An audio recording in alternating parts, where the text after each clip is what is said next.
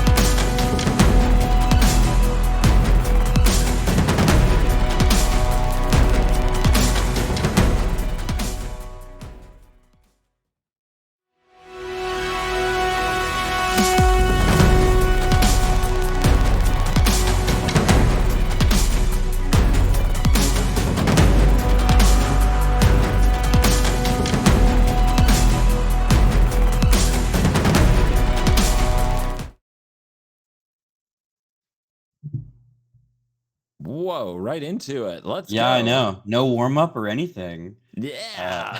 Hi, everybody. hey, y'all. It's me. It's CGB. This is BPRadiant, and we are casting the historic Brawl tournament here. You want to set it up? Yeah, so we are at the tail end of season 4. This is our top 8 tournament. Really excited to see some of these decks. If you've looked at them beforehand, I mean, they look really sick. I've personally, the last couple of days, been testing them all, so I know a little bit more about how they work. And there is somebody's been cooking. Somebody's got a little cooking going on.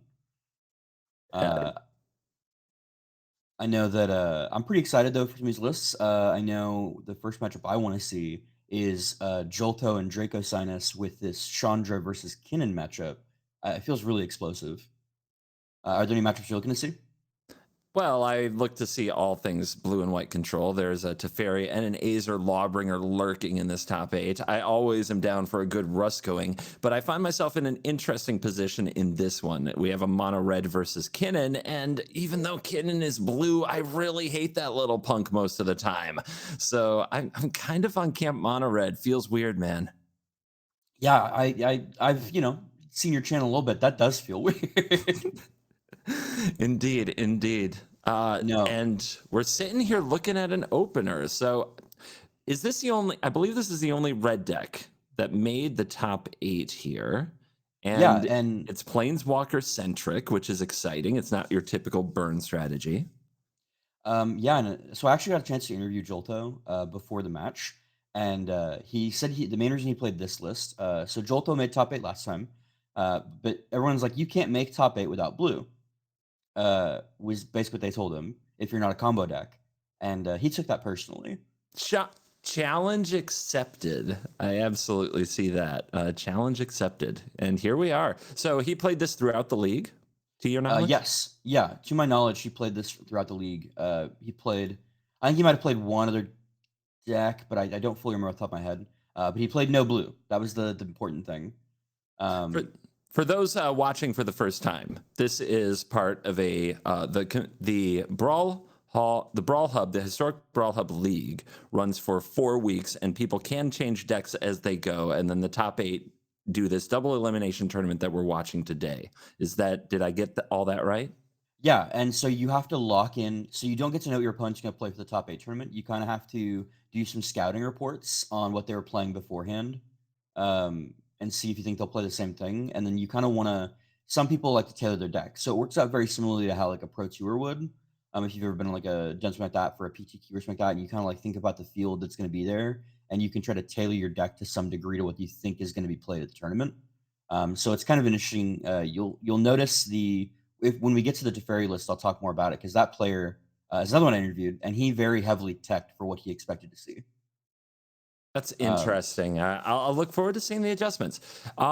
So just so everybody knows, we have a $200 top prize, and we are sponsored by CoolStuffInc.com. So these are historic Brawl players playing for stakes, which is not something you get to see on Arena every single day, which is why I get really excited about doing these events.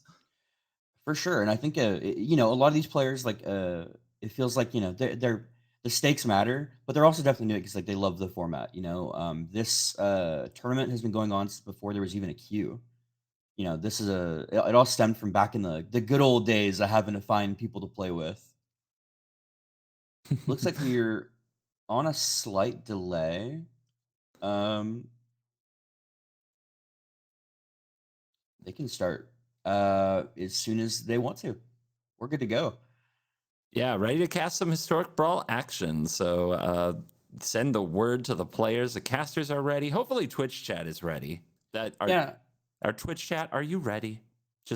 I'll find out soon. We do have a 5 minute delay for hashtag integrity, but say something cool, and maybe 5 minutes from now, we could acknowledge it. It's possible. Oh yeah. Trying to watch it out. Well, I guess while we're waiting, since we have that little bit of a. Oh, okay, there we go. Looks like a snap keep. I would keep this 100%. Torch Breath, 1 mana, kill target Kinnan. Brotherhood's End, sweep 2 to 3 mana dorks. There is no way I think I throw this back. You want to see a ramp piece, especially on the play, to slam Chandra early, but you have the right cards, I think, to keep Kinnan from getting too far ahead. Yeah, I mean, I feel like the only thing that makes his hand better is a 2 mana dork to potentially swing out the turn 3 Chandra if he doesn't have if his mana is more slow paced. When it comes to the latest set, like Phyrexia All Will Be One, I think some of the biggest additions are like Tablet of Completion and the Mirror that taps for mana by paying 2 life, just because they make more non-green decks ramp more consistently. Ooh, buy Force off the top with a Springleaf Drum on turn 1 from Kinnan. Actually gross. Uh, really gets to halt any opportunity for the turn 2 cannon to like how hold open something like the tail's end in hand. No mana dork, just mana rock. Also, no blue. Well, okay, there's a blue source on 3. I was getting worried there for a moment. 2 basic forests. Do you think he goes for the cannon here? Or do you think he tries to go for the Chitnal and the other artifact? Well, it looks like Kinnan hold up Tail's End is the idea. It's not going to work out very well with the Torch Breath here. But at Yeah. least for the good news for the Tail's End is that there's still time. The Chandra doesn't come down for one more turn. However, dropping that relic with the Mox Amber on the field is going to walk into Brotherhood's End. Ooh, but it Oh, for won't hit sure. everything. When I talked to so these guys actually played in the league against each other, and one of the things that I heard from the players was that it's very much a coin flip matchup. Whoever goes first generally has the advantage in this. If the Kinnan player goes first, they get a chance to walk out a lot of their dorks and mana ramp before he gets a chance to really answer any of it. And if he goes first, he can get the mana to start answering before Kinnan gets a chance to go off. I'm interested to see if it ends up playing out like that. But Kinnan sitting at a pretty sizable mana right now. Walks right into the tail's end. But possibly, maybe, I mean, there was no other particular play that turn as we see a very expensive hand. So you're holding your breath for that land and it's there. Yeah, I was like, never punished. I was like, if he doesn't draw a land, I think it's over. It would have been very difficult. It would definitely depend on the draw. It would have to clean up the mana production. But now, a little bit more time for Jalto. And Dracosinus in a tough spot. You see the expensive cards, unable to cast them. You see the Great Henge, which is a powerful card, but not when you can't get enough power on the battlefield. And you see Chandra, Heart of Fire, just mowing down the cards. This looks really, really bad if you're a Kinnan fan. Do you think you'd run out the Bank Buster here or keep the mana open to throw a threat? Oh, the Bankbuster at this point is too slow. Your cards are haste. The Bankbuster literally probably won't have an impact on the game in any way. Whereas if you have the multiple treasures next turn, you're dropping Ugin and or Glorybringer together if you draw a land potentially. Yeah, I like holding the Buster, and it's just a scoop. It's just a scoop. That's game 1. Yeah, I mean, I think we'll really get to see if it does come down to the coin flip or not. I really like that. Yeah, Jolto taking game number 1 pretty handily there. Having perfect answers, things like that. Um, taking a look at his list, it definitely looks incredibly teched for that early removal for the ramp options with things like, you're seeing a lot of these things like Strangle, Abrade, Frostbite, Classic Lightning Bolt. Like, I feel like he has every answer he could need into the Kinnan player if he has it in his opener. Is Sweltering Sun's good enough on the draw? This hand might be way too slow. Yep, there.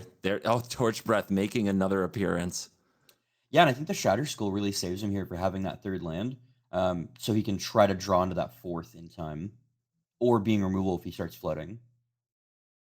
Curious if a Sundering Titan will even have the time to make an appearance in a game like this. It is an over-the-top powerful kind of card, but there aren't decks like Atraxa. In fact, I don't think there's any like 4-color or 3-color commanders in this top 8. We have Raffine and Raffine, that's right. Kethis. Okay, so there is some colors. The Sundering Titan, though, I think is such an interesting call. All right, Kinnan, Springleaf Drum, Fauna Shaman, and Torch Breath doing what Torch Breath does. Yeah, I mean, it's unfortunate that he'll potentially have the Kinnan back out next turn, but at least won't be able to necessarily activate it yet. It is almost like you need to spend your early turns against Kinnan just consuming their mana in every way you can. But it does seem like Red has the tools, and they're kind of breaking serve here if they can catch Kinnan on a turn without the ability to generate a lot of mana. So this is a big one. Kinnan has to get back on the board. If Jolto can handle it, clean things back up, then they'll have that opportunity to move forward, especially with the Chandra. Well, and I'm wondering, would you? So obviously, the Kinnan player also has their own Centering Titan. Do you see him ever winning a Centering Titan now, since he only has the one basic? It's a good question. I mean, if you can get the mana together against the red deck and you make the 8 toughness creature, why would you not? There's also Nyx Bloom in hand. This Cavalier of Thorns is a big problem. Yeah. It's amazing that the 6th toughness is what matters against a Chandra's Triumph, but that is where we are. No, and I think that's going to be incredibly hard to get through, since it'll also pretty much one-shot anything without blockers, too. Let's see. Chandra Torch of Defiance comes down. What can it do? You can fire off the Triumph. That's not... What am I missing? Oh, the Molten Impact damage. Oh, see? Alchemy strikes cards. again. That's not how Magic was meant to work. Richard Garfield, angry, but that doesn't keep the Cavalier from being dead. Yeah, I mean, I don't know. I think that's a lot. We still see the mana as like starting to ramp up at this point. He's if he top decks, he's onto the Nyx Bloom next turn. It looks like. So Is there a it's not land like in the graveyard? If there's a land in the graveyard, the Cavalier can walk right into the Nyx Bloom. so that's why I think I think there's not a land in the graveyard. So I think the Cavaliers. Well, he could take the. Oh yeah, okay. There are two. Mm-hmm. I I mean, mean, I think that's got to be the play. I play a Nyx Bloom Ancient here. I'm into Yeah. that. That God Pharaoh statue is hilarious if the Nyx Bloom Ancient is there. Fauna Shaman. What are we missing here? Maybe the mana generation from Kinnan works if there's another creature to tap. Yeah, but it still only jumps you up to 4. Let's see. Where's your green mana? There we. All right. Yep. A little Control Z action. Me, you. Go Yeah, blue. that's blue. I don't know. I think honestly, I'll have to wait and see if Kinnan can stabilize from this point, but that feels like a little bit of a punt. I feel like putting out your turn to just drop 2 2/2s instead of being able to drop the 7 or the 5/5 that triples your mana. Because like if he doesn't kill the Nyx Bloom, I think he just untaps and like goes off. I would describe it as an optimistic play in the sense that hopefully the mono red opponent is out of a billion ways to burn your Kinnan and your creatures. However, the Fauna Shaman. So what? It's a toolbox effect, and it's not one we see in Kinnan often. What is the Fauna Shaman hoping to fetch that could really turn this game? Let me go pull up the Kinnan deck list real quick, and let's see if I can, what potentially answers Planeswalkers from the list. Wow. I mean, maybe he's just looking for big creatures, like maybe a Vorniclex. Anyway, it's not going to matter. The machine gun effect is still in full effect. Kinnan is dead. Fauna Shaman is dead. Come at me, bro. It's Nyx Bloom Ancient. The next big thing for Gelato, I always want to say gelato, like the dessert. The next big adventure for Jolto is solving this Nyx Bloom Ancient before things get really out of hand. So looking here, it looks like I think he was thinking maybe like a hasty threat, maybe like the Tyrannix Rex or the Vorniclex, or maybe he was looking to maybe slap down something like a Coma to start kind of getting that value, or even be a Cityscape Leveler to just deal with one of the Planeswalkers. My goodness, I love Chandra's Regulators mana generation. We see it getting all the way up here to cast the Sundering Titan. That's going to blow up 2 lands. Here's the problem. I don't think our Kinnan player needs them anymore. They've got Nyx Bloom Ancient. Yeah, I think that was it's a little too late, but I think the Regulator could still be a huge player here though, with the other abilities on Chandra's. He's got 3 of them. I mean, if he can, figure out the right sequencing, I think he could still really have an impact here.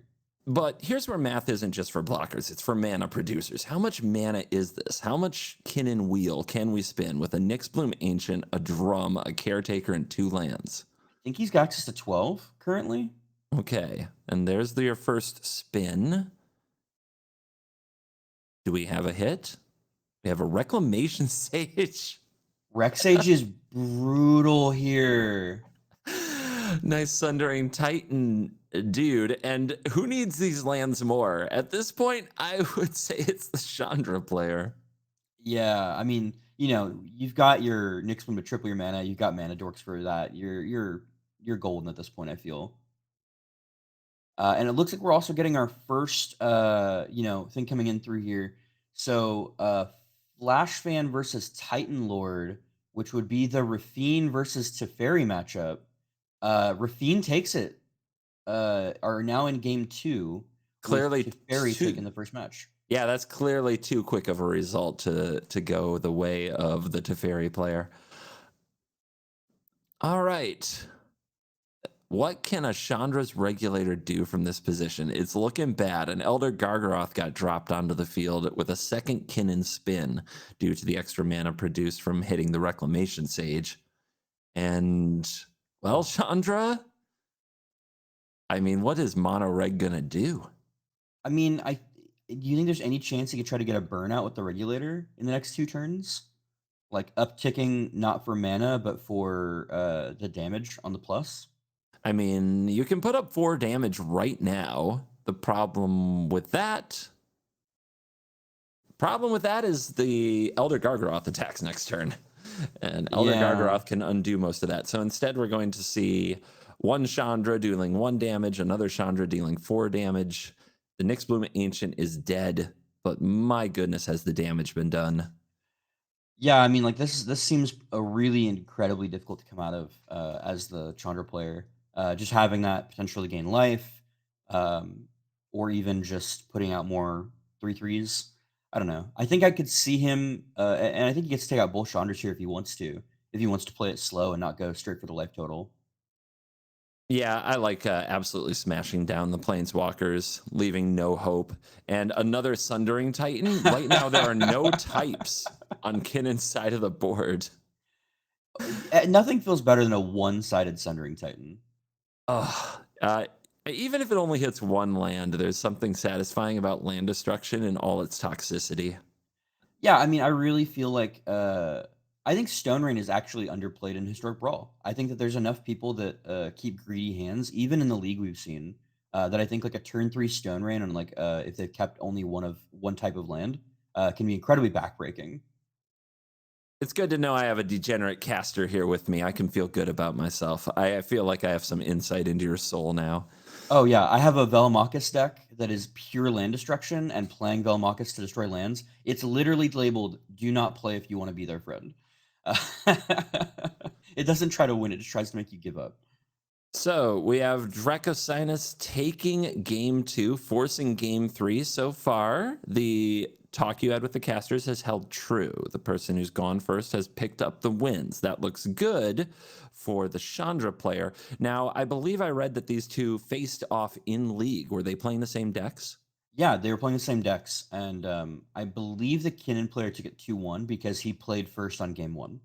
All right, so we'll see if it's really as simple as a coin flip or if Kinnan can break serve. Usually a cheap counterspell like a wash away or, just something that hits for 1 mana can be key in these spots. But we'll see. And looking at the Kinnan player list, I'm actually really interested. It feels a lot more mid-rangey than a lot of lists I see with Kinnan that are really just kind of going for drop as many 2-drop manas as we can and like then go for haymakers. Like he's not playing all the 2-mana rocks, which is very interesting to me. Uh, and has a couple of tech pieces like Wicked Wolf, which is something you don't often see in a deck like this. Removal. That sounds like a Hellq like concession of I need to beat other Kinnan players because that's half my matchups. Honestly, probably, yeah. And I don't know, I think it puts him in a definitely different place where you don't have to rely on having Kinnan out. As you saw, he hard cast a couple of things. He didn't really rely on Kinnan until he got to that Gargoth. So And I wonder if this that stabilized hand, him. this opening hand doesn't have ramp, which is always something you look for. It has the regulator, which is kind of a pop-off piece in Chandra. It has 2 removal spells. We got Molten Impact and Light Up the Night, but Light Up the Night is not very mana efficient. Karn Silex. Okay, not something I've seen in like the Chandra deck, but it's a way for mono red to remove permanents it can't usually remove. We have a mulligan to 5 on the Oof. Dracosinus's side into a Llanowar elf, then top decking an Elysian Caryatid. So will a mana dork be able to stick is the question. Yeah, I mean, I think I'm kind of curious what the Chandra player decides to do here. If he prioritizes removing the dorks because of the mulligan, or if he goes for the witty goblin to try to get the turn 3 Chandra and start getting ticking for that ult. Bolt the bird. Oh, but we're getting the goblin. Interesting. Oh, Drawing a third ooh. mana dork is actually massive here. So here's Kinnan, here's Dork. So it feels like the approach being taken here might be to kill the Kinnan and not the Dorks. If you slam the Chandra here, though, the mana Dorks can attack it down. No, going for mana, going for Interesting. impact. Now you can't attack it down. I like this play. Yeah, me too. And I think it really sets it up because if you want to put the Kinnan back out next turn, you're still showing the threat of the down tick Chandra, not even assuming you have other removal in your hand. And you get the pro of getting to uptick towards ult. Downside is there's still enough mana to play Kinnan and another mana creature. The mana is flowing. However, Yeah, I'm if you kill the Kinnan here, this is an interesting spot, right? If you kill the Kinnan to prevent the mana direction, it looks good because they can only recast Kinnan next turn, but that allows the Immortal Sun to fall. So let's yeah, I see what mean happens. that Immortal Sun coming out, I don't know if that's game over, but it definitely is gonna be really hard to come back from because he's gonna have to Silex it or hope to draw some kind of like artifact removal. Oh, the Molten Impact strikes again, but there still should be enough mana for the Sun. Yeah, I mean, it's one of those things I think you can't really play around Immortal Sun coming down as a one of, especially when you're playing this kind of deck. Like, There it is. oh, So Karn Silex needs at least one more land to clear that thing, and it clears the whole board. So my goodness, that would be tremendously punishing. Tremendously punishing. Now, the Heart of Kieran can still activate. It can remove loyalty counters from the Chandra if it wants to do some attacking here, but doesn't the plan have to be to pop the Silex? How else are you going to win this game? yeah, I think you can pop the Silex, and like if you absolutely need to, I think you could hold on to the Dork, and then potentially now leverage the loyalty counters using your Light Up the Night. Since like that's if you're or look to try to draw into an artifact removal. Yeah, Jelto Oof. is not planning around blowing up the board. It's trying to make progress on the board by playing the Heart of Kinnan. That's a Nyxbloom Ancient? A I castable Nyxbloom Ancient? I feel like you Nyx Bloom here because you can't you can't pop it for 7, and this gives you like such a massive mana advantage next turn. Oh yeah, you can drop your Nyxbloom Ancient here, and then you can also play the Paradise Druid if you want to. There's enough mana to do this with the cost reduction, I think. I Yeah, get and think that like if you run out the Kinnan here, you also potentially have the threat of the Silex just on 2. my bad. There's not a way to make green mana with the Plaza. So Ah, no Paradise Druid. Now this time the great pleasure of lighting a Nyxbloom on fire for Jelto. Light yeah, I up the mean night out of the graveyard.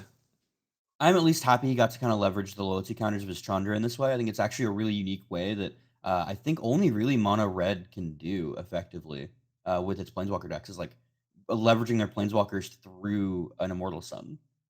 Indeed. So off the top, we get oh, that thieving skydiver is gross. What if he's No. oh my goodness, you can steal the Silex if you like. We'll see what the choice is. I would steal the Silex. Yeah, I mean, I feel like it really locks him out of this game. Like that's so huge for you. You now, I mean, no, he can't Silex on 2 anymore, which is like his, or even like if he draws mana, he won't Silex on 6. Yeah, the I only wonder if he play sees the play. is a braid. You have to draw a braid, something like that. Oh my goodness. Also, I believe Chandra's regulator has to discard a red card or a mountain, so that Karn doesn't even get to be cycled to try to dig for an answer. Oh yeah. Oof. So Okay, that the Karn strategy comes is, out. yeah, that Karn is like the worst possible draw, and now the Silex has been yoinked. It's all falling apart. This is what it takes to win on the draw with Kinnan. It's the best card possible against your deck in the Immortal Sun. Yeah, I mean, maybe if he shows doesn't have 2 mana and he can't even uptick the Karn. Yeah. Karn is a battery for the Heart of Kiran. On the bright side, the Heart of Kiran is the biggest creature on the board. Yeah, but I think you're fighting an uphill battle. It's, you're on a 4-turn clock, not including any blockers. He's gonna untap and have Kinnan activations coming up as well. I mean, 2 cards a turn though. What if it's all mana? That's all you're hoping, is that it's all things that can't keep this from working. You got to whiff with your Kinnan. It's asking for the world. Yeah, I think the Swan Song draw there is actually huge for protection. Um, I'm not trying to write anything in stone yet, but if Jolto can dig himself out of this, we'd have the most banger match of the tournament right now. But looking at the board here and looking at like the hand, I think the mono red players are out of gas. This is where you ask questions about cards like Star of Extinction, Structural Assault. You're looking for those fringe cards that usually don't make it into decks. Yeah, I mean, like I think that those huge board wipe effects are really nice. Um, I'm looking here and like he doesn't have anywhere near the mana for like any of this. I could like maybe see something like he's running Inferno or 6-drop Chandra could Wait, potentially start to pressure things down.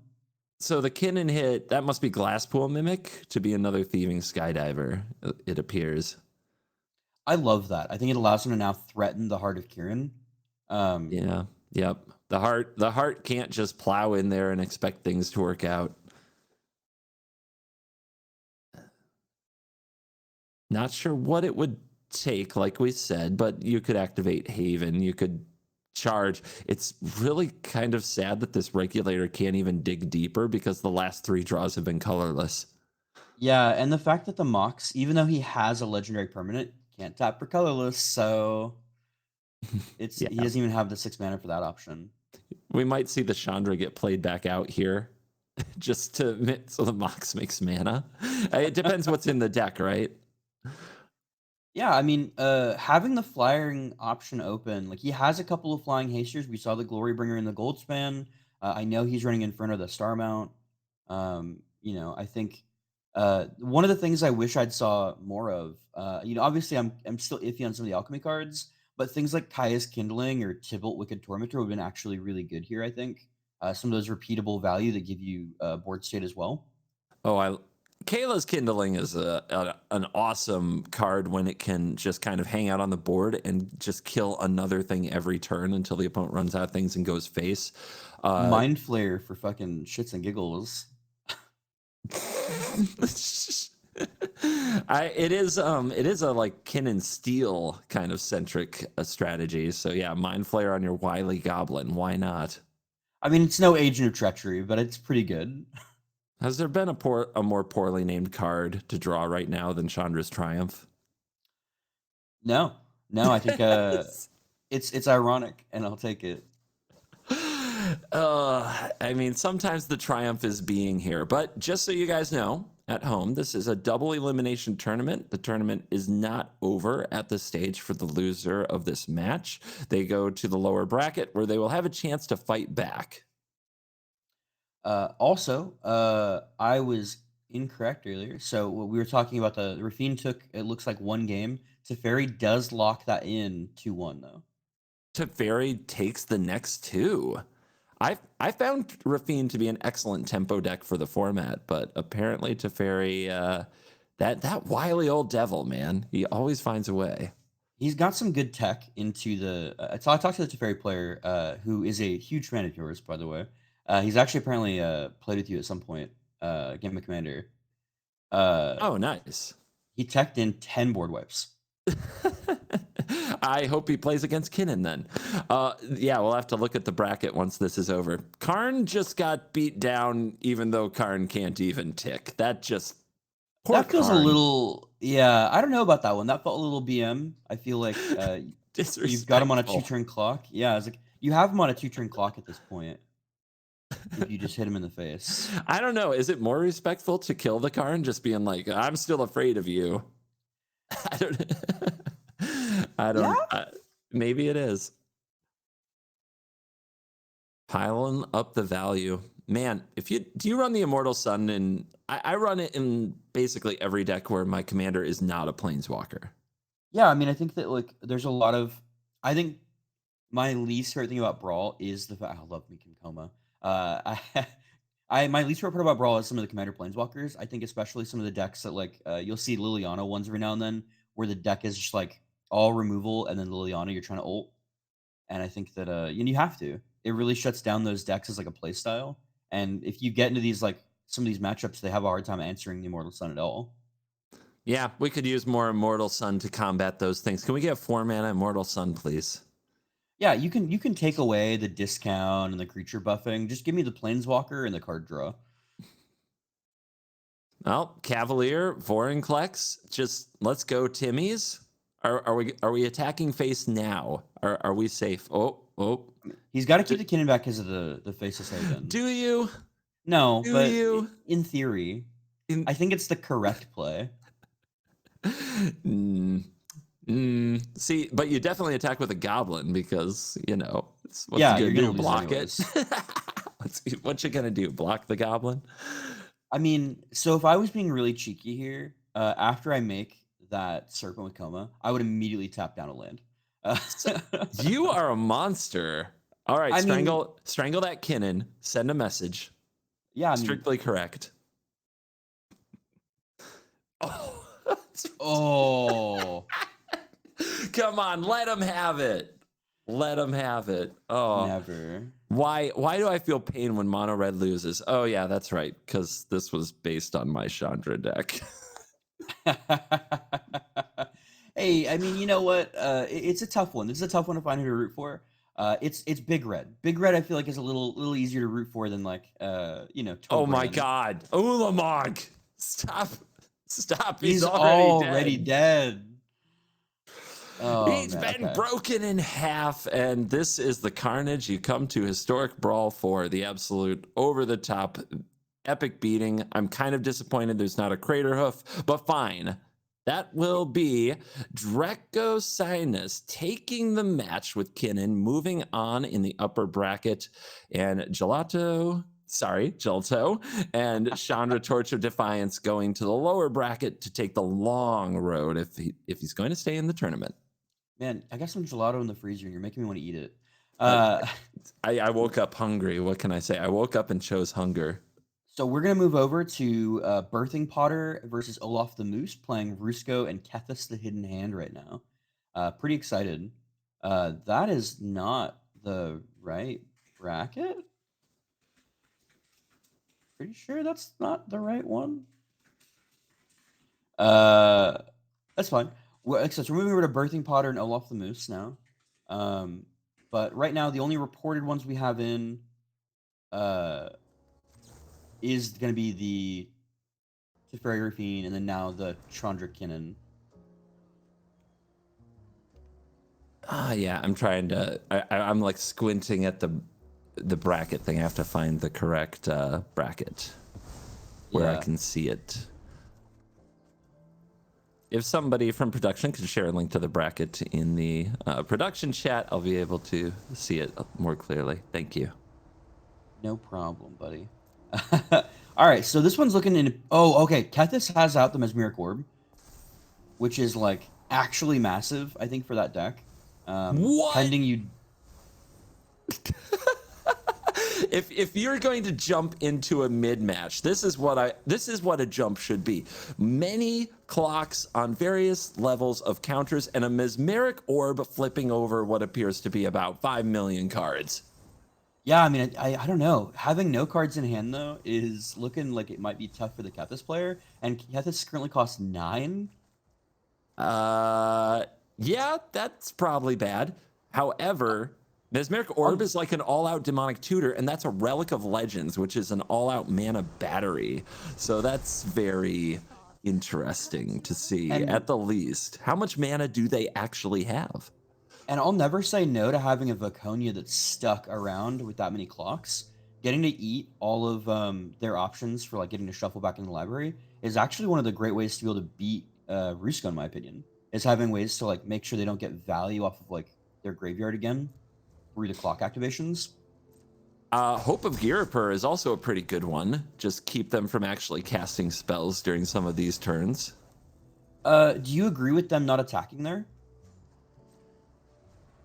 With the Malira? Yeah, with both, honestly. I feel So like what that's are, I'm trying to look, so just join this game. I'm looking for the creature lands or Guardian Idol or something that could attack Liliana. I don't see it. So I'm sure that yeah. there's a reason. I don't know what the reason is. Oh wait, it's for mana for the relic. Ah, so he's holding open. Oh. So we can play the mural. After we use the hope to lock them out on their turn, the mural locks them out on our turn. Welcome to Kethis prison. I'm a little worried though because the mesmeric orb is gonna. The more he taps here, he's got to worry about milling out. I Our don't know how many he's got left in his library, but dude, when you put mesmeric orb in your deck, you have transcended being afraid of milling out. You have already just gone to a higher plane where that is not your fear. you say that. I'm okay. He destroys his own. Okay, cool. He destroys it with the Vraska because I was like, I definitely Cringe. piloted this deck, and I didn't get the Vraska until the last turn, and I milled it out, and I could not get it back, and I did end up decking myself. This is why my commentary should be ignored, but hopefully it's a little wild enough to keep attention. I do love the Vraska sack the orb. That's just value right there. After milling God knows how many cards, their graveyard is clearly higher than their library, and you don't see that in Historic Brawl every day. Well, I mean, you don't have to just be a blue player to want to ponder your orb, you know? Indeed. Anyway, clocks. Do you like clocks? We got clocks here. Yeah, 4 clocks is actually really good. Looking what he's got here, the Edict and Thirst for Knowledge. I mean, he gets through with the But what Hope can of you Europe cast? again. What can you cast? Just Nothing. the Thirst on your opponent's turn, right? Wrong. Mural, Shield of Argive. You're locked out on their turn, and Hope locks you out on your turn. Ooh. Uh-huh. That's dirty. Uh-huh. I mean, he's still got to get through. I don't know. You know, eventually he'll run out of stuff to bring the Hope back, potentially. It'll be I mean, a while. that's a big graveyard. I don't know if that's actually going to happen. This is an interesting approach that you just don't see very often. I don't think I've ever seen this lock in place. So I, as caster and as Magic player, am kind of having my mind open to possibilities here with Kethis that I didn't know were on the menu. You know, we're ordering off menu today. Yeah. I'm very interested to kind of see this too, because he potentially, I think before he runs out, he'll have the Vraska ult, since he did the an uptick there. Yeah, I'm trying to make out the loyalty on the Vraska. It's can you see it? No. It should be 2 up from starting, so I think it's at 6. I think it starts at 4. Yes. Yeah. I mean, the clock is going to be faster than that. Right now, right now Rusko can't cast spells. Can't cast spells, Radiant. Can't cast spells. There have to be people happy in the, like, if you're in the chat happy to see Rusko just locked out of casting any of those spells, their clocks don't matter if they can't cast spells, man. Make some noise in the chat if you like seeing Rusko just unable to play cards. I mean, he should have been a creature-based deck. No, to tell you. Hope of Gear doesn't work if you play creatures. That is true. Does not filthy control players. That was, I don't know. I feel like a combination of that would be the worst thing that could ever happen to me as a player, and kind of happy to see it happen to stock Rusko. Yeah, no, I am a caster. I am unbiased. God, I hope Kethis or Raffine win this matchup. I want them to win this tournament so bad. Mid-range, I think, is really underrepresented, especially in the competitive Historic Brawl. I feel like right now you have a lot of the aggro and a lot of the control matchups that you're just, the card selection and card quality is just so much better. Like, we have great removal and great board wipes for control, and for aggro, you have so many strong 1, 2, and 3 drops and decks like Adeline that I still think are not piloted as much because people got bored of it, less than it stopped being good. My recent time playing Adeline was something absurd. I think I went 14-1 playing Adeline just in queue. Just Oh my just god. absolutely slashing people to ribbons. It was almost too easy. And then yes, I moved on because we did the thing and we walk away. Yeah, like it's a very similar play pattern. Like there's not too much diversity. They're not there's nothing wrong with that, but like there's a difference between trying to do something fun and just trying to get some wins out of the way. Speaking of fun, I think most people who play in the queue right now would say Atraxa is like the most represented and most powerful commander. It is completely smashing anything that even attempts to be mid-range-ish. But there's no Atraxa here today. Yeah, I think that Atraxa coming out like I don't think Atraxa was out for the entire season. I think she came out a week 2 or 3. Mm-hmm. Um, I think people haven't got a chance to test with her too much yet. And then also I can totally see that like looking at this league, a 7 mana commander is tough. Like when I'm thinking about trying to pilot that into Rusko or into Teferi, like I feel like you have to really play around with what's in their hand, and if you make a mistake, I feel like you just get locked out from there.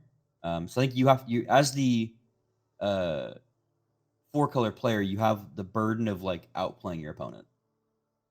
All right, we're about to kick off. Where are we? Game 3, I'm guessing? Or was that game 1? I Oh, think I that see was the score. It's up top, 1-0. yeah. All right, so this is game 2. Olaf the Moose has a 1-0 lead, is on the draw. And we are brought to you by CoolStuffInc.com. There is a $200 first prize in CoolStuffInc.com gift code.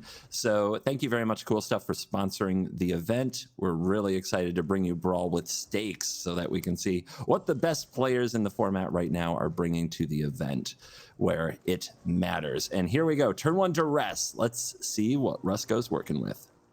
Yeah, I mean, really needs a third land here for a white source, but very, very excited. Um, ooh, this is a tough Hmm. one. Like Hmm.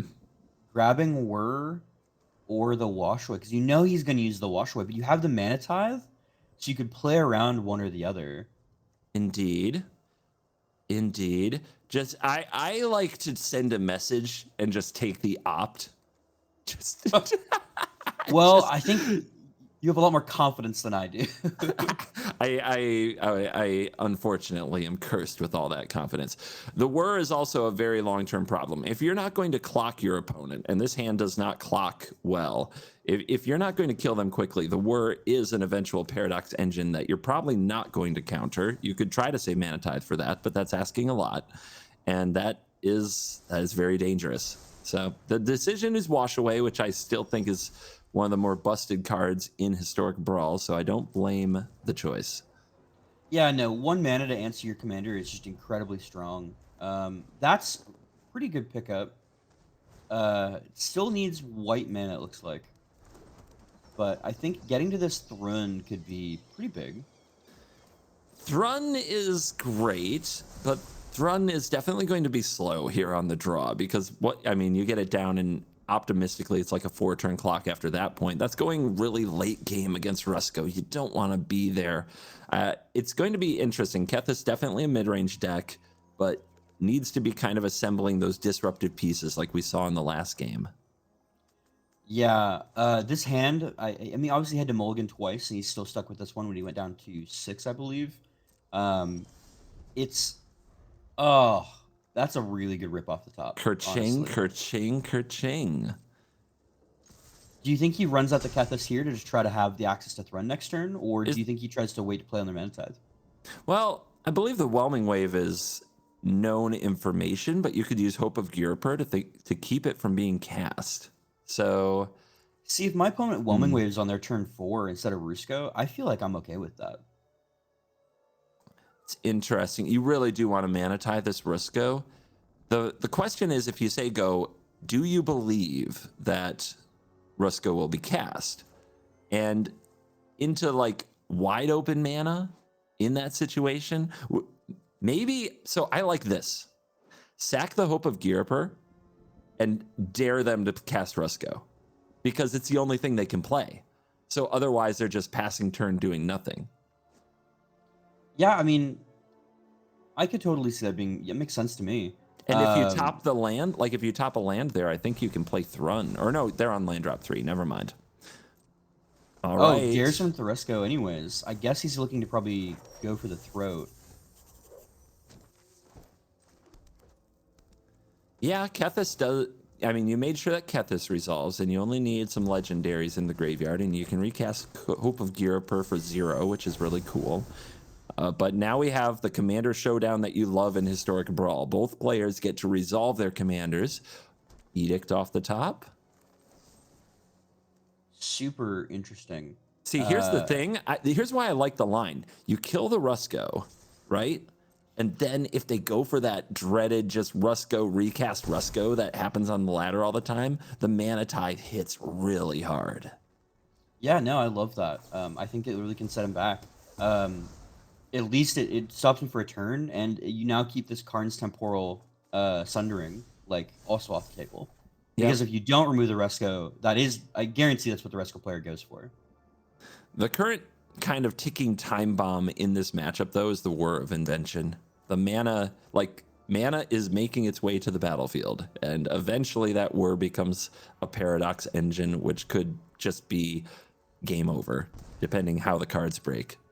Do you think that the Rusko player only uses that for the Paradox engine, or do you think he potentially uses it to try to get something like a Relic or sort of like 2-drop Mana Rock at some point? Sometimes I fetch another Midnight Clock with it. Anyway, we saw an interesting play here because Birthing Potter just passed. Didn't go for the 6-mana Rusko, which looked really straightforward like the idea. Now, we know that the instants in hand are Disdainful Stroke and War of Invention. Our Kethis player doesn't know about the Disdainful Stroke. They know about the Whir.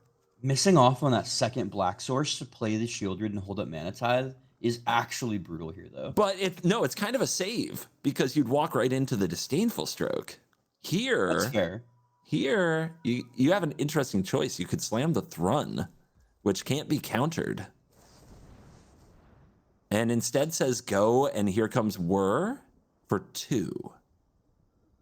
It's interesting. So it looks like the Rusko player is actually playing around the Mana Tithe, potentially. Playing otherwise, around one of. Well, because otherwise I can't imagine why he'd want to go for something like Arcane Signet, Cold to Heart, Guardian Idol, or Mindstone over the Relic of Legends or the Celestis here. It's true. It's true. Might have a read on this one. I'm trying to think of times where the Kethis player may have played off. Yeah, it's possible that the Kethis player played off curve on one of these turns and gave away the Mana Tithe. Really good players can catch these things. By the way, we are on delay for anybody with hashtag integrity questions. So it's definitely not a stream sniping incident, just a good read. And sometimes you just get that feeling when your opponent could make a certain play and they don't. All right, Rusko comes out, gets Sheldrick Edict, but does acquire another Midnight Clock. But he's kept him from upticking the clock. So he's still got a pretty, he's still getting there for 3 return. Like, he's 10 life points down already. Like, that's not negligible. If Rusko doesn't stick on the battlefield, you're right. Rusko can make that up very quickly if Rusko can survive. Now, how much mana do we have going into next turn? It's enough to pay for Mana Tithe. So it's kind of a race here. Kethis needs to draw another type of removal spell, or Rusko will untap and cast Karn's Temporal Sundering. I think he's kind of forced to maybe even Whelming Wave here. I don't know if he wants to risk. I don't know if he wants to risk taking 8 damage though. I'd take it. I'd play Rusko and take it. 100%. You think he's trying to go for the? You think going for the extra turn is that worth it for the turn after? Yeah, that, and you do have support. You have Disdainful Stroke. I believe that's enough mana if I counted right. Sometimes I don't. Yeah, it is enough. You'll have 3 open. Including through the Mana Tithe. So yeah, I love it. I love slamming the Rusko, Disdainful Stroke, the thing, and yeah, Olaf the Moose. What can you do here? And I believe that puts one of his clocks is now on 10. I can't quite make it out. That's huge here. Not enough black mana. There's still a black mana problem. I still feel like you IOK here though after the combat step. Like, do you take the Whelming Wave or do you take the Karn's Temporal here? I mean, you got to take the temporal. It's an absolute blowout. Yeah. But you can't because it's Inquisition. It's not Thoughtseize. You have to Oh. hit the stroke. The stroke's the only hit. Oof. Yeah, you are looking at a very dark fate. You got Rusko down to 5. You worked through some pretty tough mana. Kind of a bad draw on the mana front with 3 lands that only produce green. But the clocks, I mean, At this point, I think you're gonna see Rusko do Rusko, baby. Yeah, I think you're taking your lucky stars. You even got that third land that produced white uh, off of that original hand. Yeah, it was a rough keep. Maybe, yeah, I don't know. It's one of those where it's like things go very well if you draw 2 black sources, right? A white source and a black source. So here's your wave. Looks like he'll hold the Sundering and just replay Rusko. It looks like it is, but is there enough here? No. No, there's enough. Mana short of the Sundering. Interesting. And I must be wrong because there's no way he wouldn't just not cast the Sundering because that clock doesn't pop. I guess I must be off on my timer for that for the oldest clock. All right, Shieldred the Apocalypse. This is interesting. Is that clock on 11? Because if it is, yeah, this could be game. Because when he goes to cast, It's not. Okay. Oh my God. I thought the timing might have been perfect. You know what I mean? Actually perfect. If it's on 11 now, it'll actually uptick to 12 before the Rusko gets to do anything. But that doesn't. No, oh, let's see. Oh, that's no game. way. Yeah. Okay, no so my math was right. Wait. Oh. You have a chance to respond to triggers. Can you gain enough life? Do you have instant spells you can cast? There's a planar inclusion. There's a negate. If he negates his own spell. Oh my goodness. Shieldred, what have you done? That second black source off the top. What a fat rip. Oh my god. That was beautiful. That was beautiful. Yeah, not a May on that Rusko. You do proliferate your clock. I think it's super important to point out that Rusko, 2 turns earlier, had actually added a counter to the clock to make sure it went off on that turn. So that is tough to believe. And how about the flavor of drawing Shieldred's Edict? You know? Yeah, as the potential answer, but even if the Edict had been cast, it would still tick up the clock first. So here's the thing, right? Let me look at the mana. So here's the play was, forgive me if I'm wrong, I believe the play was hold priority, cast Karn's Temporal Sundering, put the clock trigger on the stack, right? The one that's not the uptick trigger, but the second trigger, the draw 7 trigger, cast the Edict. I think that wins, right? That wins. Yeah. Oh my goodness. Ignore it. Because the Edict, would easily take care of it. And you have mana to get on Mana Tithe still. Yeah, Birthing Potter missing an opportunity hidden deep within the timing. You basically had to put like 2 other triggers on the stack yourself and respond to them, which is something that not many arena players even know is an option. And hopefully a little something that people can take away and maybe Potter can use in the future, because this isn't over. Potter is going to the lower bracket where they will continue to compete. And Olaf the Moose is progressing in the upper, if I understand correctly. Yeah, so that should put Olaf the Moose's Kethis versus Dracosinus's Kinnan. Kethis versus Kinnan in round 2 of the upper. Wow. It's hard to picture Kethis versus Kinnan as a positive matchup for Kethis, because I would have, off the top of my head, I would have called that as the battle of like a B tier commander against an S tier. But this Kethis looks different. You know what I mean? Yeah, and then it looks like we're going to go to a quick 5-minute break. But real quick before we leave, it looks like our round 2, Kinnan beat Chandra, Kethis beat Rusko, Teferi beat Raffine, and Azor the Lawbringer beat Stickfingers. So Oh boy, Azoria showdown coming up. we'll come back in 5 minutes and we'll check out the losers bracket.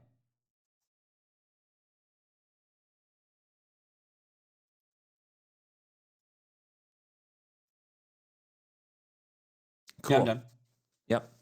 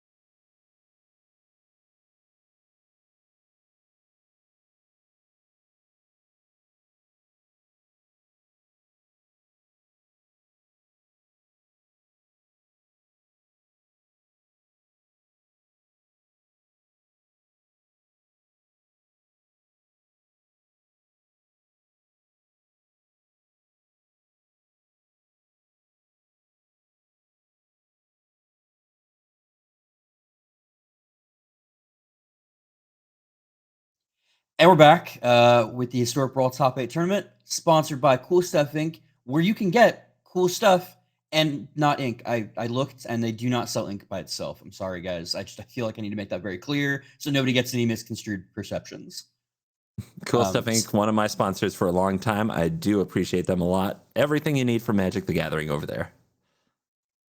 And you had something you wanted to say about the last match where we were talking about a break? Yeah, we were talking about how if we had stacked everything correctly, like perhaps our Rusko player could have gotten out of that situation with the edict resolving before the clock went off. That doesn't work if the second clock is one counter, like exactly the right number of counters behind, because it would also put too many counters on the next clock and make him draw 7 in response to that trigger. So it depends on where that clock's counters were. Maybe chat can go back and verify, or we can check the VOD, but it's possible he couldn't have even played his way out of that situation depending on the other midnight clock.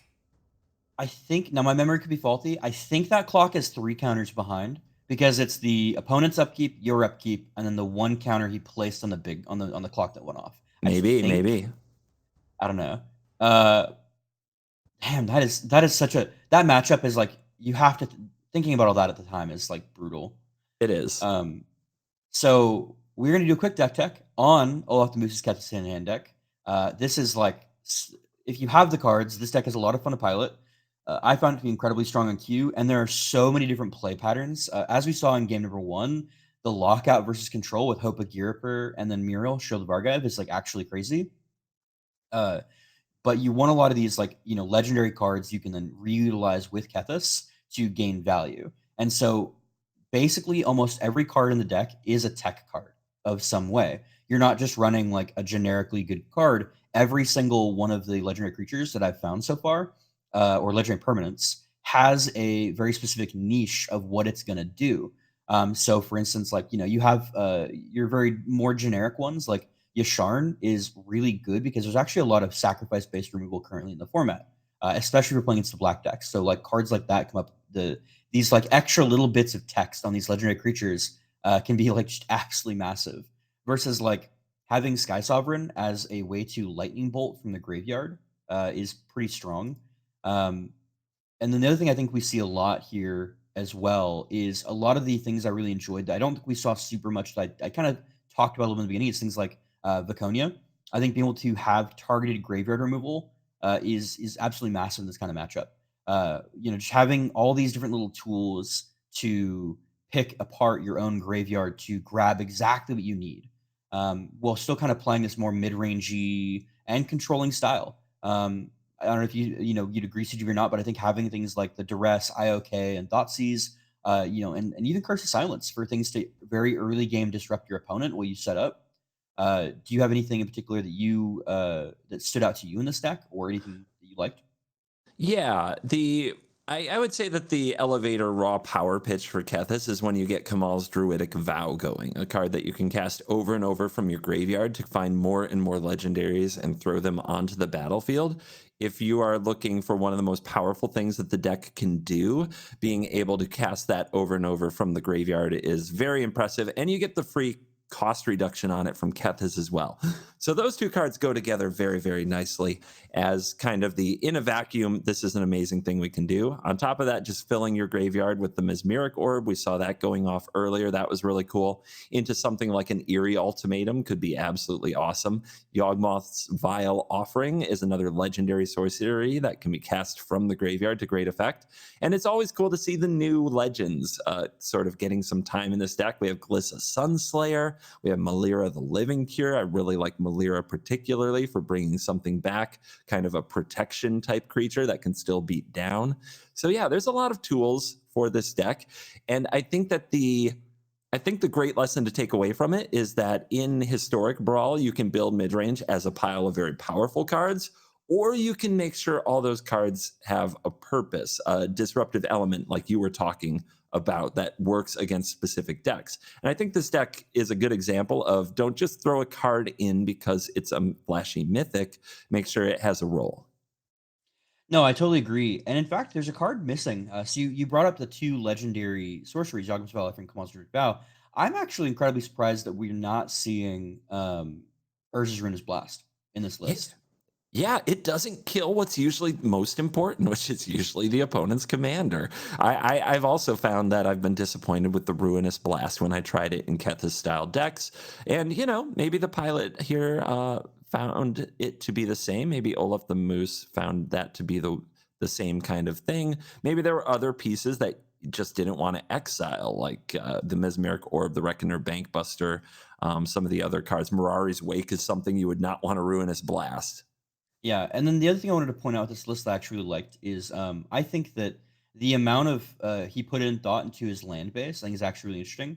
So when I looked at the actual amount of different pips, obviously the deck is super heavily focused into green and black, and like you can definitely see that with his mana base when we picked in there.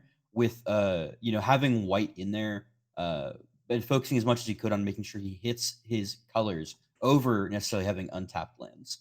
Um, which is very interesting. But yeah, I think the deck overall was, I think, performed really well. In my testing, I really liked it. I actually do think probably the strongest card in this deck that I found is the Kaya Intangible Slayer. Um, this card feels like a house into the control matchup. Like most control decks don't seem to have a way to remove it or deal with it in any way. And I think just having the consistent value off of it's been like amazing. I hope Have we you get to been? see, yeah, I hope we get to see Kaya do its thing just as a new ultra powerhouse. I think that we're about ready to see things in action again. What is the next match that we're casting today? We Let's are gonna see. jump right into Raffine versus Old Stickfingers, which I'm pretty Excellent. excited for. So, Old Stickfingers, if you watched the last tournament, we got to see this Paradox Engine Reanimator combo deck in full, in all of its glory. And this time it's going up against Raffine, which it it feels like I have found Raffine. My experience with Raffine is colored by some experiences of destroying things like Rusko and other Planeswalker decks. I find Raffine to be a very difficult to deal with tempo deck. So my gut tells me that this is a hard matchup, but it's a very different Raffine from what I usually play. One, the Old Stickfingers combos changed too. Last tournament he used Old Nyxbloom or not Old Nyxbloom, Nyxbloom Ancient, and he's actually swapped that out for Shu-Chi Cave Guard from Brothers War, the 8 mana 8/8 Vigilance Ward 4. When it dies, add 8 colorless mana until you do not lose mana steps end. Um, So the name Nyxbloom Ancient implies old, so I'm going to say that you're still correct. No oh, need, thank no you. need to apologize. Don't let chat give you any grief about that one. You are correct. You are king. Don't back down. But yeah, it's kind of cool to see a new piece in the combo itself, because I certainly haven't played this card in anything. Yeah, when I played it as a Crater Hoof type reanimator shell, where like you would play tokens and then like have just the Crater Resilient creature. It's a lot more creative for sure. Uh, So yeah, oh, stay tuned. You might see a Suchi Cave Guard in this match, and we'll try to explain what it does when we see it. Bankbuster not on two. drawing any green mana yet looks really tough. I mean, but you keep Bankbuster on two, man. It's Bankbuster on two. Also, I think Elspeth's Nightmare is one of the better cards that this matchup could have. But here you go, 2/1 drops already. Raffine threatening to come out next turn, but it will require the right land off the top of the deck. I actually lot, especially considering you can get a lot of good value off of cheap flyers, in my opinion. And I think having things like Winged Words is absolutely insane when you can get it rolling like this, especially for having like the commander having Ward 1. I think Raffine is incredibly difficult to take out on curve unless you plan around it already. Yeah, Winged Word's kind of one of those like tech inclusions that you can do when your commander is cheap and a flyer. Just one of those fun things that you can do in Brawl where cards get, interesting homes that weren't quite expected. Elspeth's Nightmare says, get that Selfless Savior out of here. I do not like having that indestructibility. And boom, land off the top. Raffine, the Scheming Seer. And Connive, I think, is so valuable. Like, uh, I don't know. I think that looting has generally been pretty good uh, because of. Sorry, one moment. All good. Uh, The deciding on the connive discard here, thinking about the disturb card Malevolent Hermit, because there's some value there. I would not give up a Malevolent Hermit against a Reanimator 5-mana sorcery combo deck. Not at all. I think you need every kind of counter you need at this point, and since you're running more tempo counter, and especially considering you're gonna have to deal with that chainer, the Chandra. Oh my god, bleh bleh bleh. The Elspeth's Nightmare. I don't know why I keep saying Chainer's Nightmare. Great card, but not at all relevant to this matchup. All right, the Nightmare ticks to Chapter 2. It's time to choose a card and have it chucked in the bin, and there are a lot of interesting choices here. The tempo side of our tempo deck is showing because Wash Away, Make Disappear, Malevolent Hermit, all of these things can prevent the big spell from happening. This is a very difficult choice. I actually don't know if I think you take the removal. I think putting your combo piece in exile is more backbreaking than any of the counter spells in Old Stickfingers. Takes the Winged Word. So much respect for the little like starter deck sorcery. I think it was in the starter deck at one point. Yeah. Interesting. Okay. Uh, I think he's still. Thankfully, he has the Roku Legends to get access to green mana. But I don't know. I think that if he tries to run it out as the Raffine player, I might even look to get rid of that, seeing that he has 2 colorless sources route right now as creatures. Yeah, it's looking tough next turn because Malevolent Hermit gets to join the battlefield, and that, of course, holds up interaction on its own. For those of you watching, the reason he has these colorless lands that become creatures, they tap for their 1 mana that turns into a creature on their own, which means that Razaketh the Foul-Blooded can immediately sack them to do tutor and start the combo. So Flash Fan takes the shields down, says I'm not going to hold up a counter or even the Malevolent Hermit counter because it's easy to play around. Doesn't know about the Relic of Legends. Probably would have held that up if they had known, but there you go. Evolving Wilds off the top. That can and probably will be a green source.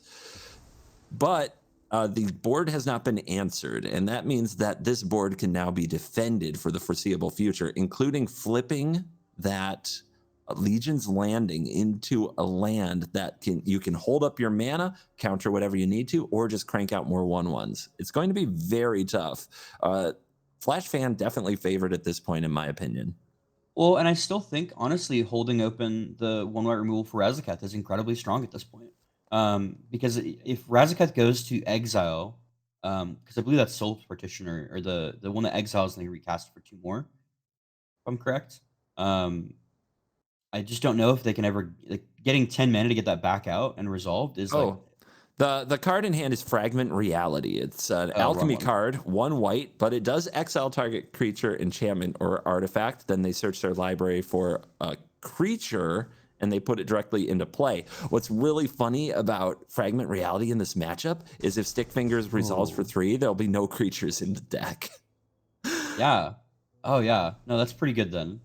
Yeah, it's basically 1 mana swords that doesn't give them life. Not bad. Sorry. I was thinking of the other 1 white mana removal that's like puts it in exile and you can recast. Oh, alchemy cards. I will learn you one day. Taunos is something or other. It's fine. Don't worry. All right, Old Stickfingers. This is a cast trigger, so using a wash away won't stop the trigger from happening. We might see the wash away anyway, but I'm not sure. This is one of the few decks in the format where wash away isn't too bad. Does have the summon undead in hand, so I do like that. As like he has the way to start accessing the combo. And for those who haven't seen the combo in action before, this is exactly what it's designed to do. There are only 3 creatures in the deck, so you always try to place Stickfingers for the amount of creatures in the library. Those go to the graveyard, then you reanimate the young Necromancer, who reanimates another one of those creatures, Razaketh, which then searches for more reanimation, and it goes bonkers from there. And at this point, even if the Stickfingers got countered there, wouldn't matter.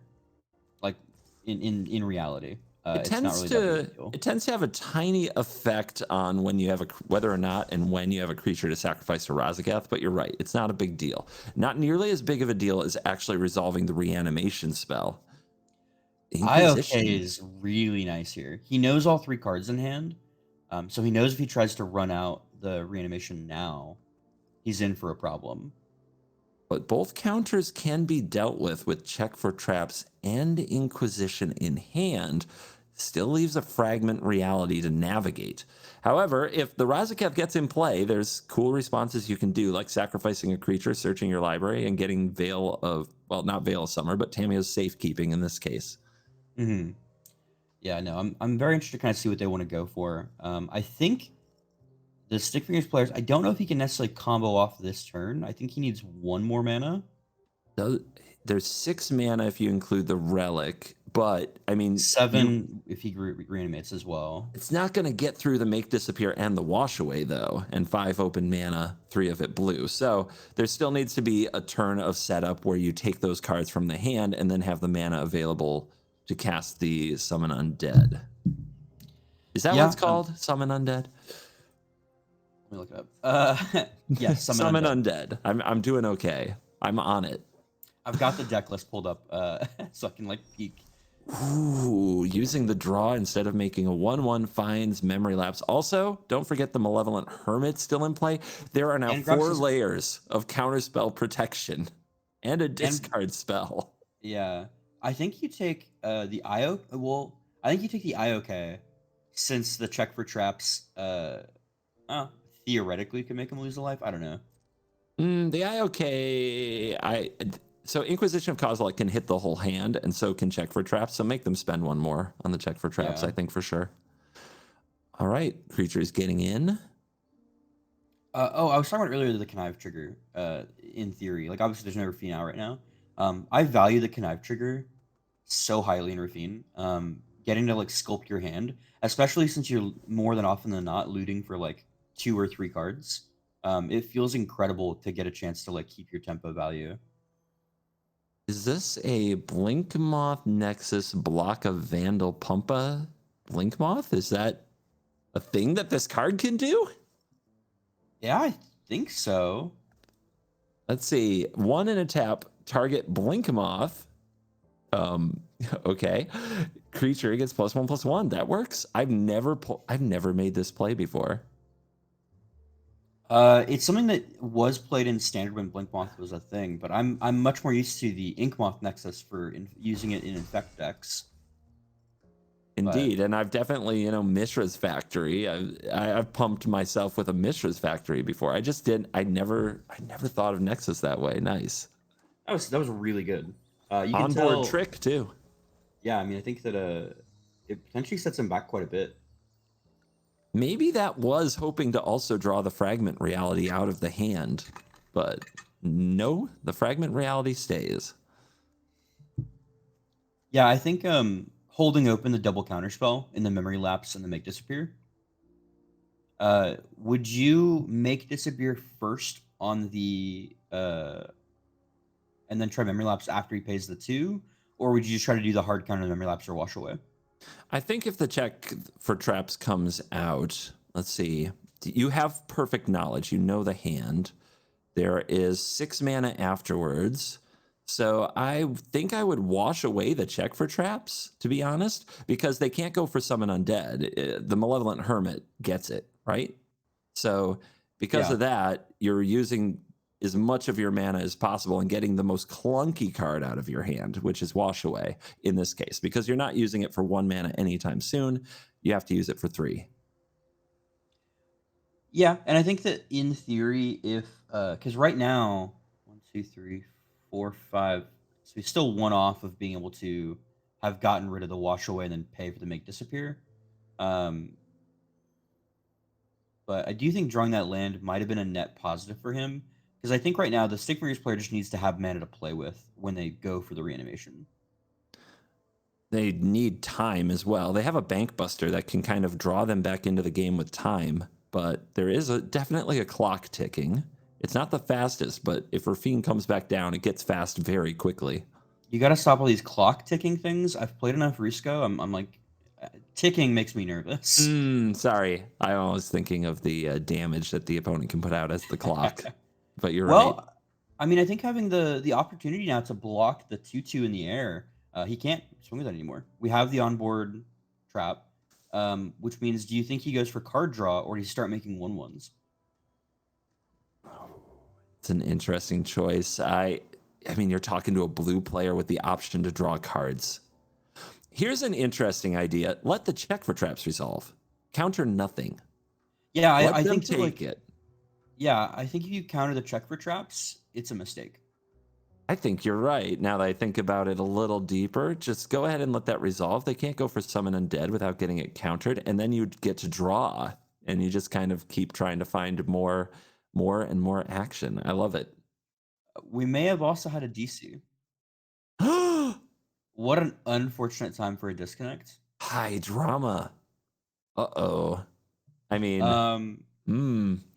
The rounds aren't technically timed, so and there's no rope because this is direct challenge, so there is an opportunity to try to get the person back in there. But if they can't reconnect, I believe that means we got to looks like reboot the game. he's client crashed and he's reloading the client now.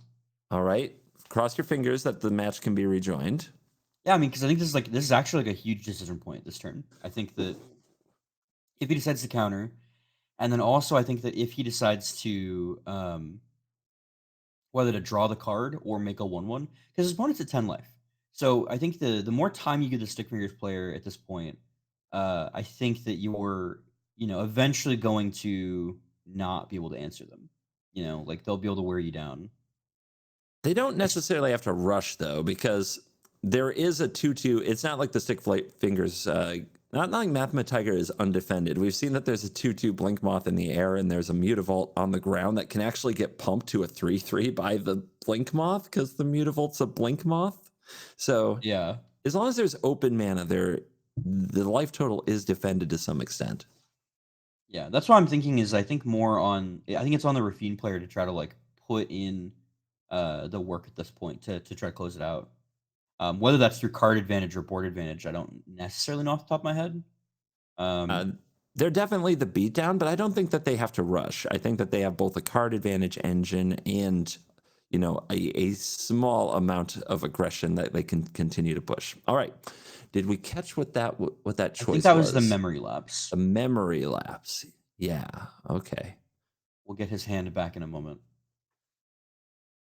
But we were able to rejoin the game. Good job, chat. You sent energy. It worked. This Which can only be because of you.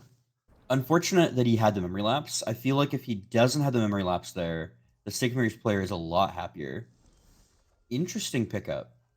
It's a very good pickup when you have a Raffine already down and doing the thing. Ooh, Paladin class is also, I mean, that's also an interesting card. A Yeah, I lot mean of choices here. the anthem can be really big, I feel. It's a lot of investment though. And you're trying to keep up counterspell shields, and there's a bank buster that's going to draw some cards. So you have to be wary that with the right draw, you could be in a lot of trouble if you commit mana on your turn. Yeah, I think that at least at the moment, as long as it keeps up the 3 mana for the Hermit and the Make Disappear, he has access to both of those if he needs to. Hermit Make Disappear should cover most things. And it looks like passing with 4 mana open and not attacking at all. I don't know. Gosh, that is tough. Not I don't know if attacking at all. I don't know if I'd want to trade my Spectred Sailor for a land for the Blink Moth. I agree with that, especially because you can make it bigger in the near future with Paladin class, but now we see a Fatal Push arrive. Ooh. I think when he decides to use that Fatal Push, because he's gonna have you want to use that on the Hermit, I'm assuming. You might also want to use it on the Sailor. It's a tough call. You also don't want to use it on the opponent's turn unless you have plenty of mana, although, there's plenty of mana in this particular case. But you got to remember that Paladin class tax. Okay, tapped out right here. I think, yeah, I Doesn't might do use it. Yeah, I would have pulled the trigger right there if I was going to do it. It draws him another counter spell, just hard counter. But that's Yikes. another black source. That's not another blue source. Yeah, I mean, he still holds up 2, and now gets the Anthem effect, which means he can start safely swimming with the Sailor Means in the air again. Yep. Back to a 4-turn clock. Now you're making me nervous talking about clocks. Okay, I have a weird question for you on the Stickfingers player. Given what our opponent has, Is there ever a right move to try to start swinging with the caravan as a 5/5? Yeah, there is. I don't think it's up against the life-linking vampires that can be cranked out, though. I think that's too easily stifled. See, I feel like you're doing it pretty freely, and if your opponent's spending 4 mana to make a vampire instead of drawing a card, I feel like you're okay with that. I mean, if you're at 10 life, mm, I mean, it's a bold line. It sends a message. Some people are all about sending that message, and maybe that's where we should be for Mathematiger. Maybe Mathematiger needs to put a little bit of fear into Flash Fan. Tell them they can't just sit there drawing cards and get away with it. Feign death off the top. Wondering if he was trying to bait out a counterspell there, or if he, the pump from Paladin class got to him. I'm not sure. The I life think gain that here, I think, is really relevant.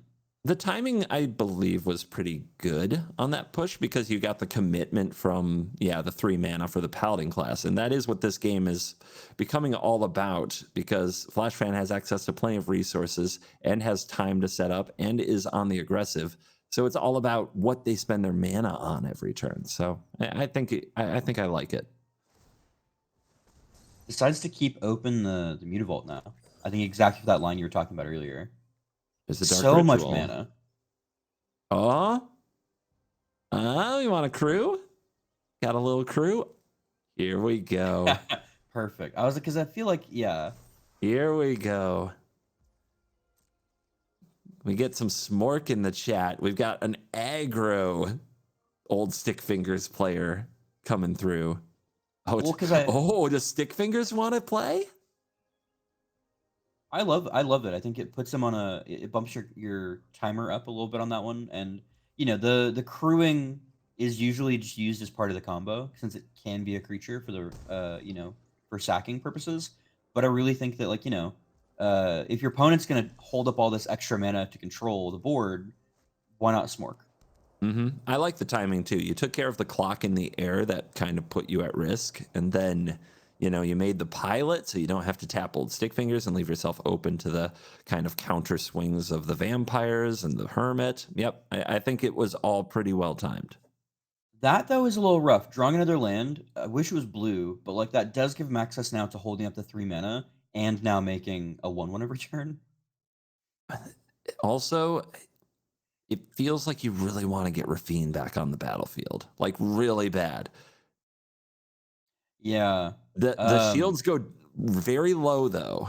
If you do that, you're down to like Fragment Reality and Malevolent Hermit as trying to hold the opponent off, and that is very risky. Well, I think Mathematiger as well is getting closer to having, enough mana now at this point where if he draws a second reanimation spell, I think he can just force through all the counter magic. Yeah, Make Disappear has a ceiling on it at 4 mana, and Malevolent Hermit has a ceiling at 3. And he can't cast both Wash Away and Counterspell in the same turn yet because of access to only three blue. Would you like to take some more 5? Is this when he pops the removal? The Fragment Reality? I mean, Yeah. we both know that everybody involved here should know that the Fragment Reality won't replace the Caravan with any creatures because there are none left in the deck. Drawing out that Fragment Reality is key though, because mid combo it can be very difficult to go off because you need to pay a good amount of life for your Razaketh, and and if your Razaketh gets exiled, the combo is dead. So it's a big challenge. Here comes the Caravan, and the Nexus is even getting frisky. That's So why I think it's yeah. important. I think it takes 6 life for the combo. Mm-hmm. I believe you have to use Razaketh at least 3 times. So Before the henge hits the battlefield to offset it. Yeah. yeah. Somebody watching this for the first time is like, what are they talking about? What is in this combo? I I hope we I get hope to it goes show off. you. I don't want to have to describe it with words. I'm It's okay with words, and I'm afraid of that job. it is definitely a Ooh. show don't tell. Double striking on a lifelinker here is gonna offset that now. Yeah, and since there are 5 lands that don't produce blue, this is probably the best use for them. Yeah. Double strike lifelink. Oof. Now trades with any blocker. I like blocking with the Bankbuster, feign deathing the Bankbuster, getting it back to draw some cards, baby. But I am a maniac. Well, I think he wants to keep the Feign Death since you use the Feign Death on the young Necromancer. I think that'll It's save him true. 2 life for the combo. It's true. Feign Death is a combo piece, and hopefully you won't ruin your combo taking my dumb ideas. All Well, right, he has old other Stickfingers. options. Yeah. Old Stickfingers.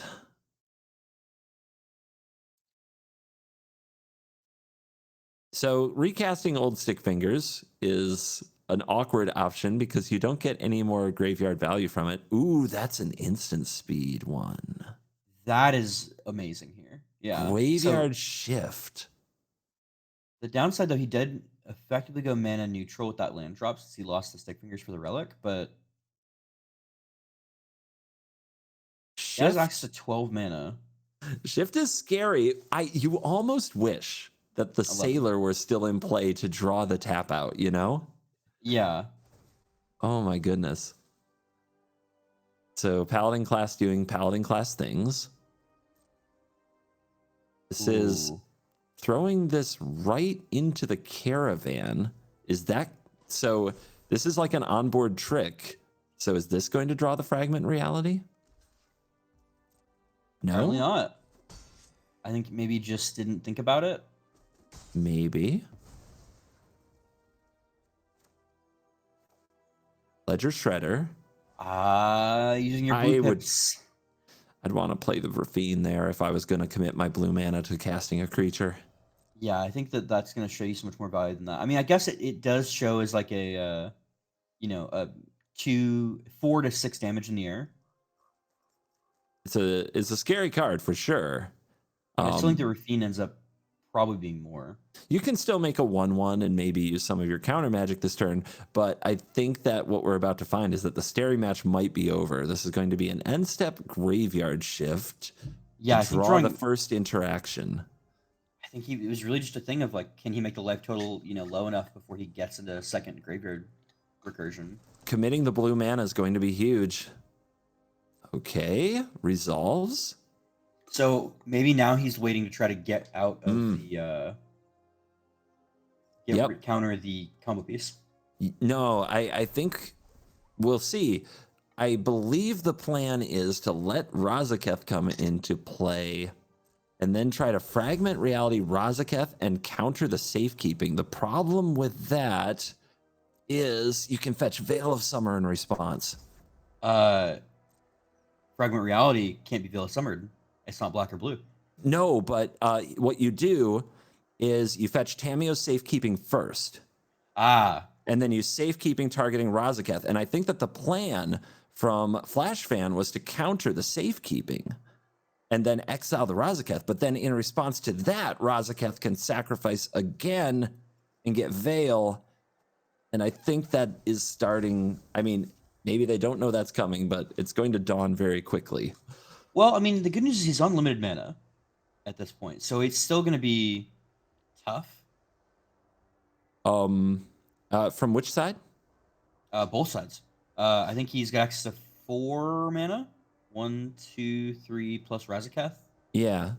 But that should do it. I mean, these are 1 mana spells, so I think as long as the sequencing is part of it, we're working with perfect information. The players aren't. There are 2 unknown cards in this hand, so they might take a different line.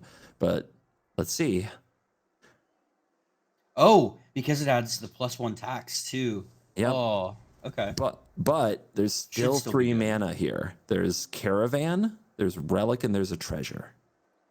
Here's how you can get around this. I think you can Hermit into the Make Disappear. Right? Because you Hermit, they pay 2 mana to get the Veil of Summer, and you can make disappear the Veil.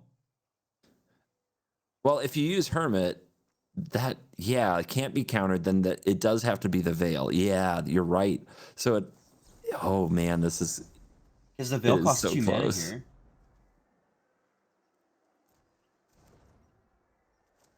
Ooh, yep, Paladin class. Paladin class doing work. Yeah. Yeah, lining up a make disappear. What do you You think? can also duplicate the make disappear, and then no, Veil does still get around both if they do that, so there's no reason to do that. All right, so Yeah. make disappear targets Tameo safekeeping. There is the option to pay 2. If you pay 2, then there's no more spells that can be cast this turn because of Paladin class. So But there is a Dark Ritual in hand. There is a Dark Ritual. Ooh, but he has to do that before he casts the. Yeah, if he does that now, he can use that mana to pay for the make disappear. Okay. Oh my gosh, we might see. This is so brutal. Okay, what we just saw could be doom because he paid the make disappear 2 and he's still holding the Dark Ritual. So he can't do the Veil thing, right? Or Well, he can veil anyways, or he can just pay it here. Yeah, he can pay with the Dark Ritual. Okay. Wow. Dark Ritual, the anti-counter spell. Are you kidding me? Forces through it. Oh my god. This is such an incredible line. Like but does he just what?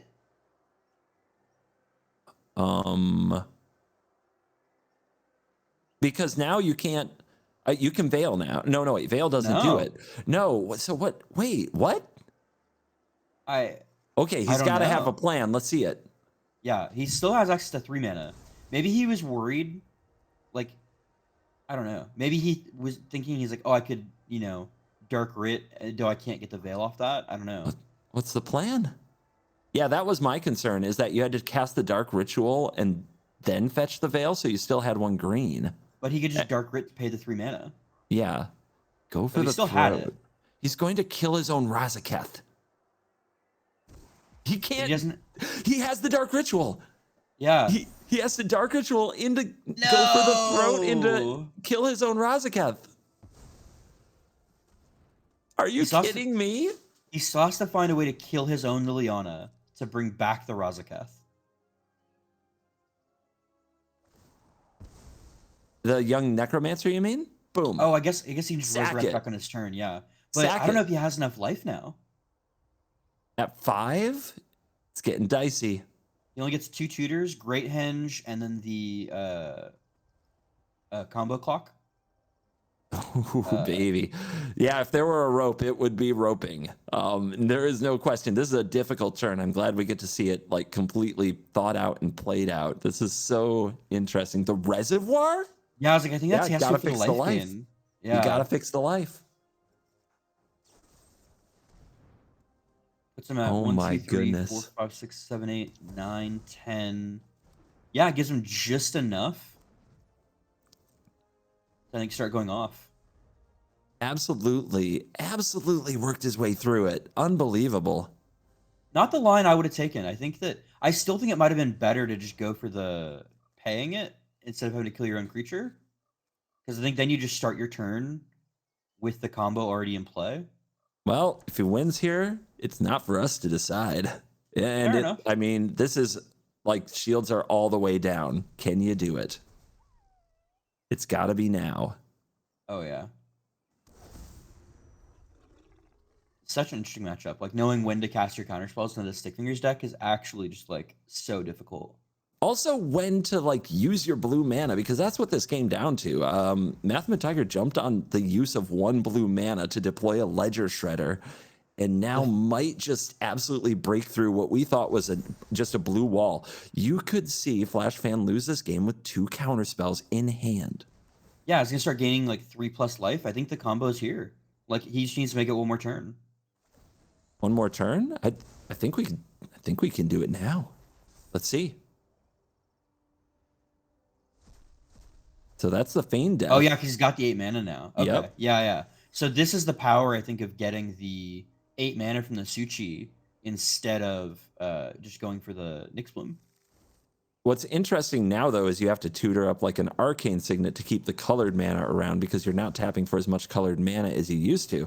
But Arcane Signet, good card. It was in the deck anyway. You change your line a little bit, you adjust to this new card, and you get to do the same combo but with more mana output. Yeah, and I think now with the life gain, he's completely mitigated, how low he was too. The Aether were really paying off. It set him back, technically. I think it makes this turn a little bit trickier.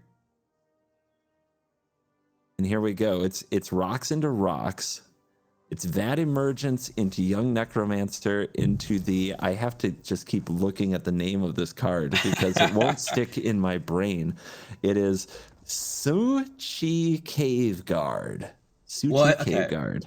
So as you saw for the combo, what he was doing was effectively getting to gain life while recasting, getting mana from Suchi.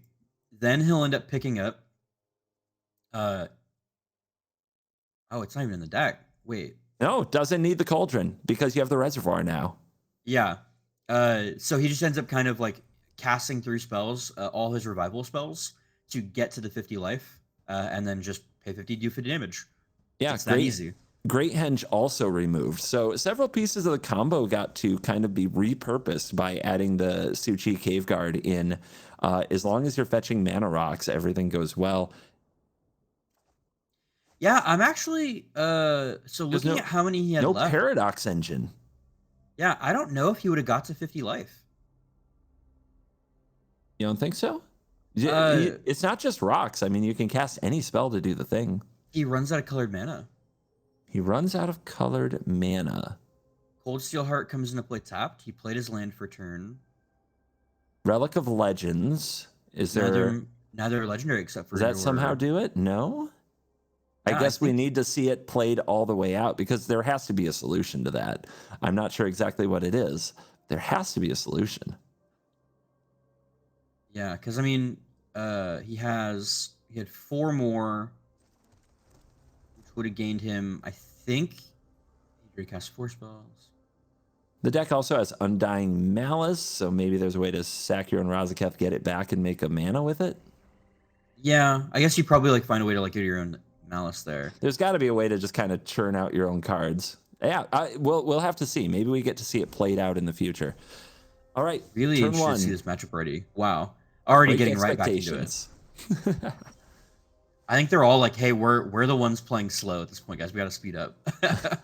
I'm kind of stunned. I expected Raffine to definitely be favored in game 1. Looking at the hands, it looked that way, but drew sources that weren't blue and kind of committed the blue mana at a time where, in hindsight, might have taken that one back. Yeah, I think that that turn doesn't work if he has one more blue mana open. Mm-hmm. All right, you feel so good looking at all those counter spells, but you got to be able to cast them all. And of course, the Grave Shift, the only instant speed way to pull it off, right? Being a huge part of that. Almost didn't even do it. Like the 1-man attacks had us both worried for a second. I think not being able to keep Raffine on the battlefield was a lot tougher on him than like we thought it would be. Agreed. Because without being able to grow your creatures with that connive trigger.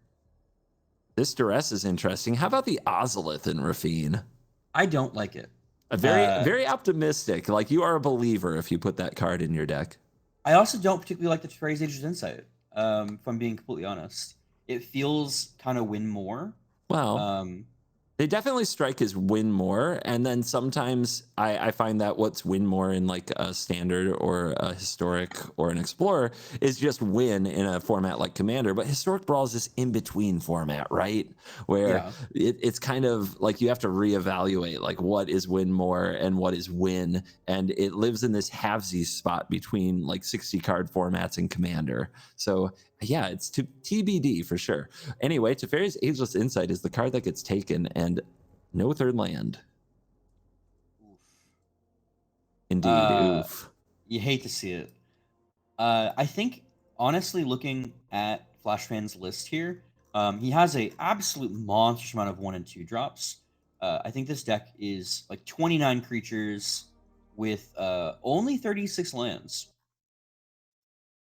With 39 technically after MDFCs, it looks like 39 is not a terrible number. I usually still try to come down higher in Raffine because I know I can pitch extra lands if I'm doing what my deck is meant to do. But, you know, I've also seen people who, on the other hand, believe that they should run less lands because they'll find them more frequently and they want to discard creatures anyway to buff their stuff. So I've seen both sides of the argument. All right, assemble the team. What are the options?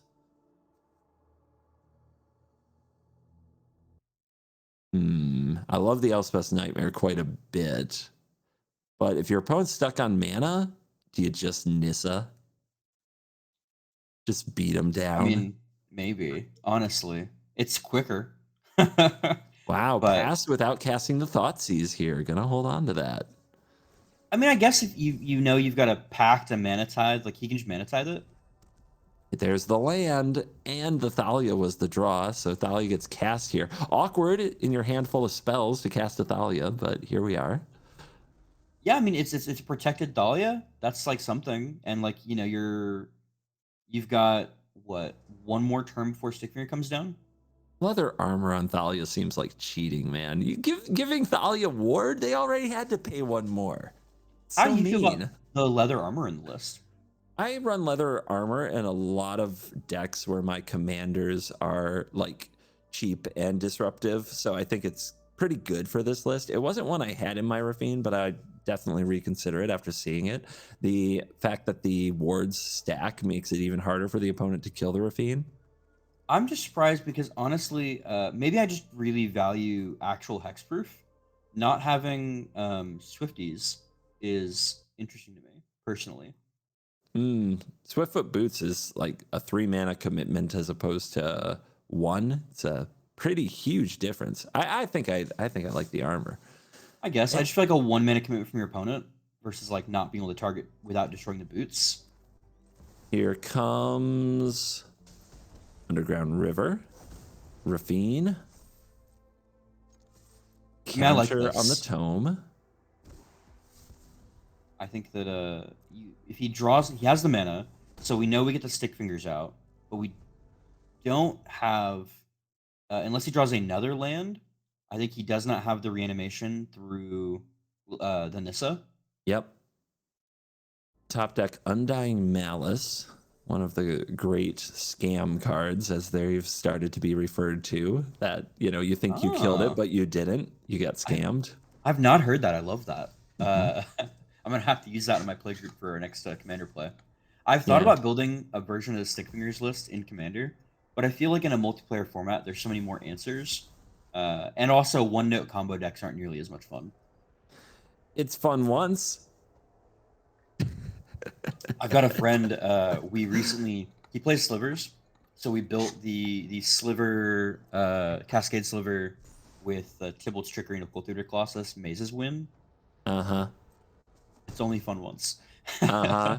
Yeah, only Commander players will put in like 2 to 3 hours of like building and tuning the perfect 100, double sleeving them, making sure they're the all foil everything, drive to the game store, play it one time, and be done.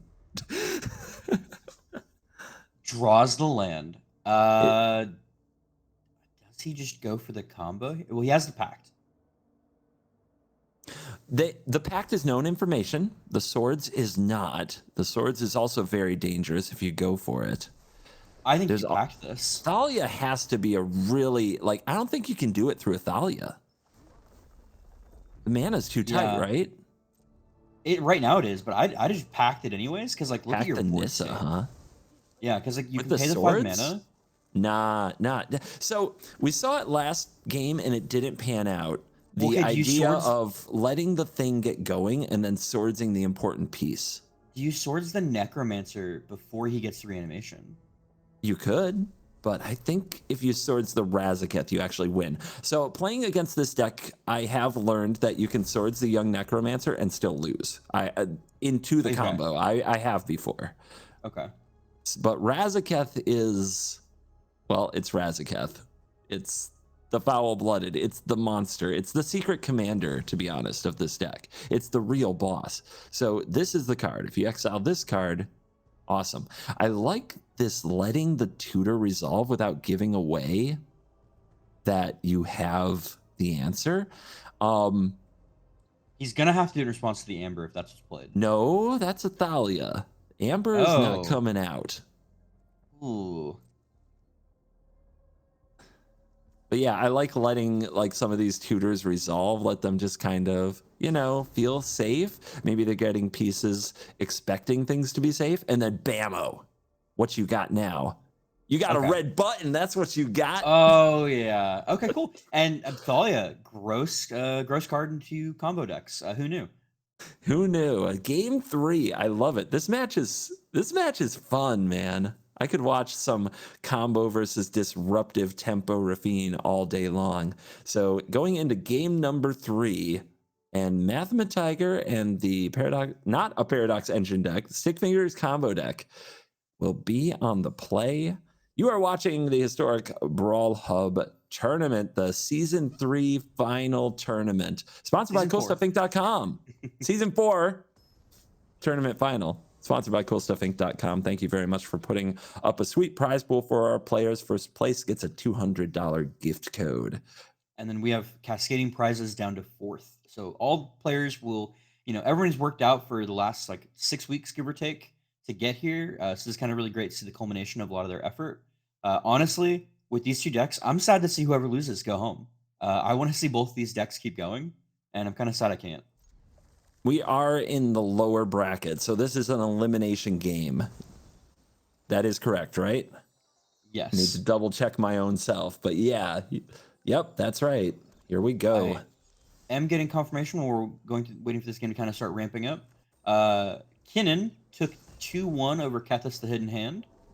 No! And okay. Rusko knocks out Chandra Torch of Defiance in the losers bracket. 2-0. The villains are winning. What is this? Endgame. This is like Endgame episode 1. Oh, okay. So we're gonna get to the final one where Kethis is gonna come together with all of his like legendary creatures and come beat the shit out of all the control players. I'm about it. I'm about it too. All right. And on that note, assemble the team. Do you use a Maelstrom Wanderer on this? No, you do not. I love Maelstrom Wanderer. I think it's like when I played Raffine, it was my favorite one drop. Put it in every opening hand, made me happy. Yeah, no, that card is gross. And I think if we ever, I think it'll also be a huge piece. If we ever get like a deck with it in historic too, I feel. Yeah, Maelstrom Wanderer. It's if you haven't seen it, it hasn't done a standard time on Arena in a long time, if at all. 1 mana for a 1/1 spirit. It gets +1/+1 whenever a spirit enters the battlefield. Doesn't happen too often, but you can sacrifice it anytime to counter target instant or sorcery spell unless the controller pays mana equal to Maelstrom Wanderer's power. So if you buff it up with Raffine or other buffs, it's just a sitting counter spell on the battlefield for free. Yeah, I think the only thing we've really seen a lot of it, there's a little bit of time in standard, and I think Modern Humans plays a little bit, or not Modern Spirits. Yep. Humans, oh god. I like grabbing the Caravan here. I like having a ramp card next turn, but you got Thalia. Oh my goodness, this has to be the best. Like this is almost like if you could craft your opening hand, it might have these for Raffine. Yeah, that's insane. How do you feel about assemble the team as like a tutor? Love it. Yeah, every deck with the colors. I think it's a tier 1 tutor. Agreed. Wishclaw Talisman is interesting here. Wishclaw Talisman instead of Cold Steel Heart. So what are you thinking of fetching? Go for the throat? Well, I mean, I guess that does. Oh, that's the perfect thing to put it on too. It's good. I'm honestly not sure I would put it on the Wanderer in this position because I think with the Thalia down, I think the Wanderer probably will counter like the thing that targets the Thalia. Maybe this is just to be safe and play around a 1 mana removal spell. Yeah, well, this gets around. Talisman can get push. That's right. Yeah, as it gets around push. But man, you've got to pass the Talisman over, and Talisman can just go get the cheapest, best counter spell. Oh, this is so rough. It feels like Mathematiger has a plan, though. Like doesn't seem panicked, not tanking super hard, not using the Talisman here. Must have a plan. Yeah, I mean, it's still tough, though, because I think that, honestly, with Raffine, like, you have... he doesn't have to play or commit anything else to his board if he doesn't want to, and you're still going to get a larger board every turn because of the connive triggers. Like... Yeah, I'm just wondering how you get around this Wanderer. Right now, that's a sacrifice, counter target, instant, or sorcery unless they pay 3. It's a free Malevolent Well, Hermit. and I think he's also just really hoping to connive into some blue mana sources because I think that's a time warp. That is a Time Warp, and that's a Mana Confluence sitting in hand. So next turn is not 1 turn, it's 2. This is a nightmare scenario. If old Stickfingers gets out of this one. Yeah. Oh my okay, goodness. so he's putting the combo in the yard. I Yep. still think fighting the combo through the Mausoleum and the Thalia is rough. It is. I think that has to be one of the best 1/2s this deck could put up against Stickfingers. Or against really a lot of decks. And yeah, it's all looking dark. And now there's going to be 2 turns. I don't see how you get out of this. I'm very curious what the Wishclaw was going to fetch when that was the play on turn 3 instead of the heart. Oh wait, the you got to do it for Thalia. Yeah, no. Yeah, Thalia can't. Means Time Warp isn't happening yet. Well, I'm more worried about the fact he just is about to throw the Thalia into a Stickfingers. Oh, well, that's just 10 in the air. Oh, okay. I didn't do my math. That's just 10 in the air. Fair enough. How about damage? Do you like damage? I'm sorry. No. Other people look at creature power and toughness first. I look at spells. It's just the way I'm wired. Fair enough. So there it is. Flash Van takes the round in 3 games with an absolute rolling in game 3 over Mathematiger. Old Stickfingers back maybe next league, I suppose. This is a regular in league, 2 straight top 8s, but 2 straight eliminations. And it looks like you got confirmation. Teferi, Hero of Dominaria, beats Lawbringer 2-0 for our last round. I know.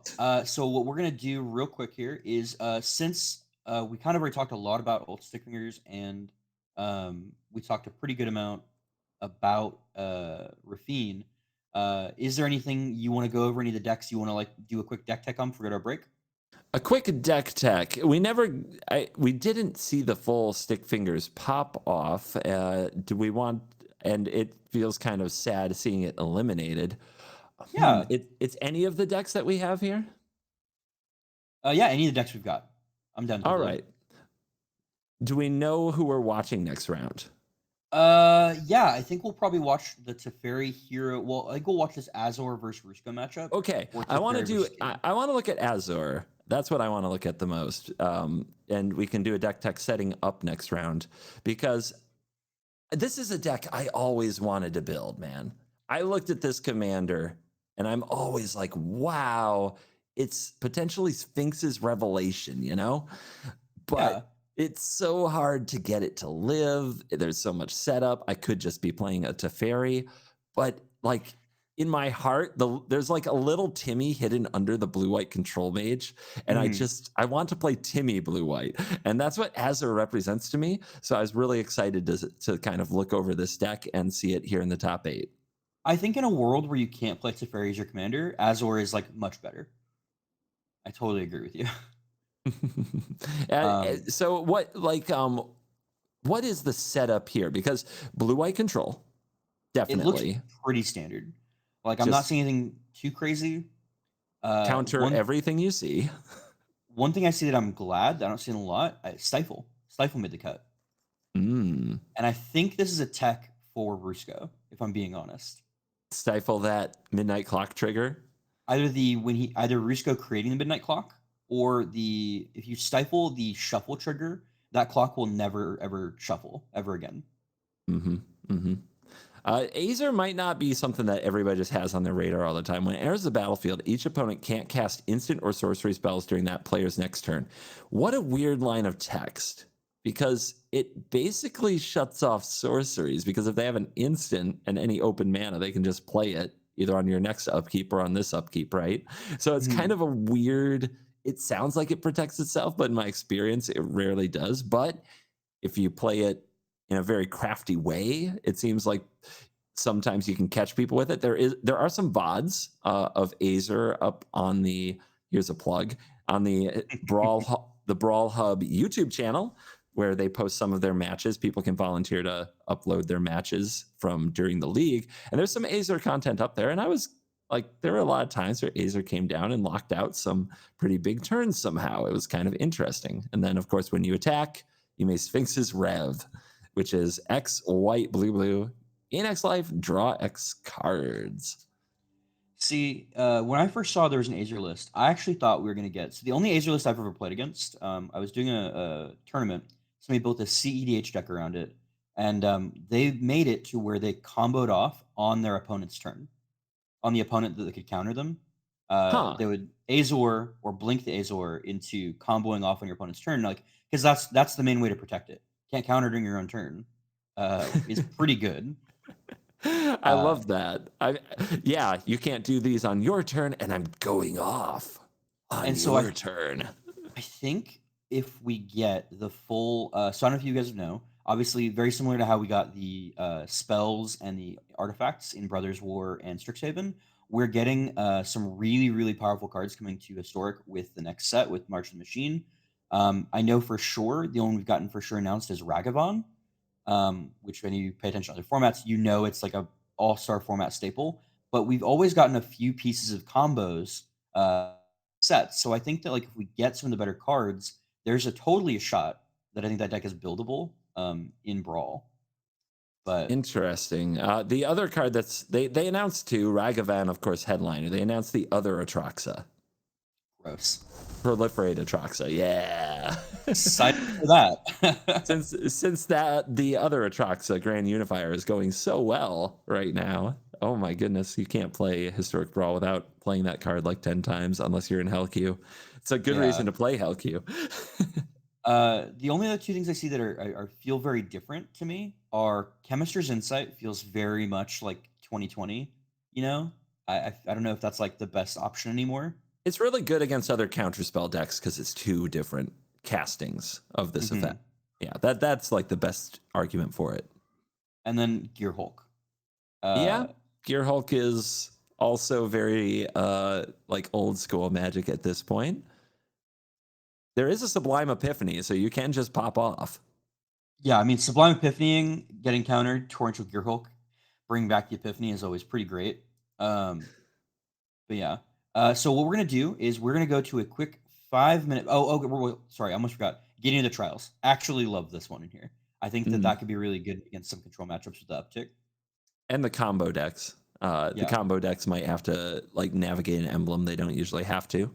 But we're going to be seeing when we come back from a quick break, it's going to be Azor the Lawbringer trying to get a certain little rascal in line, and that is Rusko the Clockmaker. Clocks versus laws right here on the Oh yeah. Historic Brawl Hub And Twitch then channel. CGB is going to take a quick break, so you're going to see me, BPRadiant, along with my co-caster, ImNotFine. Don't worry, though. I know you're here for him. CG will be back to cast the last 2 rounds of the day, and he'll be able to help up the finals with ImNotFine. I'm pretty excited for this, though. Again, I want to give a huge shout out to our sponsor of today's tournament, Cool Stuff Inc.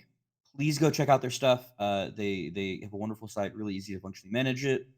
Big fan. We don't have an affiliate code like that, so just like do it for They us. they can use CGB5. Eh, CGB5 for a 5% discount and a dragon token, actually, if they do want some discounts. CGB5 is a promo code you can use at checkout. And don't worry, I'll mention that, I'll always put in a good word for the Historic Brawl Hub with cool stuff. I guess we'll be back in 5 minutes. Thanks.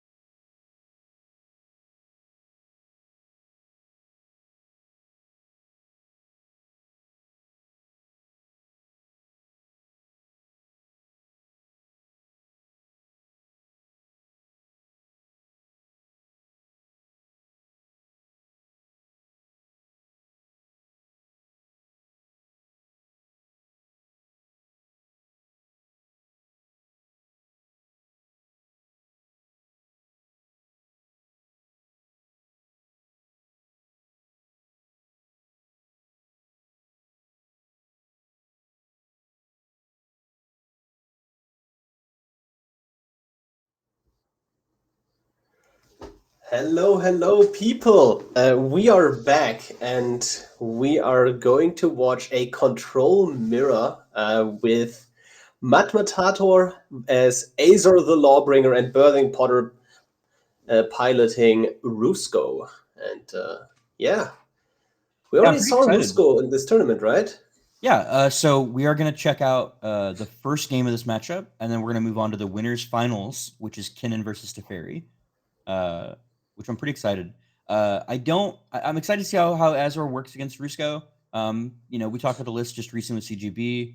I think that the deck is interesting in the fact that I think it's trying to do something with Azor instead of Teferi, but I don't know if it's necessarily doing it better. We cleanly saw Teferi take it out 2-0 in the mirror matchup, essentially. So I'm interested to kind of see what it does here. Looks like I really hope you got these card names memorized because it looks like Matator is in French, if I'm not mistaken. Yep.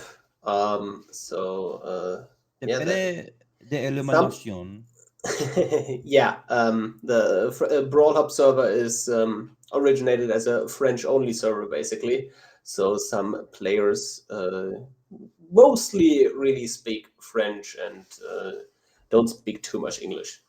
So, Yeah, game gets started by a Mishra's Bauble to immediately redraw. Also makes sense considering this hand. And basically both players' hands is just a lot of counter magic.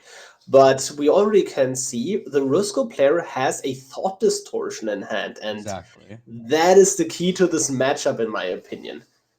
Yeah, I mean he's got to make the 6 mana. The fact that the main weakness I think of Teferi Azor, this kind of Azorius control is they don't have hand disruption in the same way that like your black blue does. Um, and I mean that's gonna peel apart all but like 3 cards in the whole deck. Yeah, even worse, honestly, cards like Seagate Restoration that you want to use as lands, if they don't get used as lands, they will get exiled. Yeah, And we can potentially already see a Narset coming down with counter magic backup, which in of itself is a really like that card is a problem. That card is absolutely a problem, but decides not to go for it. Um, interesting. I I mean, I mean, guess you don't have the most protection for it right now, but well, you can beat one counterspell, but you can't beat 2 counterspells, and 2 counterspells is exactly what Birthing Potter has in this situation. Decides to build pressure by creating 1/1s instead. I think that is a really nice line of play. yeah, I mean, I think it's great because eventually, they're gonna have to be answered by trying to go for the Rusko or a board wipe. In theory, but he has access to Thought Distortion next turn. Uh, does thankfully get the Seagate out, Yep, but and oh, bolts it in immediately. I really like that. That allows you to hold up multiple spells. Like, 3 life is nothing if you can make sure the opponent's spells don't resolve. I think this is kind of a very greedy Visions play here. Knowing you have, I mean, he gets it off, which is crazy, but knowing you have like the make your opponent discard 6 is pretty great. Oh yeah. Here's the thing: the discard 6 won't do it. Commit memory doesn't counter the spell; it just puts it back. So he That's knows it is fair. coming another time, and he Has to can play around already it. play accordingly by committing the Narset to the board, for example. Yeah, I mean, I think it's pretty is like the one best card you could have in there. I did want to point out one more thing that I think we didn't talk about enough during the deck tech for Azor. It does have it does not have Dream Trawler, which Oh, I think is a I would include Dream Trawler in any Azorius control list personally, but I'm interested to kind well, of see. the thing with Azor is that the card is pretty similar to Dreamtrawler in a way, right? Yeah, So maybe I think Matmator, not having yeah, access to maybe he felt Hexproof. just like that wasn't worth it. I'd be interested, like, kind of. I know for sure after this tournament, I'll be like trying to reach out to him and get his feeling on why certain things made the cut. Were there concessions for wild cards? I know obviously that's always like about, especially when you're trying to like build a new deck. Um, I of course I obviously take a little bit of advantage of the fact that I've got a one of pretty much every card in Brawl for Arena. Yeah, same, but you're not going to have that luxury as the average player. And I mean, again, it is kind of like sad to think that certain players win because other players couldn't have the cards. But for the most part, the reality here is that most players here play a deck they already invested a lot of time in. So like usually players have like one deck that they just have completely decked out, and that's the deck they bring to here. So like to this tournament. So you're usually not seeing wildcards constrained from these players. Able to force the Rusko through Yeah, that really is huge. effectively. Yeah, Absolutely massive. the spell piercing really paying off there. Oh yeah, that is definitely a massive, Honestly, massive resolve here. still has to get through the Narset though. But I really like that he was able to force that through. And can't do much on his turn. We did see that Rusko is pretty susceptible to not being able to cast instant sorceries on their turn. You know, obviously this list doesn't seem to be focused on like blinking Azor, which I mean is another way you could probably go with it against like a control matchup like this. But Yeah, so we see the Swords to Plowshares coming out, not casting the Thought Distortion because I think Potter correctly identified that if you cast the Thought Distortion here, you're gonna get hit with the Azor and then you're in huge trouble. Cannot cast the Thought Distortion here. Azor's ability does not allow him to cast instant sorceries on his turn. Oh, when it enters. True. That is the enter, not the attack trigger. I confused it for a second. Yeah, no, that is... yeah, Azor has the ETB ability. And now that is kind of an issue, right? Because now you untap as the Azor player and you just have all this counter magic available. Well, at least Birthing Potter doesn't know that there is not too much counter magic, but... yeah, he still has access to 2 of the cards. I'm wondering if he pays 1 or 2 here. I could see him paying 2 and keeping open the Dovin's Veto and the Mana Tithe. I like not paying anything here. Yeah, that's exactly what Tor is going for, because if you don't pay anything, like you have all this mana that you can sink into this Memory Deluge, and Memory Deluge is probably more effective than an Azor activation in this spot. Yeah, because I mean he can't really Thought Distortion here. I mean it does hurt his opponents, but his opponent clearly has the draw and has the memory, the flashback. Oh yeah, and yeah, Dovin's Veto, not much you can do to to save this Baleful Mastery. It is gonna get eaten up from the stack by this counter spell. Thought Seizing first was the play. He didn't have an opportunity to Thought Seize, just as you said, right? It was that was during his opponent's turn. Yeah. Yes. So Thought Seizes now, and thinks if he should use Memory Deluge now, decides not to. If you take the Memory Deluge here, it can't get cast. Yeah. Won't get exiled. Well, if he Thought Distortions. Yes, that is probably coming. And the issue is, right, you Thought Distortion in this spot, but now what you're doing, right? Like, what are you doing? Rusko will tap out for the Thought Distortion, and then Azor has all this mana to attack with and refill the hand instantly. So you basically achieved absolutely nothing. So you need to bounce the Azor and the token probably. But before you do that, you should probably also commit the Rusko to the board in order to blink itself, but you just don't have the time. And we see the Thought Distortion coming out, and yeah, it's basically just happening what I just described. Thought Distortion, no hand, and Azor says, no problem. I think he's more worried because of the point. I think he has to kind of try to go for it there, because if he doesn't, his opponent has such overwhelming card advantage just in his graveyard right there.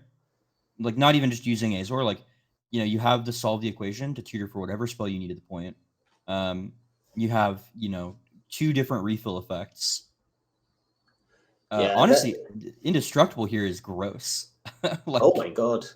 Well, I think is it it puts him on though? lethal. Is it though? Because indestructible doesn't like there is nothing in Birthing Potter's hand that is like caring about indestructible creatures. Like you can't just bounce them. Yeah, but he's tapped out at this point.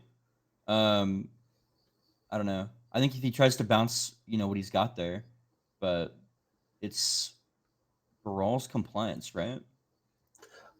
It is Barol's expertise. Bounces Expertise. 3 creatures or artifacts to the owner's hand, and then you can cast something for 4 or less mana from your hand. And usually in Rusko decks, the tech is that one of the targets is your own Rusko.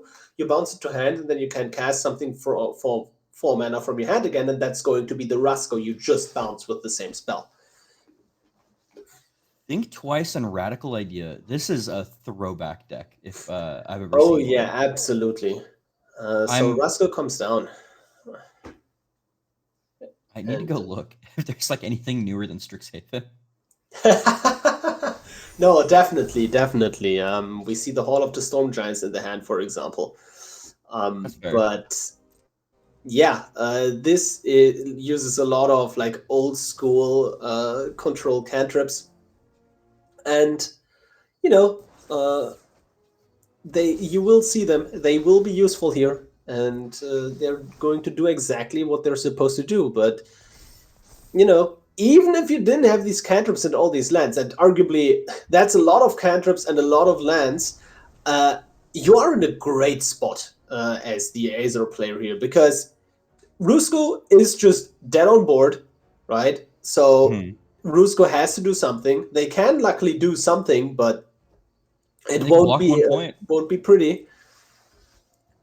You have to basically block a 1/1 and then blink the Rusko to survive at 1 life.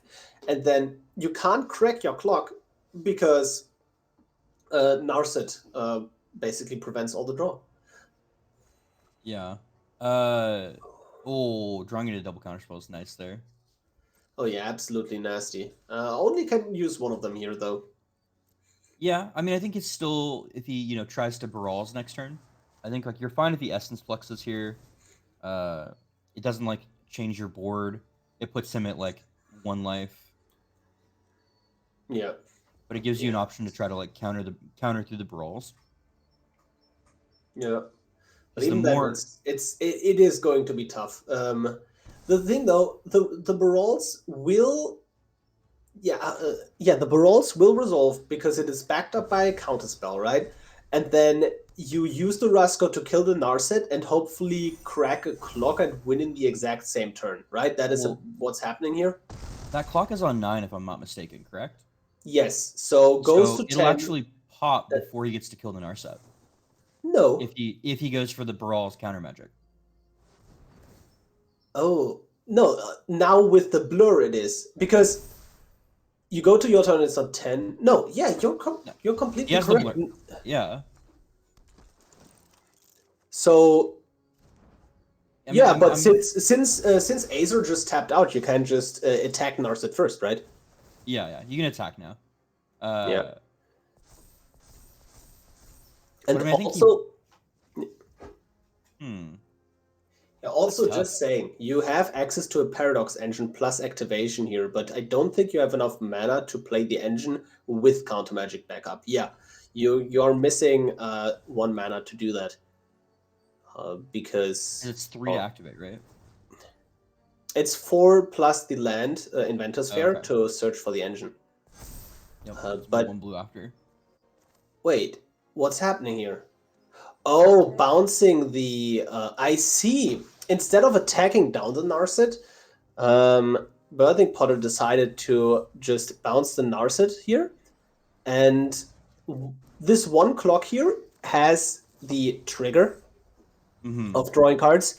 And he messed it up previously in the tournament where messing up the trigger on the stack made it so he died to a shield rid, right? But now he's going to make extra sure that doesn't happen again. That's good. Yeah, because that would have been incredibly bad. Does have the backup here, which is good. I think you're kind of forced to go for it here. Yeah, definitely need to counter this spell here, and then the actual counter spell will counter the I don't know. I think memory lapse. actually, I could have seen holding the counter spell to see if he drew removal for Azor. But he doesn't draw anything right now. Well, yeah, but if he has the counter spell to like get through this, you hold it up now. Your opponent has 5 mana to answer your Azor. You still have counterspell, and you don't know what they're going to draw. Your opponent can't plan around if they're going to draw counter magic or not. True, but Fading Hope is brutal here. yeah, that is actually the answer to Azor. But Azor will come down, and there is not a lot Birthing Potter can do about that. No, he can play the Tamio. The sleep effect, the enchantment right there in his hand. No, that's thirst. That's thirst. Never mind. Nope, that is a thirst. Sorry, the art is both this kind of like blue-green thing. I was like, man, that's an interesting tech, playing Flash, Enchantment, Sleep. I mean, if for some reason I saw an Azor, I might put a couple of enchantment things like that, but like, Yeah, and we can witness the potential comeback of Rusko here. But again, the big problem is Azor's ETB when he comes down, just preventing Birthing Potter from completely storming off. So, I mean, I think he has if the top speed. card is a 2-mana counterspell, you are good to go as Rusko here, because you can still crack this Chromatic Sphere to draw a card, right? Yeah. Well, and I'm thinking here as well, like, I think now that Rusko has successfully resolved, you have enough instant speed stuff. I think he can make back this 2 life every time. That's huge here, actually. Getting rid of the tutor. Wait, that is a... Well, it sounds huge, but I think this is actually way better for Birthing Potter than it is for Matmatator.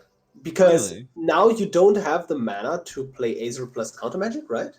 Or is it still exactly Azor plus Counterspell? No, I think he's still 1 off. No. It's exactly enough mana to Azor plus Counterspell. So turning off this land was actually correct here, I think. And goes for the board wipe. What do you think of that? I mean, you know, I think Rusko is going to cost 8 theoretically. He can pay it, but like he won't get to gain life.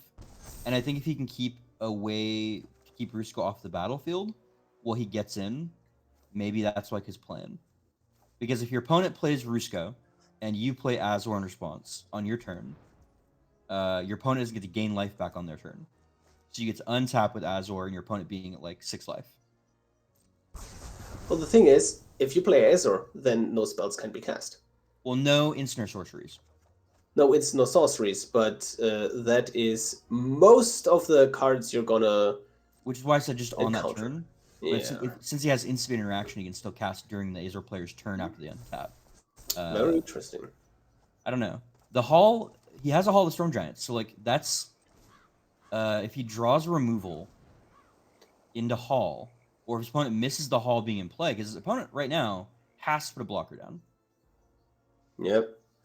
Uses the counterspell, and then like the counterspell would have been taken anyways, and now you just conceal the information if you don't have another counterspell. So yeah, could have played the Rusko here. Doesn't go for it because he fears the counterspell. So that bluff worked perfectly. Because I mean, if you do end up taking the counterspell, then you see 3 lands. You're gonna do whatever you want to. Oh yeah. So this was a spot completely pants down from the Azor player, but Rusko too scared to go for it. So would have to draw removal with this either draw step or one of these draw cards, and then can, I think, fight through with the flashback on the think twice. Oh yeah, through the memory lapse, and does do it. That should be, with land drop, should be enough to activate Hall of the Storm Giants. Yep. Bomb, draw, bomb. Yeah, so he has to memory lapse this Wait, Well, is that is one enough of his mana? clocks Because up? you're paying 6 mana for the activation plus the hole, right? He has 11. He has 11. So he has So 4 that's mana that he can. I think and he plays it's 1 land. mana off. No, he's got 1 land to play still. So he should have exactly amount because it's 7 mana and counting the hall. 1 mana cast gets memory lapse. Well, he flipped, so he doesn't have. Oh, he has the brawls now. So that is not a counter spell. That's a sorcery. Well, it can bounce the creatured. Oh, it has ward. It is a Right? sorcery. It is a Oh, sorcery. it's sorcery. It is a think he's- sorcery. I think he's got it then. Yeah, let's see.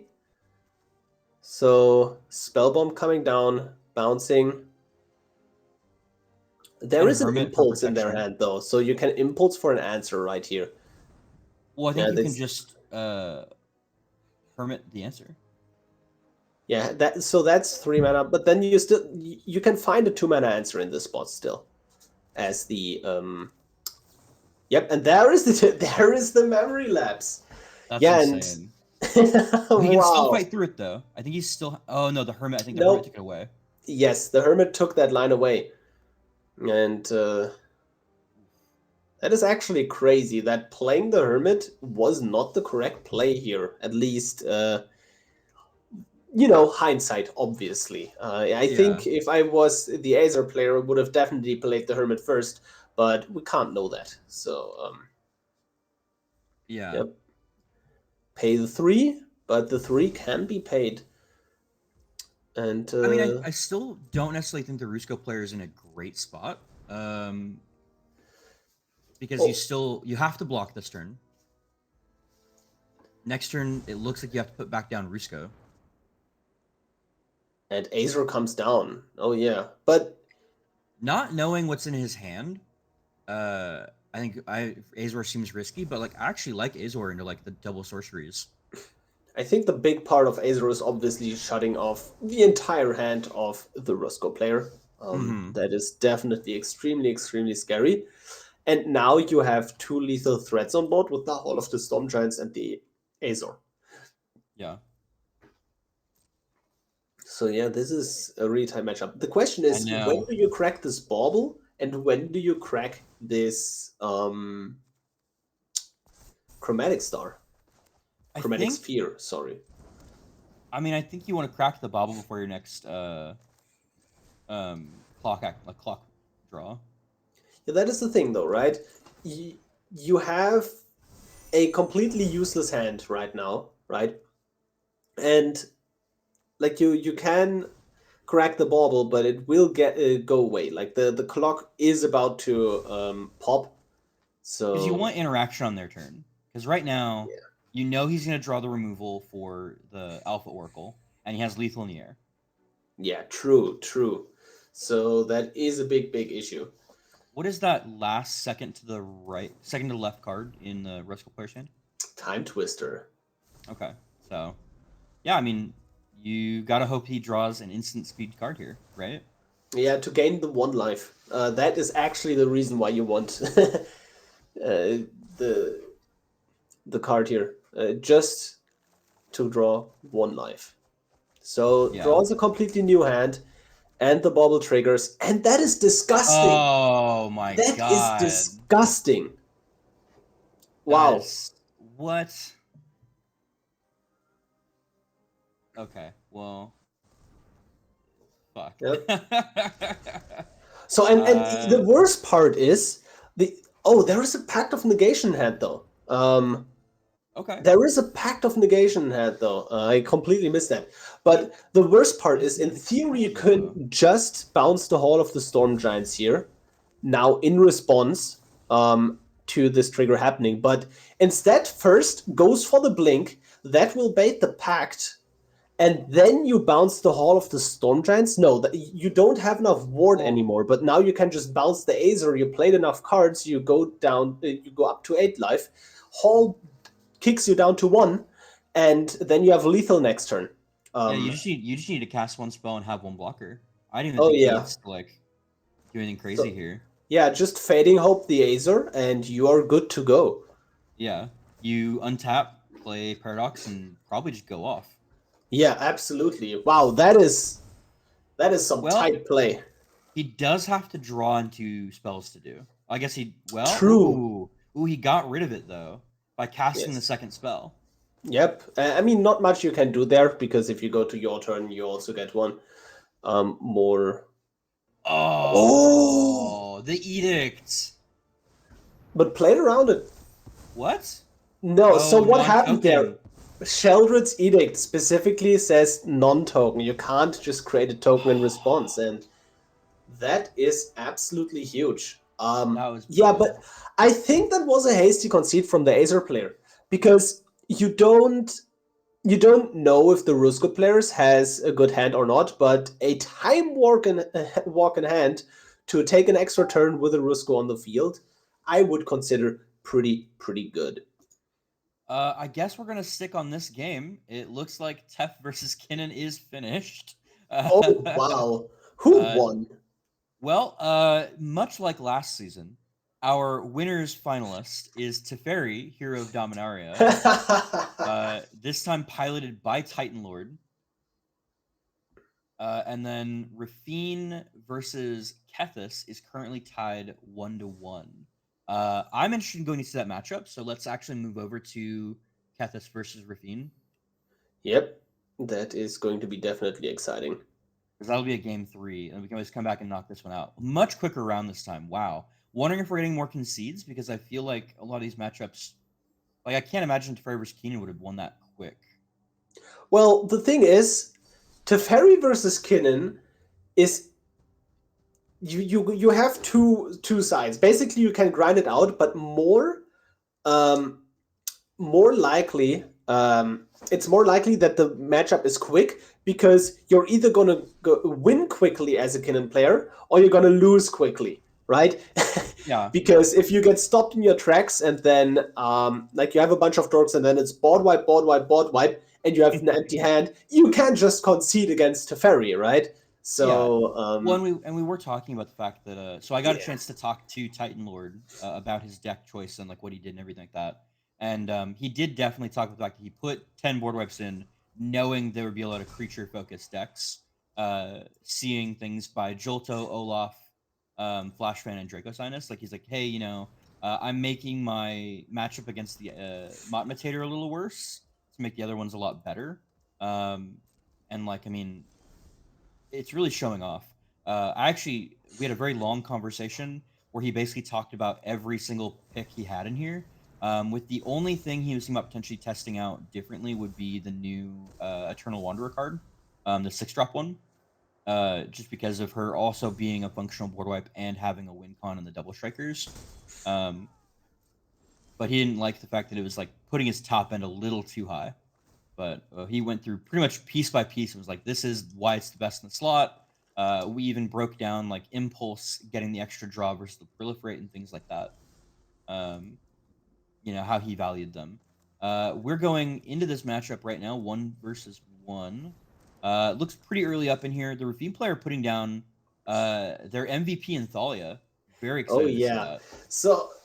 So Thalia is a really interesting card in Raffine because as a Raffine player, you're playing like 30 creatures, 40 lands, and 30 non-creatures, which is a really high count for a Thalia deck. But Raffine can afford to do so because you're gonna have Thalia in your opening hand, and you're like, is it good in this matchup? Nope. Just keep it in the hand, loot it away later, right? And then you draw it later, just put it away. And that is the power of Raffine, allowing you to play a couple of silver bullets that you are really not worth it in your main deck otherwise. But because you can just connive all these cards away, you can just, play something like a Raffine. And Flashfan decided that Thalia is a good card in this matchup. And I actually really like the fact that he used Lauren to draw cards aggressively, knowing that the card selection coming out of Raffine is going to be bonkers anyways. Is just like it's. I'm gonna have these problems. Adonto vanguarding with Raffine is absolutely gross. Oh yeah, absolutely. And then Containment Construct giving you additional cards. So you exile the land from the graveyard, decides not to play the Arcane Signet, no time for that. And the fact that you get to pick what you exile too is, I think, really effective. Yeah. It's really, really nasty. So also, if you look at the board, right, that is still a throne. That card has basically hexproof against Raffine. It's a hexproof 5/5 trampler, and that is a huge, huge body on the field. But it's just this big, big issue of a Danto Vanguard. Just, hey, I have indestructible whenever I want. Just pay for life, which is like nothing if you have 23, right? Only having access to black mana through the Phyrexian Tower. So I'm interested to see this. So both these decks in this tournament have struggled with getting all 3 colors. As are like 3-color decks. I think it's very interesting. But they're also, I don't know, maybe they're greeding a little bit with their color base. Especially the Raffine deck running fairly light. I think on multicolored lands compared to like what it maybe should be. Well, so I played a lot of 3-color aggressive decks, and I would just add the one Snarl that is like that Raffine is not running, and then the mana base is perfect in my opinion. And it's not perfect because it does everything you need to. It's perfect because you did everything you could do. 3-color plus aggressive mana bases in Historic Brawl are in a really, really, really rough spot right now. And like we basically need fetch lands on Arena. Otherwise, this is not going to get better. Fair. I guess the only thing I would really change is maybe check lands. I think that since you're running shocks, they're actually a lot better than I think a lot of people will give them credit for, especially in aggressive mana bases. Because prior to a lot of shocks fetches have always great build around with a couple of basics. But I think the fact you've got things like all your shocks, Raffine's Tower, and your basics, and Thrawn Portal, which does count. I don't know. I think it's a lot better than people give it credit for. Oh yeah. But this one's looking pretty over and done. Oh yeah. I mean, not much you can do apart from getting a board wipe here. But yeah, this match is over. And Flash Fan takes it home, kicking. Was that the elimination or was that the upper bracket? That was the elimination. So with that, Kethis Hidden Hand, Olaf the Moose, is officially eliminated. And I'm going to kind of go through our 3 people that we've had eliminated so far while we're getting back to their match. Want to throw a huge shout out to Jolto playing Chandra, Math and Tiger playing Old Stickfingers, and Olaf the Moose playing Kethis for coming out. I know it's been like a really hard fought couple of weeks. Y'all going through the league and like that to come in, and like honestly, y'all still made top 8, did fantastic. The decks all like did their thing. I'm really glad that nobody got blown out completely. Everyone at least got their 1 game win in. Yeah, that is definitely exactly what you want to see in a tournament. Honestly, like everybody just playing their cards, having fun, and actually, not losing to Mana Screw or Mana Flood. Yeah. No, for sure.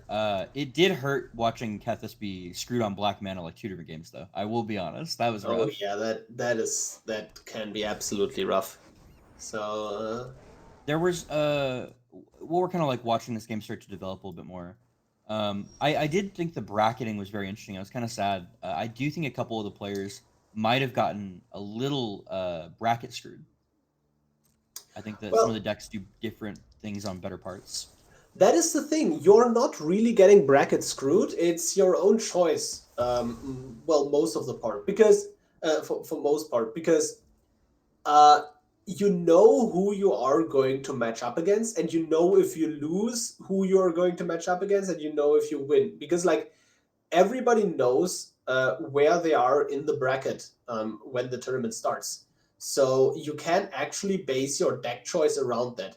You can say, okay, I have a deck that is really weak to Teferi and really strong to everything else, but I'm not going to face Teferi unless like it's going to be round 5 or 6, and then if you hope that the Teferi player gets eliminated, you have a really good shot at winning the tournament. So there is a lot of meta gaming going on there. Yeah, I think there's less than you think though, because like honestly, people aren't prone to switch up their decks at the last minute. Especially when you're talking tournament prep like this, like when there's stuff on the line. You can't get that same amount of comfortableness knowing every line your deck has in a 1 week break once matchups like once pairings are made. Compared to like I've been playing this deck most of the league. You've probably put in like 100 games on it at that point over the league time. I don't know. Just having done deck testing for like TQs and PT events in the past, like with people, it's a lot harder to swap out of your comfort zone. You might think, even though it may not work the best. I think Oh, Reed yeah. Duke is the prime example of a player that like does this in the pro scene, where like he will play his style even if it's not necessarily the most meta at the time. Yeah. And yeah, if we look at this current game, it's Potter versus Matmatator again. And yeah, we see an Elspeth's Conqueror's Death coming out, getting negated, luckily. Otherwise, that clock would be gone for good. Yeah, and I think keeping your clock, like protecting your clock, is always like incredibly important. You need a clock cup. Bad puns are bad. It's fine. I'm interested to kind of see what happens here though, because he still has a ways for the countdown, but both players are running on empty right now. Well, less so than you think. Here's the big issue. Azor can be recast, if I'm not mistaken, right? Yeah. 1, 2, 3, 10 mana. 4. Yep, Azor can be recast, but and the Mystic Sanctuary can come into play and buy back the Elspeth's Conqueror's Death. Birthing Potter messed up, didn't float the mana from the Midnight Clock, but now to play around the Elspeth's Conqueror's Death coming back, decides to bounce Rusko, and instead of the O3 token that you really don't care about, you're going to bounce the Signet to get another clock trigger for the Rusko, and that is speeding up these clocks. And Azor the Lawbringer coming down, Puts it and on that 10, right? yep. There is no way Azor, Matmatator can prevent this clock from triggering. At least he will have kind of like a turn respite. Oh my god. Draws the That one is a thing that card. gets through it too. Oof. Oh wow. And now the Azor player is in huge trouble because the Clock kitten, pops here. yep, still not didn't hold priority and loses 1 mana here. Unfortunate. But oh my god, that Time is Warp though has removal. Has so much there removal. is so much removal right now, and that is going to blink the Rusko again, and now you're just going to see a whole lot of Midnight Clocks entering the battlefield, and that is a huge issue. Yeah, I mean it's just gonna be like the slow countdown. And you can glass pool to make a second displacer if you want to. What that allows you to do if you have 2. You can't blink Rusko twice, obviously, but you can protect one of the kittens very easily at that point. Yeah, that is going to be extremely nasty. You can also just blink the Arcane Signet for additional mana. Mm-hmm. Time Warp for the extra turn. Do you even care about that? If you're gonna tap out, yeah. Yeah. The But thing if is, not, I really don't think so. there is almost no reason to not cast this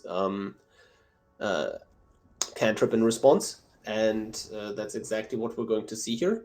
Think twice in response again. Maybe get a pact.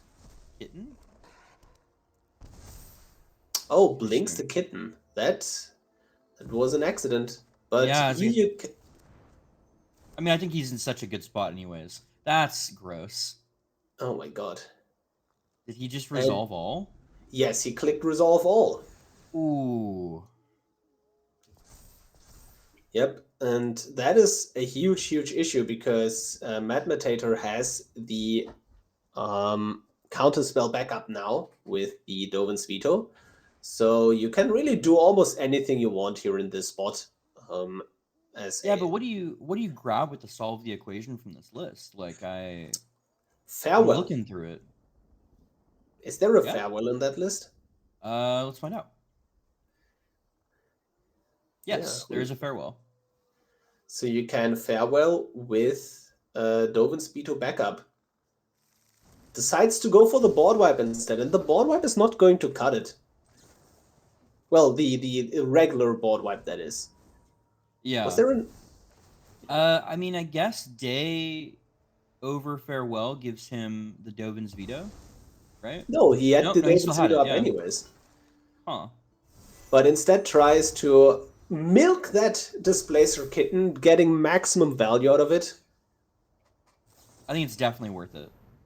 Oh yeah. That is definitely what you want to do in this spot. Like, the Displacer Kitten did its job. It created, like, what, 3 clocks at this point? Yeah, I mean, he missed out on one, but like, I mean, you know, you've got this many clocks going. You've now bumped yourself up to like 33, life by the time this is over.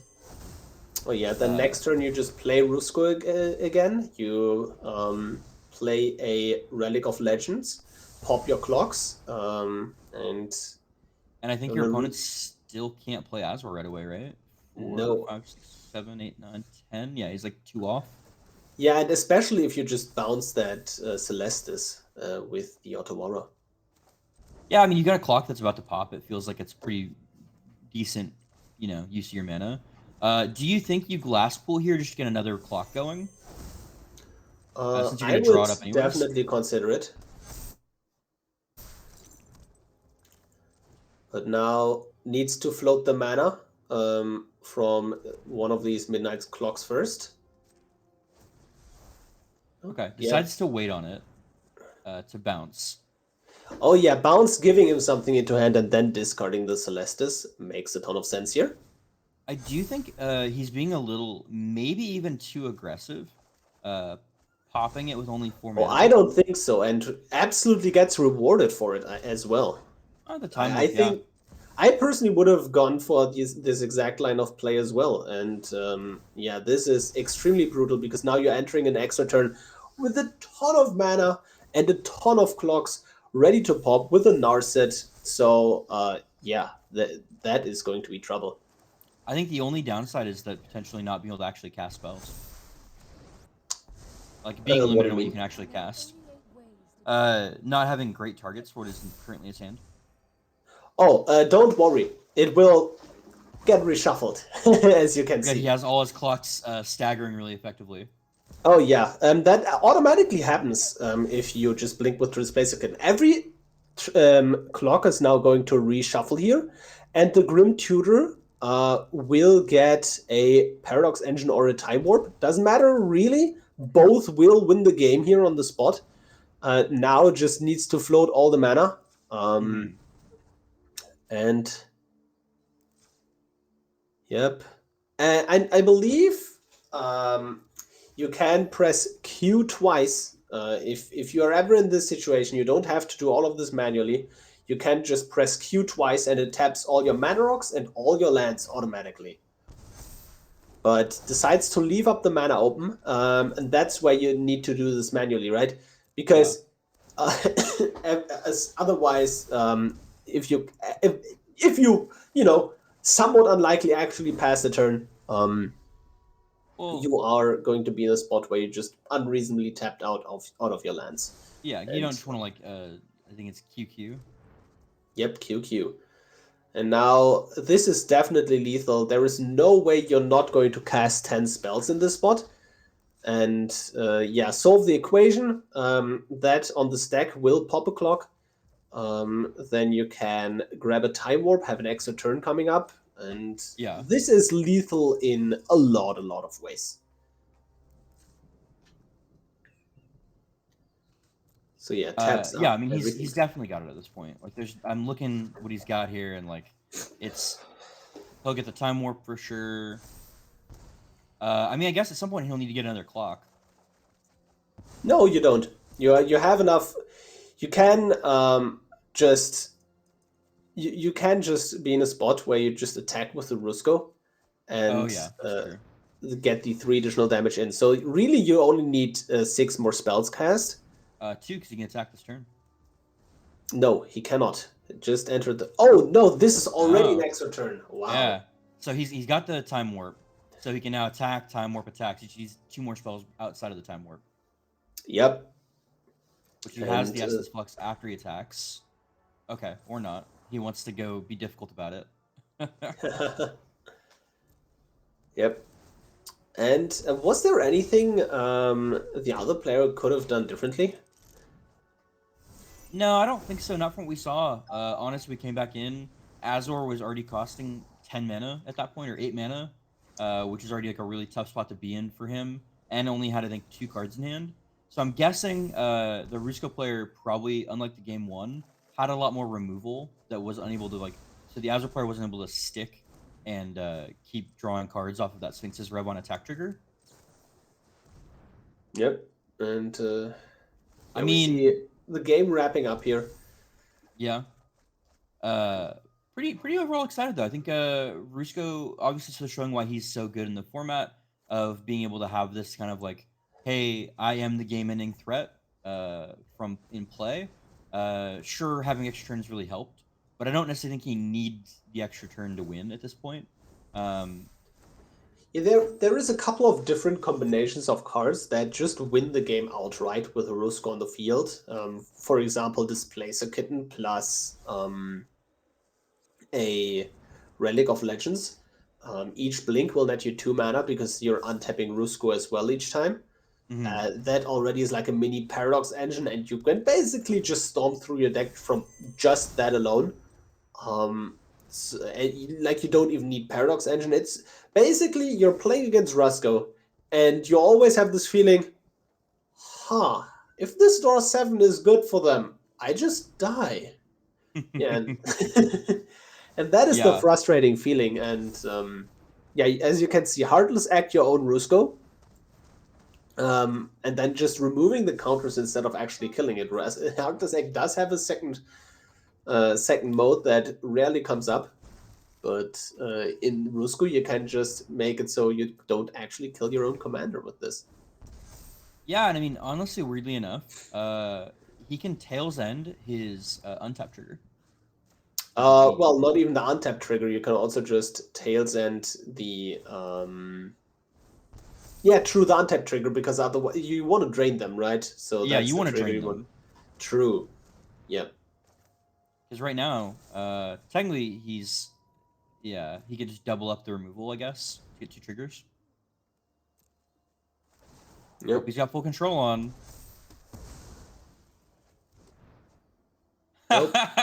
Nothing. He but just recast here's the thing. Recast. Yeah, you just recast it. You just don't got, like, care. 30 mana. You're just like, yeah, you just have an abundance of mana in this spot, right?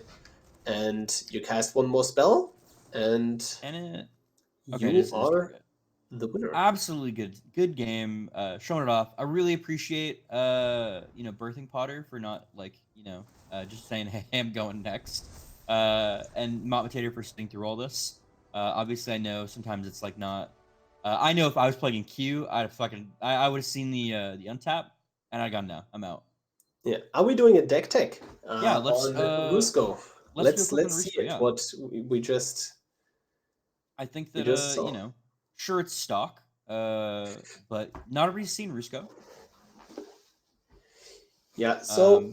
Also, Rusko, I personally did a ton of work on the deck. Like, before I was a shoutcaster, I also used to be a competitor, right? So I'm super into competitive brewing, and Birthing Potter basically took the stock version. Me and the other players worked on my Discord server, and this, there are some minor choices you can do, and for example, we didn't use to run Oracle of the Alpha because the card is just bad. It's a bad card to play. It's only good if you crack a clock, and you can't really afford to play too many of these win more cards. But if you're playing one, I think Oracle of the Alpha makes a decent amount of sense, but there is definitely a world where you can just cut it. The main thing to take away from the construction of this deck is you want to be able to have a critical mass of proactive pieces you can play if you have a Paradox Engine or a Displacer Kitten on the field. Mm-hmm. And those cards include the cantrips like Brainstorm, like the 0-mana cantrips, like the Mishra's Bauble, things like that. You really need a critical mass of these spells to make sure you pop off. But those coincidentally also help you cantrip towards your answers. And then the rest of your deck is answers. And yeah, there is not a lot of other things going on. I think I would make in this tournament for this deck is I think that probably one of your toughest matchups is the Teferi. Specifically Teferi instead of Azor, because I think you have a hard time dealing with Planeswalkers. And people that can basically keep untapping to hold up counter magic and removal. I think I don't see enough hand hate, honestly. Like when I look at some of these cards that feel win more, like Oracle the Alpha, which I think is I totally agree with you, is kind of a greed pick. I think I'd rather see something like Check for Traps, like more things that can pick apart your opponent's hand.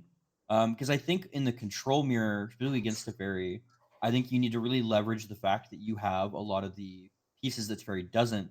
And since there's not a good Esper control list right now floating around, you need to kind of leverage that as best you can. And I see that there being more options like that. I think tech for the field a little better, whereas like maybe this is more tech for Q. Yeah, so honestly, since Rusko got moved up in tier, you're playing a lot of Rusko mirrors, so this is no longer what I would play in the queue. I would cut basically all the creature removal because those cards are bad in the Rusko mirror and just go for a anti-Rusko version in the public queue. So this is more of a tournament version. But if you like the cards, for example, like the greedy cards, I would look at cutting if you expect playing into Teferi. Are the blink spells, the 2-mana and the 3-mana blink spells, because getting Rusko on the field in the first place is the challenge, right? Yeah. You don't need more win more cards. The big issue here is that you can't really include too much more hand hate unless you want to get a lot more inefficient, where you're mostly looking at 2-mana hand hate at this point. There are some exceptions. Break Expectations, for example, is a card I would definitely consider. That is the 1-mana look at the opponent's hand and take something with mana value 2 or more and replace it with a card they draft from a really bad spellbook. Yeah. I agree with you. I don't know. I just think that there's like definitely a slot for it in this tournament because I think what we saw when we see a lot of these decks struggle against the black decks in the format, it's when the black decks can very easily start off with like a Thoughtseize, IOK, Duress. We did see the Check for Traps coming up really strong in the old Stickfingers matchup. And I just think having also knowledge of your opponent's hand, I think having complete knowledge is something that a lot of the blue-white decks can't do, and is what I think makes blue-black, in my opinion, better in the 1-on-1 format like this for a one-of. Because I think, when you're playing in more standard Legacy, knowing people are running like, 2 to 4 of a card, you can plan around what's in their deck more after game 1 than you can when you're, do I play around, Mana Tithe in the white deck if they're running 1 out of 100 cards? Like if you have that perfect information, I think it becomes much easier as the black player to, kind of like play around what you have to play around. Oh yeah, I think that is definitely a crucial thing. The obviously downside to that is if you're in black, you're going to use a lot of spot removal, and that spot removal is going to be dead in the control matchups, really. Yeah, I think I'd also like to see more Planeswalkers. I think in the Rusko mirror especially, I really like 5-mana Teferi. The new make a dude draw a card, get a loyalty counter one. I think he's incredibly underplayed right now. I know that the Teferi players see about playing him, but it's something I'm definitely interested in kind of seeing more of, like if he gets to see more play, or is 5-mana just a bad breakpoint for him?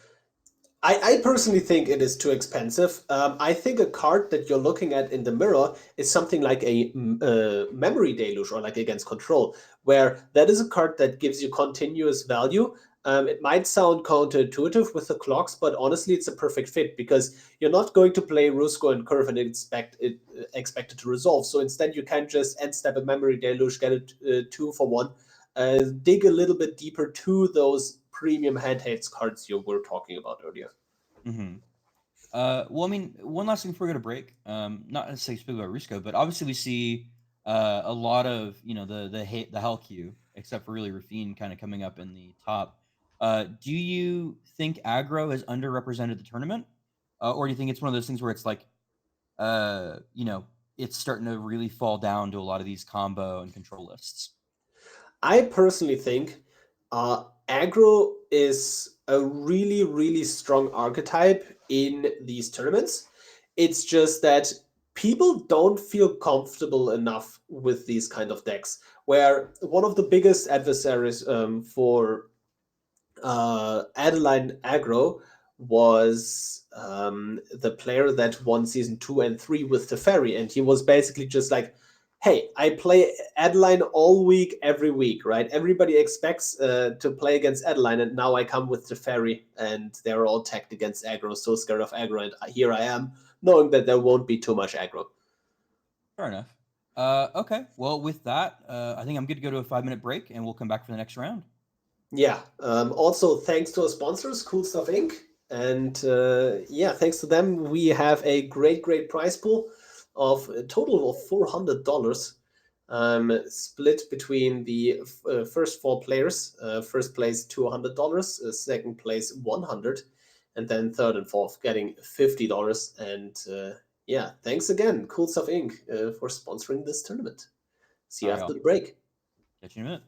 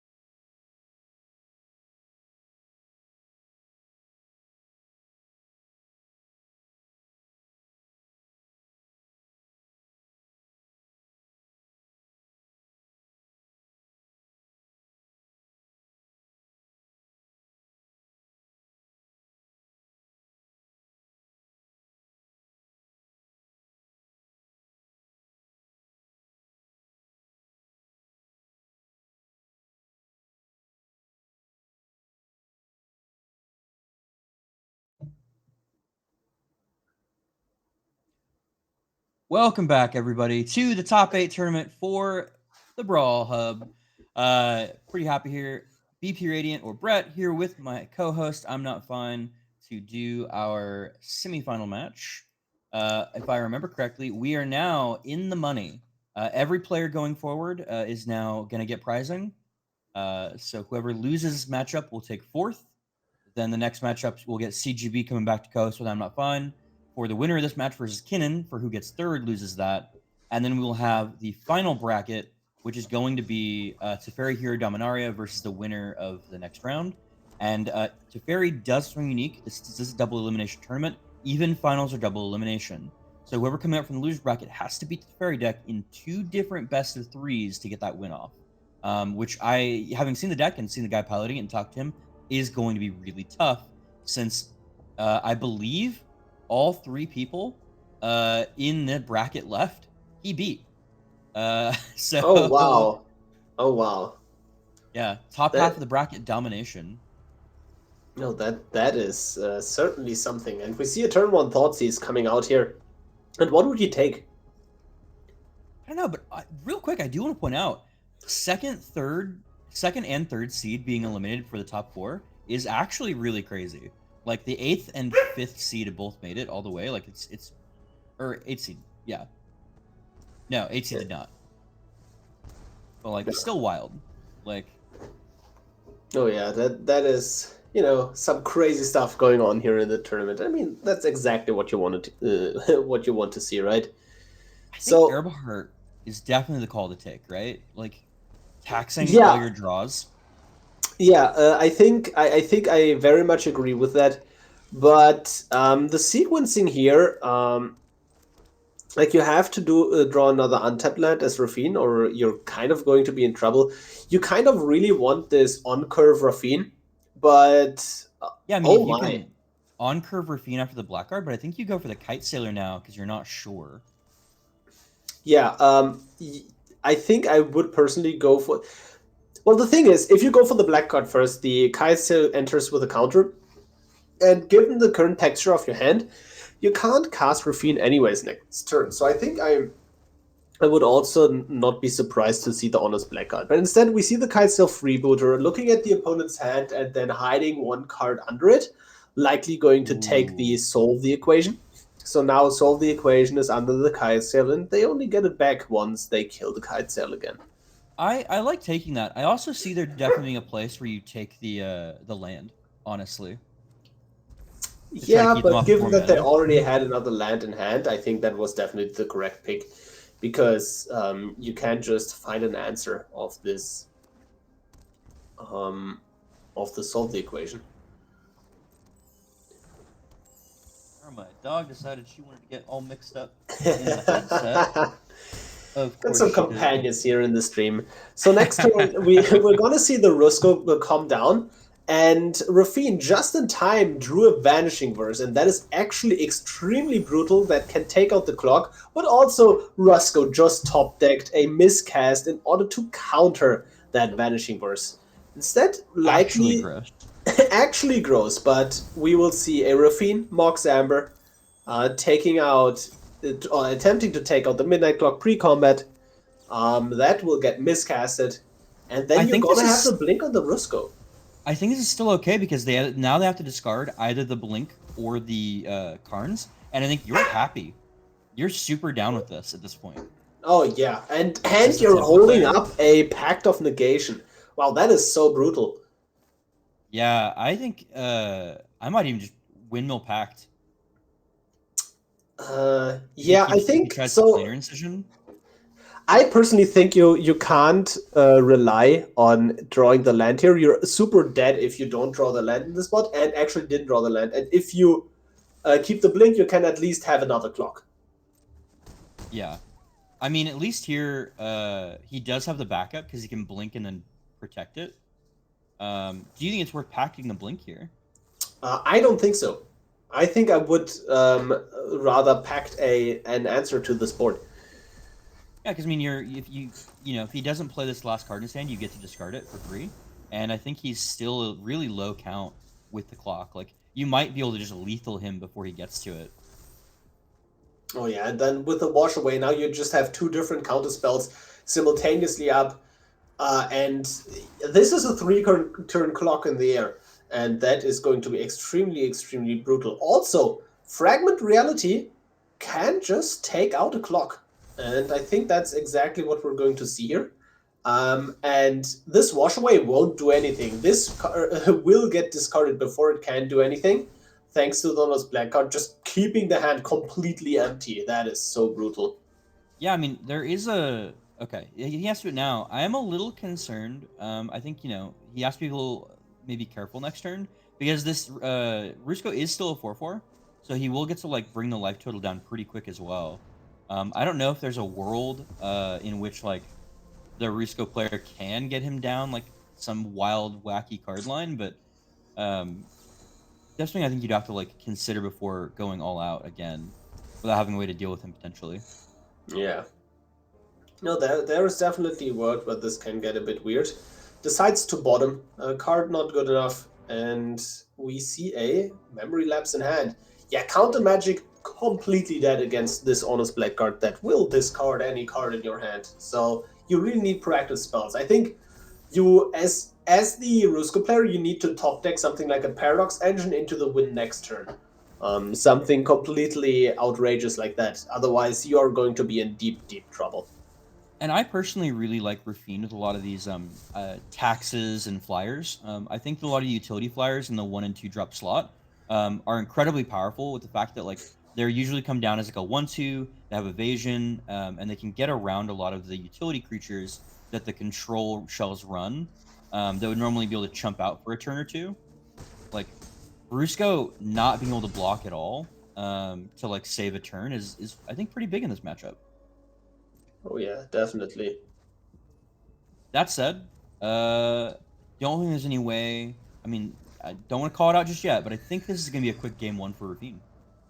Oh yeah, I think it is very much over at this point, given that there is a Pact of Negation in hand.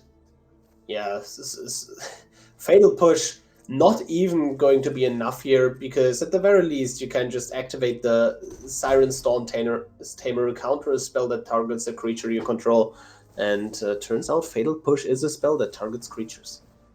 And sorry if y'all heard that. I don't know if it was on our end or not. I heard somebody chewing some chips or something. Hope y'all didn't hear that. Hope it's on our end. Oh my god, heard it. Your dog is also welcome on the stream. This is a dog inclusive stream. Oh no, I was worried. I heard somebody like eating chips on like their mic. Like, I still hear it. Whoever that is, if they can hear me. No, that is not me. That is not me. Okay. Oh my god. And this game is being taken down by Flash Fan. Do you think so? Obviously, with the tempo versus control matchup, you were talking to me before the tournament that you thought that Raffine is kind of like a dark horse deck because, like, optimization is kind of the key to, like, whether or not it's a good deck or not. Looking at this Raffine list, you didn't get a chance to talk to us about it earlier. Do you think you would consider Raffine's, like, his Flash Fan's list is fairly refined, or do you think there's some cards that you would personally change out? So, first and foremost, I have a history with Raffine Reanimator, a second version. And I believe Raffine Reanimator at the time was the better version, but now that we have more and more tempo tools, the tempo version is definitely becoming the superior version also in the long run. If we look at Dual Commander, everybody is just playing Raffine tempo. So that is definitely just going to be the correct way to build the deck. And I'm also working on my own Raffine version right now, and I think I have like 15 cards different from this current tournament version. So there are going to be a lot of cards I disagree with. Mainly the non-utility cards, things like Healer's Hawk against aggro. I don't like those cards. If I want to have tech against aggro, I would rather see something like a 4-mana Sheldred, where that is an amazing card against aggro, but that card can also just be really good against combo, where a Healer's Hawk just literally does nothing. And yes, You can play Healer's Orc on turn 1, but there are also other creatures you can put into that slot as well. Personally, I prefer just going just a smidge taller as the Raffine player than what Flashfan is doing right now, but it works very, very well for him. So See, I love that we're on the opposite side. I actually think he needs to go smaller. In my Raffine list, I'm running 21 drops. Yes, it sounds insane. I think I'm actually running more than that. But like you want to, I try to curve out with 1 drop, double 1 drop into Raffine, and then you can get a lot of really quick, like turn 5 or turn 6 wins like that out of nowhere, even not even quicker. And I also upped on some of my tax effects. Like I actually think running a Vryn Wingmare is one of the cards I've had a lot of use with, in addition to my Thalia. Just having ways to keep my opponent off of being able to board wipe effectively. And then I probably need to put in more counter magic though, seeing how useful it is here. I think Basri Ket. I don't know how I feel about Basri. So here's the thing. I'm kind of guilty of this. I used to be on the on your side of going lower and lower and wider, and Basri in that spot is amazing, where you attack and you -2 Basri, and Basri says you create a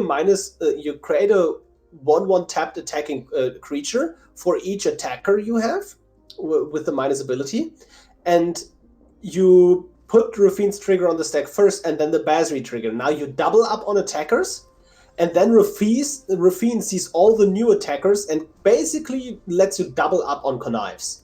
That is what Basri does in this kind of matchup.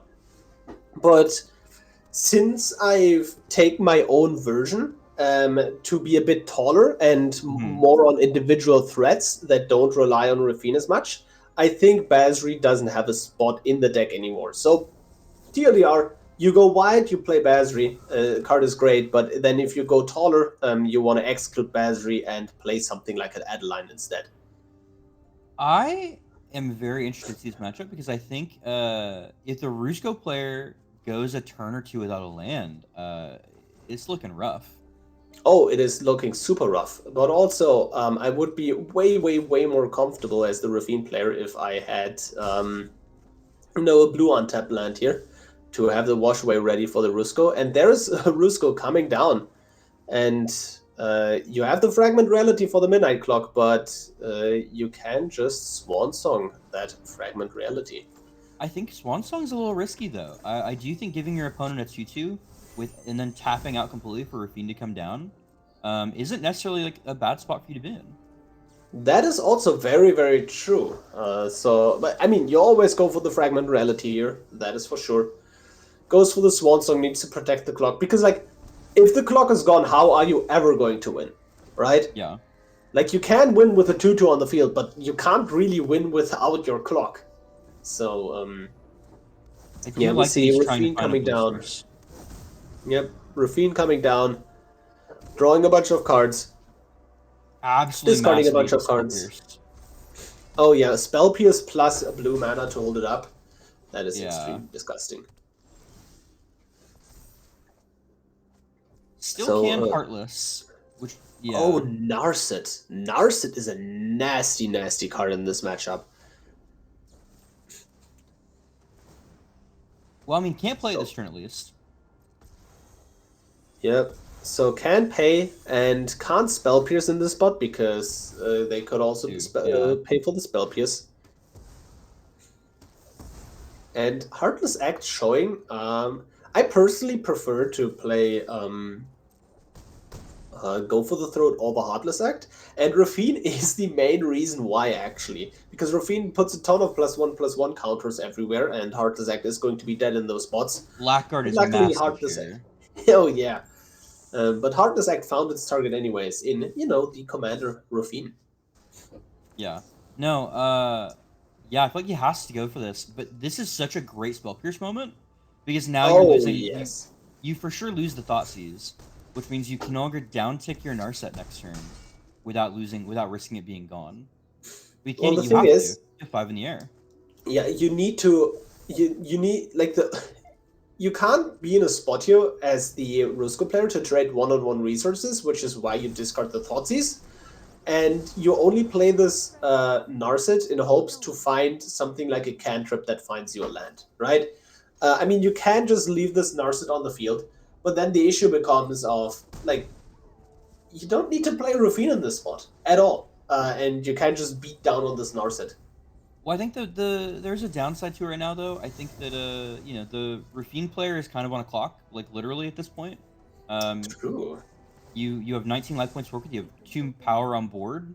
You have to chew through this Narset as well. You're just going to be like out your answers. Yeah, or you need to find a way to deal with Rusko. Yeah, now very, very suddenly this looks to be in favor of Rusko, but there's the untapped land, and that will take out Narset. But you discard 2 cards. Like, you're taking out Narset. You can get rid of the counterspell here. Actually, is not bad. Yep. So discards a card. That is going to be the Fairy Vandal. Discards the counterspell. And then...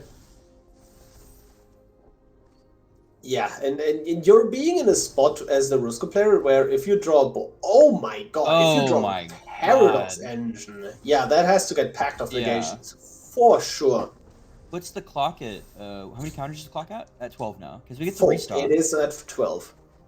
Let's see what he gets in his hand. We're a slight delay on the Rusko player. My god. There is the Paradox Engine again, and the Raffine player will be tapped out, has to pay for the pact.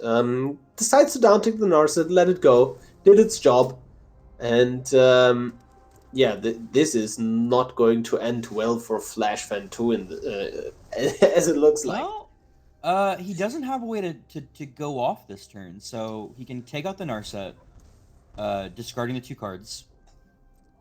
Was kind of hoping he drew a land there for sure, but gets in an okay amount. Yeah, and decides to attack this way because he wants to put counters on the Raffine in this spot. Which I like. You're going to hit the hand for 2, but your opponent has no more clocks going, no ways to get clocks, and like honestly looking at what your opponent has there, like nothing I'm too worried about them having in their hand. There is a way to get a clock in this spot though. You can solve the equation for a blink spell. But that is a 4-mana clock. I mean, if my opponent's solving into a blink spell for their own clock to start working on, I think I'm pretty happy as a Raffine player. Sure, I have no cards in hand, but I'll get the top 4 for my card selection for turn, and you're not bouncing my Raffine. Or in this case, the black card. Oh, yeah. Because that's the main concern. I think the black card is like going to eat away at the hand. Yeah, that one black card can go a long way. The cheapest sweeper out of the Rusko player's arsenal would be Languish, but even that doesn't do it because it doesn't clean up the Raffine on the board. So if you want to get removal, you probably get something like a Fatal Push or a Bloodchief's Thirst. Might Otawara it to stall for a turn? Yeah, that is also very reasonable. Yeah, so get it tutor off here for next turn, set up, and just Otawara, but then you're missing a land drop, and that is also an issue. So yeah, going for the Fatal Push. Okay. Yep. And you can play the land for turn, and you can play your 2-mana rocks. And then you kind of have to hope. Yeah, I mean, you're on a 4-ish turn clock versus a 3-turn clock. So like, already played land for turn. That's actually really nice. Oh my god, that is so brutal. That is so unbelievably brutal. Oh my god. It still goes down though. Like, it's life.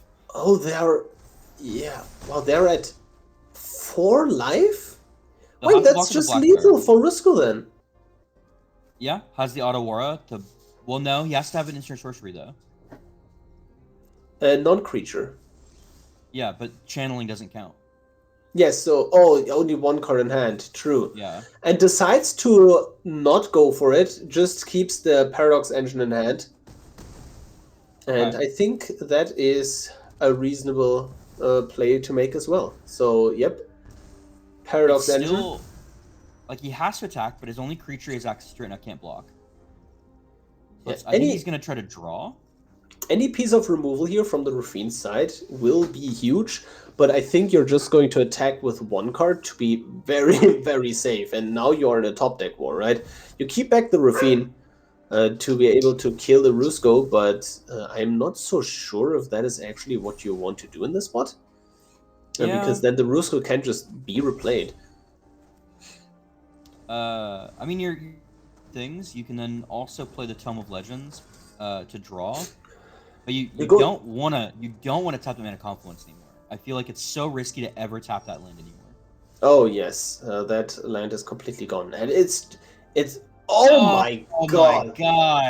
Top decks the River's Rebuke for lethal. Absolutely disgusting. Wow. A great game too. Yeah, I think that was I think that was a really great game with a lot of meaningful decisions from both players. Yeah, I mean Rusko getting through. I think he got through for 12 of that damage was from his commander. He was swinging through every turn, which is so gross. A lot of times you don't see a lot of Rusko players making that. A lot of people make the mistake of not swinging through, and I think like that chip damage really matters in the long run. Oh yeah, absolutely. So yeah, I believe we are going to go into Game 3 of Flashpan versus Birthing Potter, Raffine versus Rusko. I think that's Raffine versus Rusko is going to be a matchup that will stay with us for a very long time in the competitive scene. Yeah, I think if I'm being honest, I think a lot of these other matchups are going to be a little bit more one-sided from what I'm looking at. So I'm hoping this is kind of like a really great one here. People are also commenting that they had the idol to swing with. Oh yes, the idol to swing, but that wasn't lethal, and then you still need to attack with Rusko. Rusko dies. Idol, yeah. Just in general, like a cantrip would have done it here as well, right? Like any instant sorcery. I think he should have swung with the Raffine and the Sailor. I think the Rusko drawing removal like that is much more likely. I think you have to go for the proactive removal to remove Rusko. I think that's like that could be the case as well. And yeah, Flashfan mulliganing against Birthing Potter. This is really good. On the play with Paladin Class and Curse of Silence. Like Curse into Sovereign is good if you can get a third land. Well, in this kind of hand, actually, you want to play a Paladin Class, and then only ever play the Curse right before Rusko is being played, because you want to use all your all the other resources first, right? Like you could just play a Healer's Hawk instead of the Curse, and then you can keep swinging and gaining life. Yeah. And if a Spectral Sailor in this matchup would have been a Healer's Hawk, that life gain would have been very relevant. Yeah, I think having the Healer's Hawk as a 1-drop is great, because I think the lifelink can be very good in those long matchups, especially when you're taking a lot of damage from your mana base. Like you are in your 3-color aggro deck right now. Like you have your Pain lands, you have your Shocks, you have Mana Confluence. Like I think it all adds up. Thrawn Portal, Thrawn, whatever it is. Thran Temporal Gateway? No, yes. That is another card. The one that does damage to you. We all know what it is. Yes, the bad Mana Confluence. Yeah. As long as it's not Ancient Zero. Ooh, Eternal. I was trying to see the other player's hand, and oh, gross. Yeah, and he's like, okay, Curse, or like it's a lose-lose situation. Like, do you want to not have counter magic anymore, or do you want to delay your commander massively? And decides to go for the immediate pressure here. Like, says, hey, I can Thoughtseize Curse of Silence next turn anyways. Yeah, so I actually like the idea of him holding back the Thoughtseize now. Because now Mind Spike is like, oh god, what do I take? Because cursing Rusko, because you're only 2 mana though, so like I think if I'm the other player, do I Raffine here? Or Thoughtseize. Apparently it's a Thoughtseize. And then we see a Brainstorm in response to Thoughtseize. That's always a play I absolutely love. Like you get to sculpt your hand. I hope he hides the Infernal Grasp. Hides the counter magic. He can basically select what's getting discarded here. Draws 3 lands, which is arguably the perfect draw. And then this is just going to give just going to give this Lonely memory lapse. The thought distortion is really not relevant in this kind of matchup. No, not at all. Honestly, the brainstorm is a fantastic top deck there. If I was a Rusko player, I'd feel firmly in the driver's seat at this point. Oh, and then yeah, Bait your opponent absolutely. into this. Raffine, and then that gets mystical disputed, but you still have a really solid clock in the air here. Like Yeah, 3 damage a turn. If you ever draw land, you can start making 1/1s with this Sky Sovereign for 4 mana. And you know your opponent maybe can bounce it, but you're still putting out effective like attackers. At some point in next turn, your opponent can like worry about that. This is actually a really nice hand I like. You can put out the Hope again, which also increases your overall attack of the Sky Sovereign. Which you know your opponent's going to get rid of. I mean, you don't know, but like you assume your opponent might auto-war it, not knowing they have the Infernal Grasp. Yeah, that is definitely the thing. What would you Infernal Grasp here? I would argue Sky Sovereign, because that is like actually what's putting up the clock here. And has... Oh, yeah. Wow. I'm torn. Because I think now that I drew the Brawls, I can take one more turn of pressure, right? Like, yeah, exactly. You can just take your time and draws a Winged Words. That just draws 2 cards. That is pretty great here. And then holds up the Spell Pierce. But if you can Hope here. Yeah, you can. So you have 2 lines. You can activate the Hope and play the Siren Storm Tamer, or you can hold up Spell Pierce and not commit the Siren Storm Tamer to the board. I mean, giving the thinking emoji. So if you Storm Tamer, Gerda Hope, your opponent can't get rid of your hand. They can't, have any sorcery speed instant. You get to untap, and then you have access to potentially lethal if you draw land. Oh like, yeah, assuming your opponent has no removal. Yeah, but again, we know that there is this Infernal Grasp in Birthing Potter's hand, and then this question still becomes: what do you Infernal Grasp? Because like, if you tap out for Raffine, okay, now you actually have the Infernal Grasp up, but the Siren Storm Tamer otherwise just says absolutely not to to this Infernal Grasp. Just 1 blue mana, counter it. There is the untapped, and so now he can make a thing. So it drops him. Okay, so he's gonna have to Infernal Grasp before damage. Oh yeah. So Infernal Grasp comes down. That will get countered by the Siren Storm Tamer. This notably takes off 2 damage of this attack, which is huge because Sky Sovereign also grows for each other flying creature. It takes off 4 because the 2 damage that he'd lose from the Infernal Grasp plus the Rusko still gains a life. It's absolutely massive. That's 5. Since Rusko gains a life, but Rusko gains a life either way. So Essence Flux and holds up Spell Pierce or the Sky Sovereign activation. Perfectly reasonable.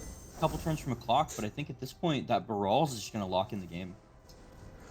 Yeah, Birthing Potter has enough mana to pay for this Spell Pierce, but in response to the Brawl's expertise, you can just say, hey, I'm going to create a 1/1, and then you still have an attacker that is ready to go. And honestly, this lifelink from the Healer's Hog was pretty relevant here. Like, that card swung like, what, 5 times in this game?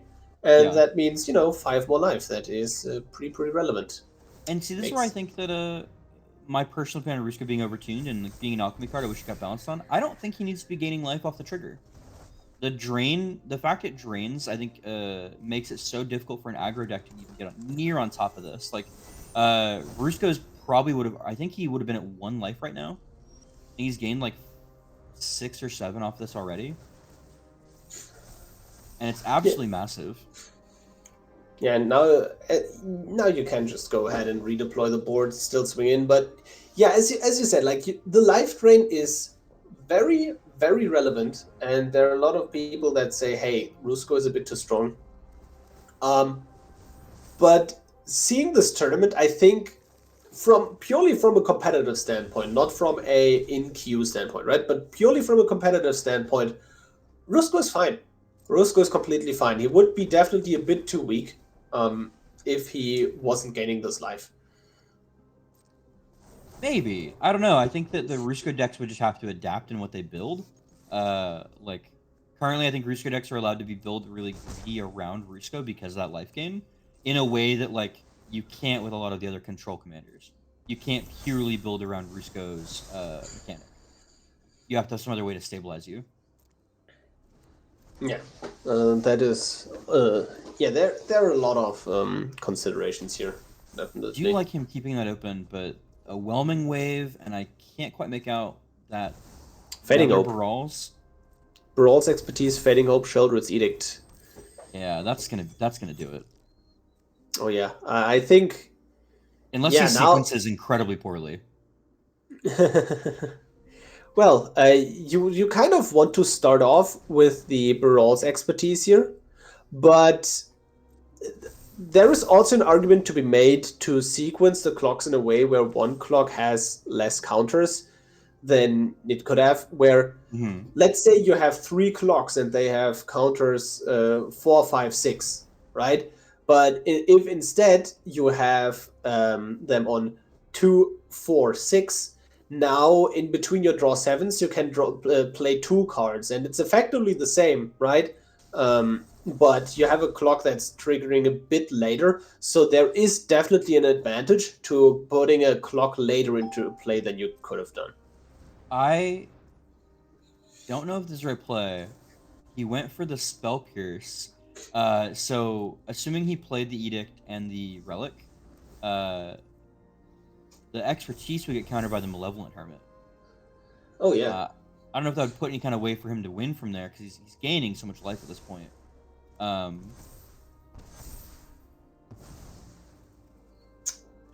I mean, I think honestly missing you have a redraw, right? Like, that is the one reason why you would use all these cheap spells instead of the expensive one. You just have the redraw.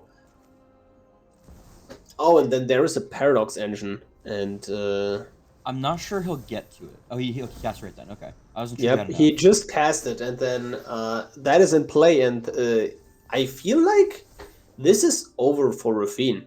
I don't want to jinx it though. 13 damage. I just don't. Yeah. The most unfortunate series of I draw 7 lands, maybe. Like I don't want to count them out. Like there's still that little bit of luck. The thing is, you get to pop 2 clocks here. Yeah. Do the first clock got him. And the first clock got him. A tutor and an extra turn. Yeah. Yeah, it's done. It's done. It is done. But yeah, it's exactly what you said. It's the life gain. It's the life gain that made this game possible for Birthing Potter. And oh yeah, it is GG. Well, congrats on Birthing Potter for taking the win. He'll move up in the bracket to face Draco Sinus for Kinnan Bonder Prodigy. Thank you, Flashman 2. I think this is your first time in the top 8 from what I was doing my research on. Raffine seemed like a fun deck. I think you're only going to iterate and improve on it. So, like, it seemed really good to be on that top 4. Let's go to a quick deck tech for Kinnan coming into the next round before we take our 5-minute break. We'll move on to the round 3 or the next round. Oh, so yeah. Let's have a look at that. Because I don't know if we've gone to. We did Raffine a little bit. You were telling me this is a little bit more mid-rangey, and I also definitely looking at it agree. Some of the cards, this looks like it's very teched for the queue, like CGB said. Some of like the mid-range stuff, like I don't know, Oracle seems like an interesting choice for me. So here is the big thing. There is like a big shift in how Kinnan players approach their own deck. Mm-hmm. So the traditional build is millions of mana dorks, millions of big creatures, and a bunch of counter spells at 1 and maybe 2 mana, and literally nothing in between. Like absolutely nothing. There's like you just jump from 2 mana to 7 mana immediately, right? There is no in between.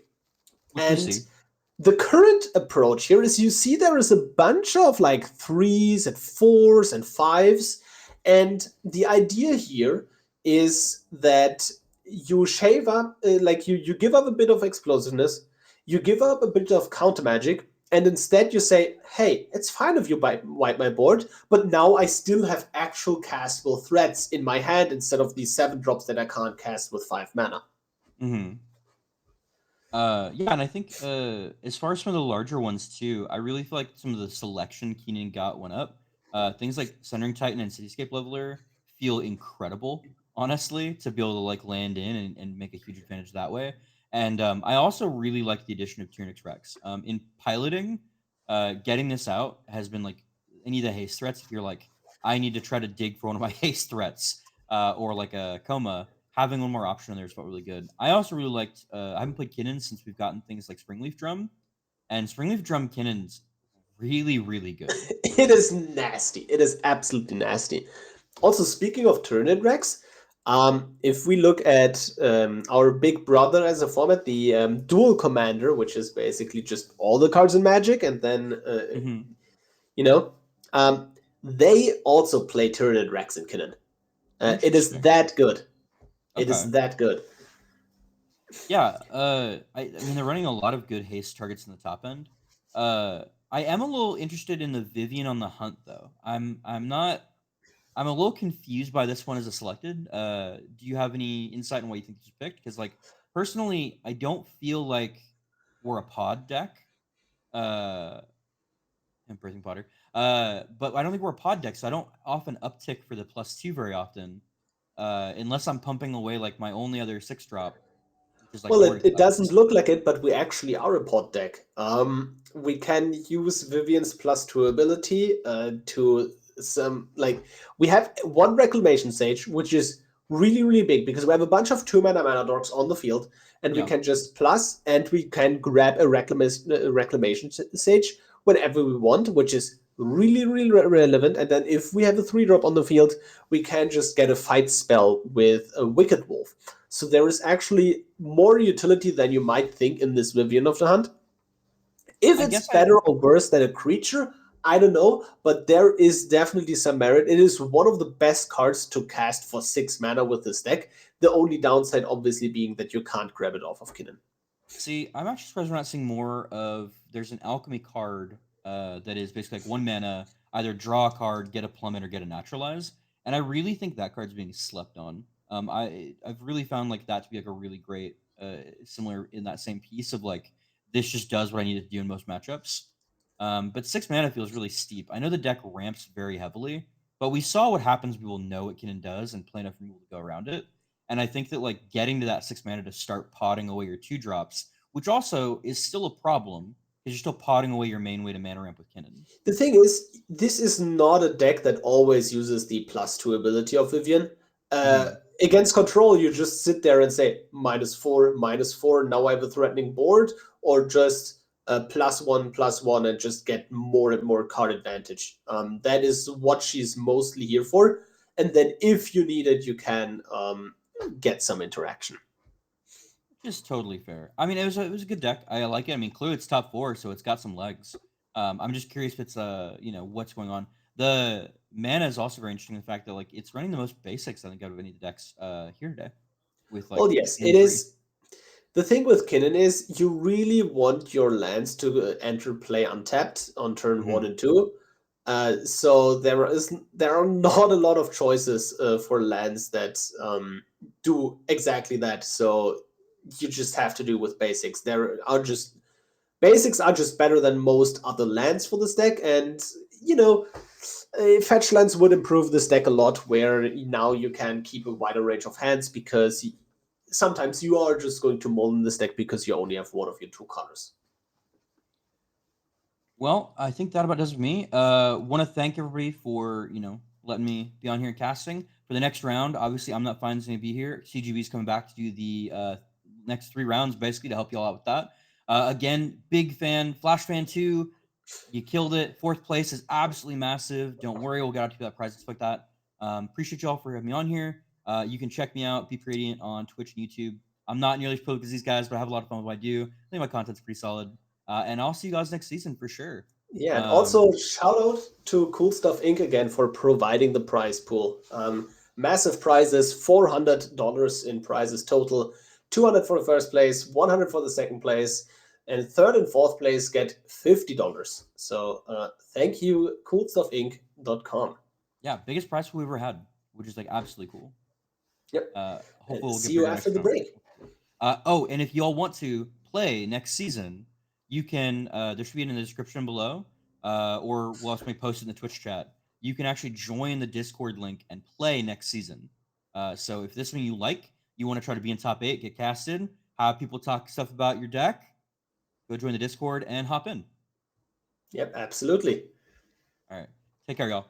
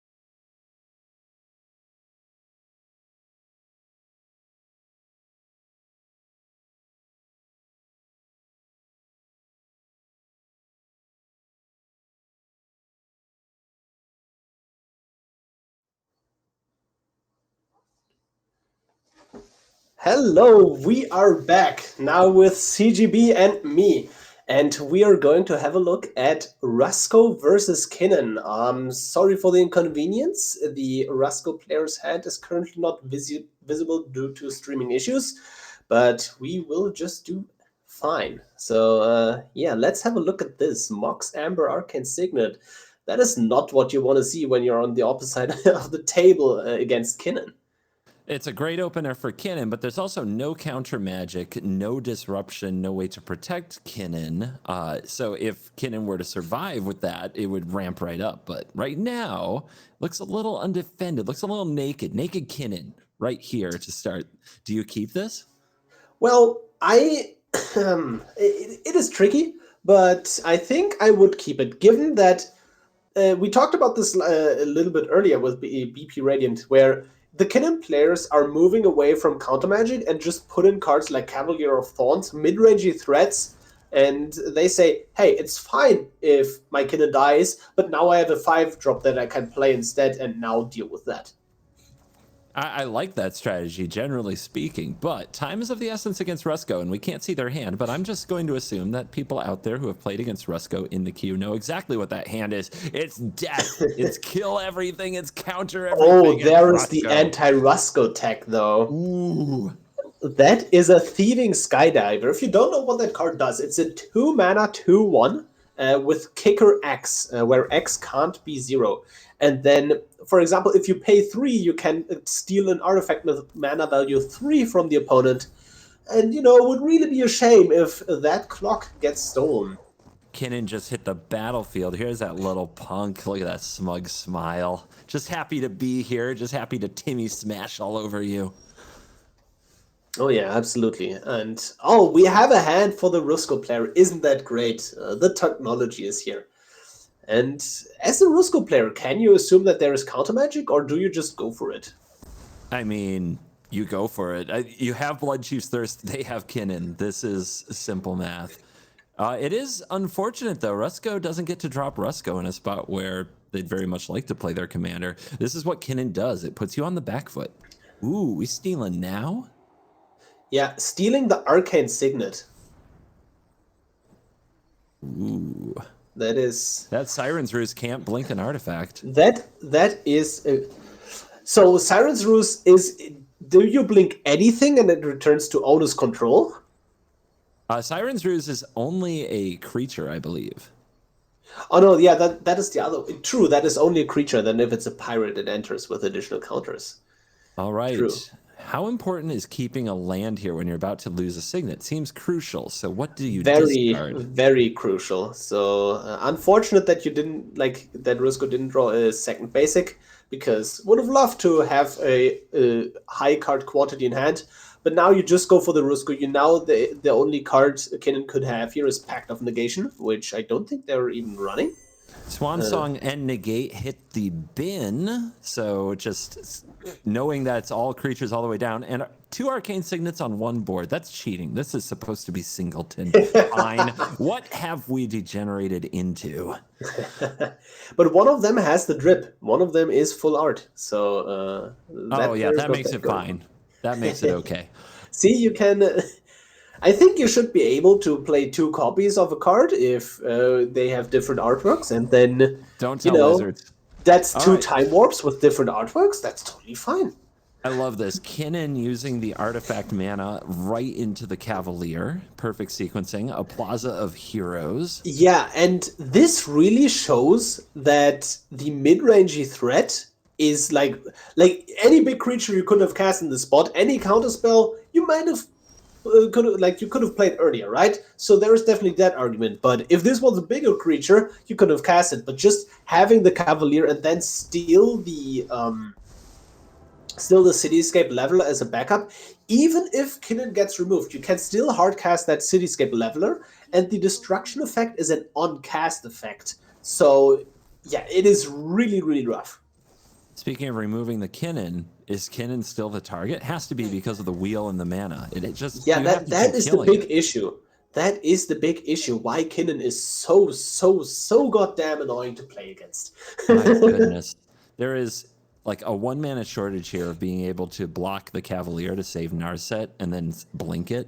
It's just, everything's off by 1. And you think of that turn where, Rusko in most matchups can just slam Rusko. You can't do that against Kinnan if Kinnan's on the board. You have to keep killing the darn card.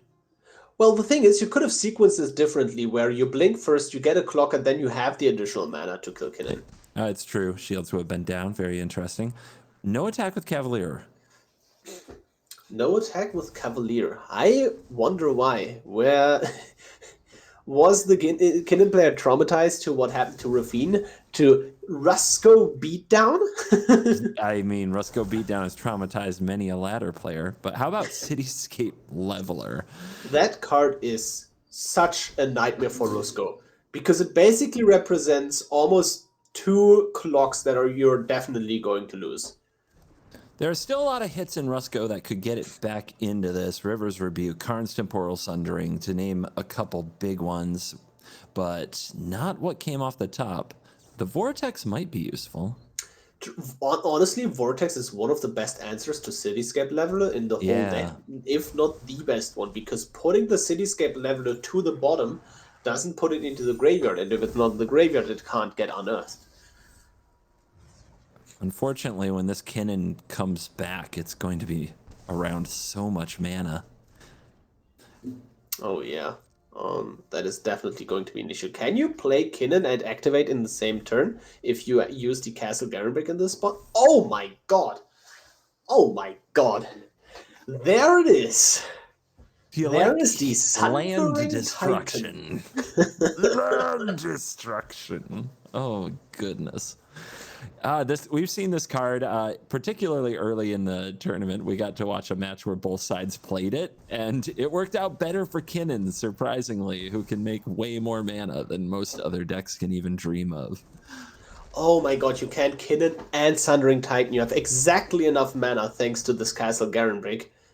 And Sundering Titan taking only 1 land from the Kinnan's player side, because you can select an island from the opponent. You have to select 5 basic types, but if the opponent shares basic types with you, you basically don't have to destroy something from your side of the field. Yep. Oddly chose the opponent's island there. Well, wow, yes, what a surprise, I know.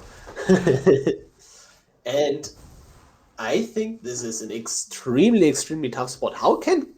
Let's say you could just say, okay, Rusko can just draw this card immediately. What card would you love to see from the Rusko's player side right now? There are a lot of cards that let you last a turn. There aren't many cards that get you ahead. It's I think some sequence of Paradox Engine into Cantrip. Oh yeah, I love Paradox Engine so much, but I know that I am. That is a controversial take. So we see a main phase spin for Kinnan here, hoping to hit something like a Craterhoof to immediately win the game, and that is exactly what happens. Wow, I'm a prophet apparently. Yeah, thank you for that. Just ending things in dramatic fashion. Casual -50. Let's go. Good work. Good work. Everybody clap for Kinnan if you like seeing Rusko take a beating. I feel like this is villain on villain. Oh, absolutely. I think people are going to be happy and upset simultaneously either way. Yeah, celebrate the parts that give you the happy feels. Like, yes, big creatures hit, and no, it was from Kinnan. No, I'm getting the happy feels when I see a Paradox Engine combo off, and we already saw that plenty of times on the stream today. So I got my kick, and I can give it to the Kinnan player for sure. I haven't experienced it. I need this. The only Paradox deck. True. Yeah, Rusko's the only Paradox player here in top 8, if I understand, and I also love a good Paradox when I can get one. Yeah, no, while you were away, Rusko did the Rusko thing multiple times and ended up here. Let's see. We had 2 Ruskos in the top 8 of the event we cast last month that you and I did, and there's one here still holding it down. Mostly unchanged list. The great technology of Dark Slick Shores making the cut, but other than that, looks like mostly what you would expect. This list, like Rusko, It seems eclipsed on ladder by Atraxa, but still a very dangerous deck. And speaking of new cards, I see a dinosaur. Turnex Rex got mulled away because the rest of the hand wasn't strong enough. Sad. But I talked about this already with BPRadiant. Terranex Rex makes the cut in dual commander lists where they have even more cards available. So like big hasty threat and ward 4 is basically X-proof. Basically X-proof. Yeah. Yeah, good luck. Deal with that. Can't touch So if it. you have a Swords to Plowshares, sure, pay 5 mana to remove it. The life total, the toxic is even more relevant in Historic Brawl or Commander because, you know, more life, easier to poison out. And Kinnan's on the move. Do we have, I mean, what are we doing over here for Rusko? Where's I can't believe this hand was grim. kept. It is looking grim. This is the strong Kinnan play, or Kinnan 1-2 play of 1-drop mana dork into Kinnan 2-drop mana dork, giving you 7 mana on turn 3. And now you're just sitting here being able to play lands off the top. Probably going to use that. Pretty good. Oh my God. Yep. Coma? Is that coma? Oh yeah, that is a coma on top of the library. And now the Rusko is also probably going to get countered by Washaway, but only if they draw land. Yeah, no land even. No land. Yeah, this is rough. We might just see Sheoldred's Edict. So many cards. What would you sacrifice here? I just pick at random because who cares? The coma's gonna get you anyway. Okay, here's the thing. We didn't get to commentate on the hand. Things went very quickly. You can't keep a hand without cheap removal or something to deal with Kinnan on turn 2. Like there has to be turn 2 something out of a hand. There was turn 2 something. It was the Edict. But it was. The problem was it was just wasn't cast immediately, and it was Birthing Potter decided to instead go for the Arcane Signet. So you had the spot where you're sitting there with 2 mana and a Signet and an Edict in your hand, and the opponent has the 1-drop Dork, and he decided to go for the Arcane Signet and got maximum punish for it. The reason why he went for the Signet is because he had the Whelming Wave in hand, expecting to draw another land and bouncing everything to hand, but that didn't work out. And now Titan of Industry getting countered, no big deal. I still have a coma, I still have a Mind Flare, I am sitting on a wash away. I'm stunned that wasn't a coma into open mana. I would have 100% comaed. It doesn't look like it's going to get punished here. Just you know, a little thing. Well, the thing is, into open mana, you can just get hit by a spot removal spell. So coma is a better threat alone, and if the Titan resolves killing the mana rock, that is actually, you know, as good as a coma, basically. So here comes Exile Your Stroke, crash in for 1, 2, 3, 4, 5, 6, 7 plus 5, 0. Exactly. 0. That is the match. That is the quickest round of the tournament. Yes. Considering we have seen some insane rounds, this is the total opposite. Absolute destruction. Thank you, Birthing Potter, for taking 3rd place in this tournament. $50 is not nothing. And thank you for representing Rusko, because there are some players that just refuse to play certain decks because they're popular, but we need to have popular decks, right? Otherwise, there is no reason for them to be popular. Yeah, and they're also popular for a reason, because a lot of people love them and people want to see the tech. They want to see it go against. This is also, honestly, a lot of the value in having these tournaments and covering these tournaments. Rusko in Hell Q, we don't see it. We want Rusko to get pushed up to Hell Q and play against Teferi and Kinnan. It is. Oh, it is now? It is now. It's been a while. It's been a minute. There are some reports of lower Q players matching against Rusko, but if you actually play Rusko, you're going to run into mirror matches most of the time now. Oh, love that. Love that. Let's do that to Atraxa. Anyway, speaking of Hell Q, And the Teferi, hero of Dominaria. Yeah. master of the league, because Teferi, the same commander, different player, was able to win the tournament we cast a month ago. And here we go into Titan Lords Teferi, hero of Dominaria, which awaits in the finals, which is double elimination. Also, quick shout out to Titan Lord, who started playing Magic because of you, CGB, actually. And the reason why he loves blue-white control so much is because of you. So you inspired the Chandra list, and you inspired the player that is bringing Azorius control now. So yeah, you had an impact on the scene, apparently, and it is not a small one. Sorry, not sorry at all.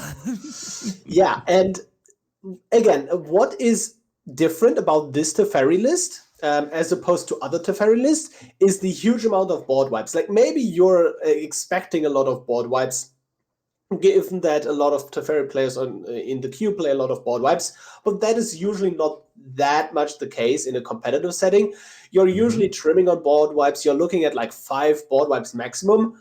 But Titan Lord says, hey, 10. 10 is the number I want to run. 10 is an insane amount of board wipes. Like, your average hand is almost always going to have a board wipe, and that is going to be rough for the Kinnan player, especially given that they decided to trim on counter magic. By invitation only, Day of Judgment, Depopulate, Divine Purge, Doomscar, Farewell, River's Rebuke, Supreme Verdict, Wrath of God, Temporary Lockdown. Oh yeah, everything. And also we have some like commander shutdown, like that's very good against Kinnan, Witness Protection, Mythic Subdual. You know, these are very good anti-Kinnan cards. So when you think about all those board wipes, like, you kind of love Teferi's spot here, right? Because in Hell Q, you don't usually run that many board wipes either, because the format's very blue. There's a lot of counter spells. They just sit there doing nothing. This seems like the right build for the right moment. Oh yeah. Also, considering Titan Lord played over 100 matches just to prepare for this tournament, like really prepared, and decided that it was time. I've got to make a joke. Who's got that kind of time? Only Teferi. Only Teferi, yes. But I mean, considering that some people scoop to Teferi in the comment zone anyways immediately, what are 100 matches really? I want to see the stats on how many people scooped on turn 1 in 150 games. No, but all right, continue. The big thing is, those are not only matches in the queue, but also against other competitive players. And it is a completely different world in these direct challenges versus a public queue. Because in the public queue, for example, Rusko was moved higher in the tier, and now I think the optimal build just completely ignores a non-counter magic interaction. You just shave spot removal, you just shave board wipes, because you're just going to like not play against aggro as often. But in this tournament, we've seen Raffine, right? Absolutely amazing aggro deck. Also, a very popular deck not represented in the tournament is Adeline, and Adeline can also just be absolutely devastating. So this list is really tacked against those aggro matchups. And incidentally, all those board wipes are, you know, hopefully good against Kinnan, but potentially too slow. Like, if you have an indestructible creature down on turn 3 as Kinnan, yeah, a board wipe is most of the time not going to be too relevant.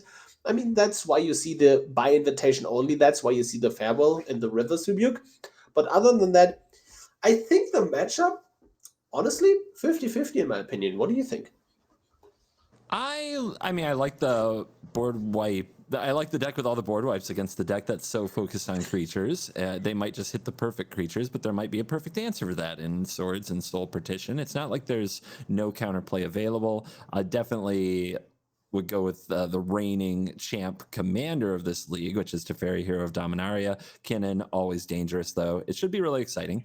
I also noticed there's only one artifact in this whole pile, which is very unusual for Brawl. Like, no Mind Stone, no Arcane Signet, like, no Cold Steel Heart. It's just Portable Hole.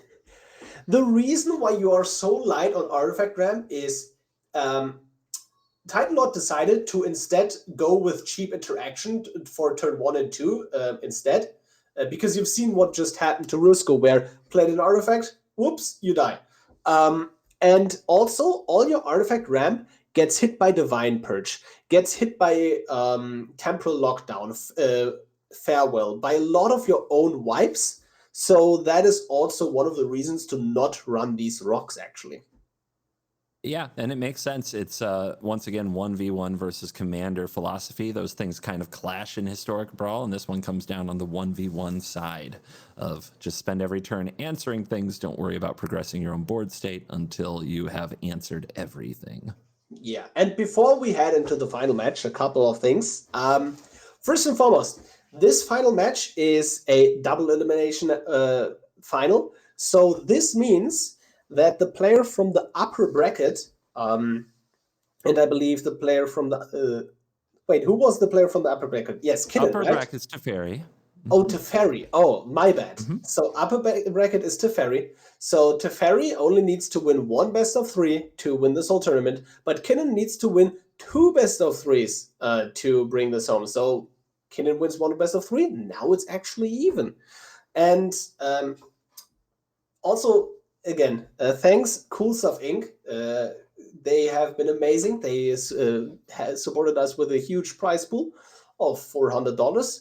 And first place takes $200 home in Cool Stuff Inc. codes, and the second place is actually taking out $100. So both of these players basically already have $100 in their pocket, and they're duking it out for the last $100. Ka-ching, ka-ching. Yeah, if you want to compete as well in this tournament, you can join the Brawl Hub at any time. And the way it works is you go to the Discord, you sign up, you get 3 matches per week, and you can just schedule them whenever they want. So it's super, super flexible. And 1 season is 4 weeks, just a complete month. And by the end of the season, the top 8 are invited into this tournament. And you know, I don't want to jump too much ahead, but I think we can get an even larger prize pool for next time. Nothing guaranteed, but there is some serious cash on the line in this tournament. And, also some fame, because I saw a lot of players piloting that old Stickfingers deck on the queue recently. Yes, I've also seen it in the wild where I'd never seen it in queue before. Yep. And with that being said, let's have a quick break, and then then we're ready.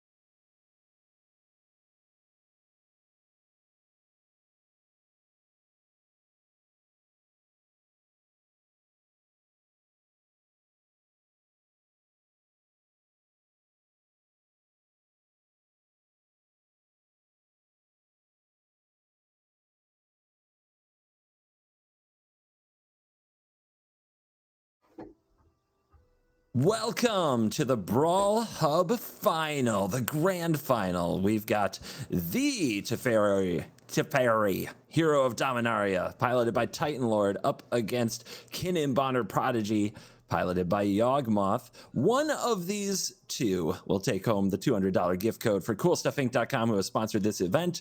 The person who loses in this grand final will take home a $100 gift code, and it's time. This is double elimination.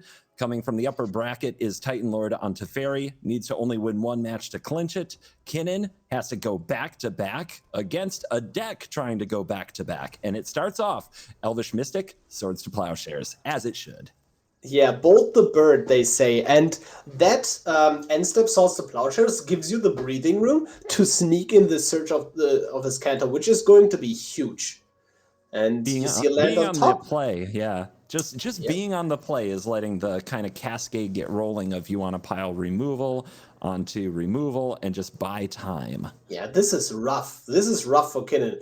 Like, not only do you now have to win 2 best-of-3s, but you're on the draw as well? Oh, my. An interesting decision. Oh, yeah. I mean, for the record, only the very first round is decided by your standings. And then otherwise, it is going to be a coin flip. That is the current system. So, lost the coin flip. I think that going with the ossification there was really dictated by the lack of blue mana. And now, oh man, if only you could find a way to deal with that Drover. You could keep Dracon. I want to say Yawgmoth because that's the screen name, but it's cut off slightly. So Dracosinus. Yeah, You're really Dracosinus. trying to keep Dracosinus away from that blue mana. Yep. But it might be a bit confusing when we say Yawgmoth, but nobody sees a mono black commander.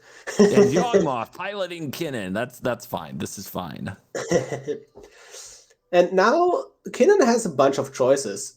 Also, notably, no island whatsoever. Still decides to play the Kinnan over the Elder Gargaroth. Also notable, face-up Day of Judgment in hand. That is revealed information by the Narset, which might have impacted that situation, but still no second white, which is now going to start. That's now information that the players have. There is a Swan Song in hand, the rare piece of counter magic for this build. Can't use it, though, unless you have another land to protect the Elder Gargaroth. It's a tough call. Do you send the Gargaroth and hope that the white mana doesn't show up? Mana Tithe. Ouch. Mana Tithe being valuable here. There is the white mana, and I think I would just go for Teferi here. In front of 2 1/1s. Yes, I agree. And Titan Lord agrees as well. Teferi plus immediately. Kinnan is completely shut off thanks to this Witness Protection. 3 board wipes in hand. And I call that 4. I call that true. 4. The temporary lockdown is a bit awkward because I believe it also exiles the ossification. It does. And the Search for Azcanta, right? Yep. So that is not a card you want to cast here in this spot. Oh, do you want to have another board wipe with your board wipe? I'd honestly take it. If they can't hold a board, they can't win, right? I think I would bin it just for the Search for Azcanta to flip faster. There you go. Yep, and they agree. And now you can just activate Search for Azcanta and untap it in the end step with Teferi. Or, go for a board wipe. I don't even know that I need. Like, does this board need to be wiped? For one I thing, don't think so. You're playing into open blue mana. There's 2 1/1s on the field. The Kinnan is locked down by the Witness. I think you can just go for it and just force your way through it. And since there is a Wrath of God that the Kinnan player doesn't know about, you can just run the known board wipe into it, and then the Kinnan player hopes, okay, no board wipe, when in reality, it has always been all board wipes. Are we about to steal the bird we gave with the Swan Song? Oh, yes, absolutely. But you know what? Board wipe. I actually love... A part of me loves that the Mind Flayer isn't a dead card against Teferi because it can steal the bird. Oh, absolutely. That is a really, really cool thing. But, yep, seems like Teferi plus, more card advantage. Destroy Evil is very interesting tech in this kind of deck. More hard removal at instant speed is kind of what Teferi wants in some spots against certain threats when they resolve. Something like a Sheldred, for example. What did the little green and blue creatures do that made God so angry that it brought wrath upon them? It probably the Swan Song on the Day of Judgment, to be honest. All right, 1-0 Teferi, now 1 game away from the championship. My job has been easy, man. I've been in this seat like 30 minutes. This is absurd. Wow. Yeah, wow, that might just go faster than expected. But also, people say, how can a Teferi game be quick? And to that, I raise you the question, how can a Kinnan game not be quick? Yep. At this point, Kinnan is completely up against the wall. Like this Yeah, is so you've got to Kinnan win needs the to next go two. 2-0. 2-0 right now, and then still win another best of 3. Yep. Yep. This is as far of a comeback as you can create for yourself in this situation. And opponent goes first. Kinnan obviously on the play since he lost the previous game. And is this a game? Is this a hand you can keep? No board wipes? Mulligan. Snap mulligan. That was an interesting hand. I would have like looked at that hand a little bit longer, but it looks like we're going to 6, and this became a snap keep, 3-lander. So yes. No time. I agree. No time to behold the multiverse. It's lovely and all, but we just can't. I am concerned about card advantage from the Teferi side because Deck and Stone and Absence both hand out card advantage. Oh yeah, absolutely. I mean, there was definitely a reason to bottom the Consider over the Multiverse because you don't have an untapped blue source on turn 1. But we can see removal coming out here. Oh, that was a big miss there, though. Like, Oh, you kind of yes. want to have full control because you could have floated 2 mana in response if you had full control on and cracked that clue. Yep, indeed. That was kind of a big punish. And In now a lot of what do ways, you the play? arena client, in a lot of ways, that's an arena client like thing because it's very rare that you're going to do that on an empty board, but it is something that can come up and it's worth knowing about. I believe if you have open mana, it just now gives you priority to float that mana, but not. It would if the Amber was targeted, but not the Kinnan. Oh, true.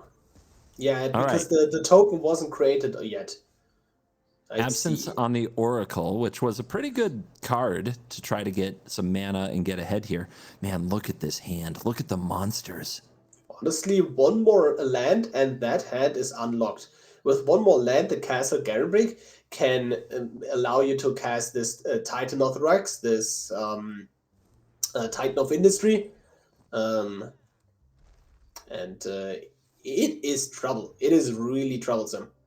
Consider finds a portable hole, but now Salundi Vision is looking at 3 board wipes. Now, 2 of those are going to the bottom. 1 goes to hand. Choose wisely. I like Supreme Verdict here. I really do. But the problem is you kind of need to board wipe now because you know the opponent has the Titan of Industry in hand, forcing you to board wipe right now.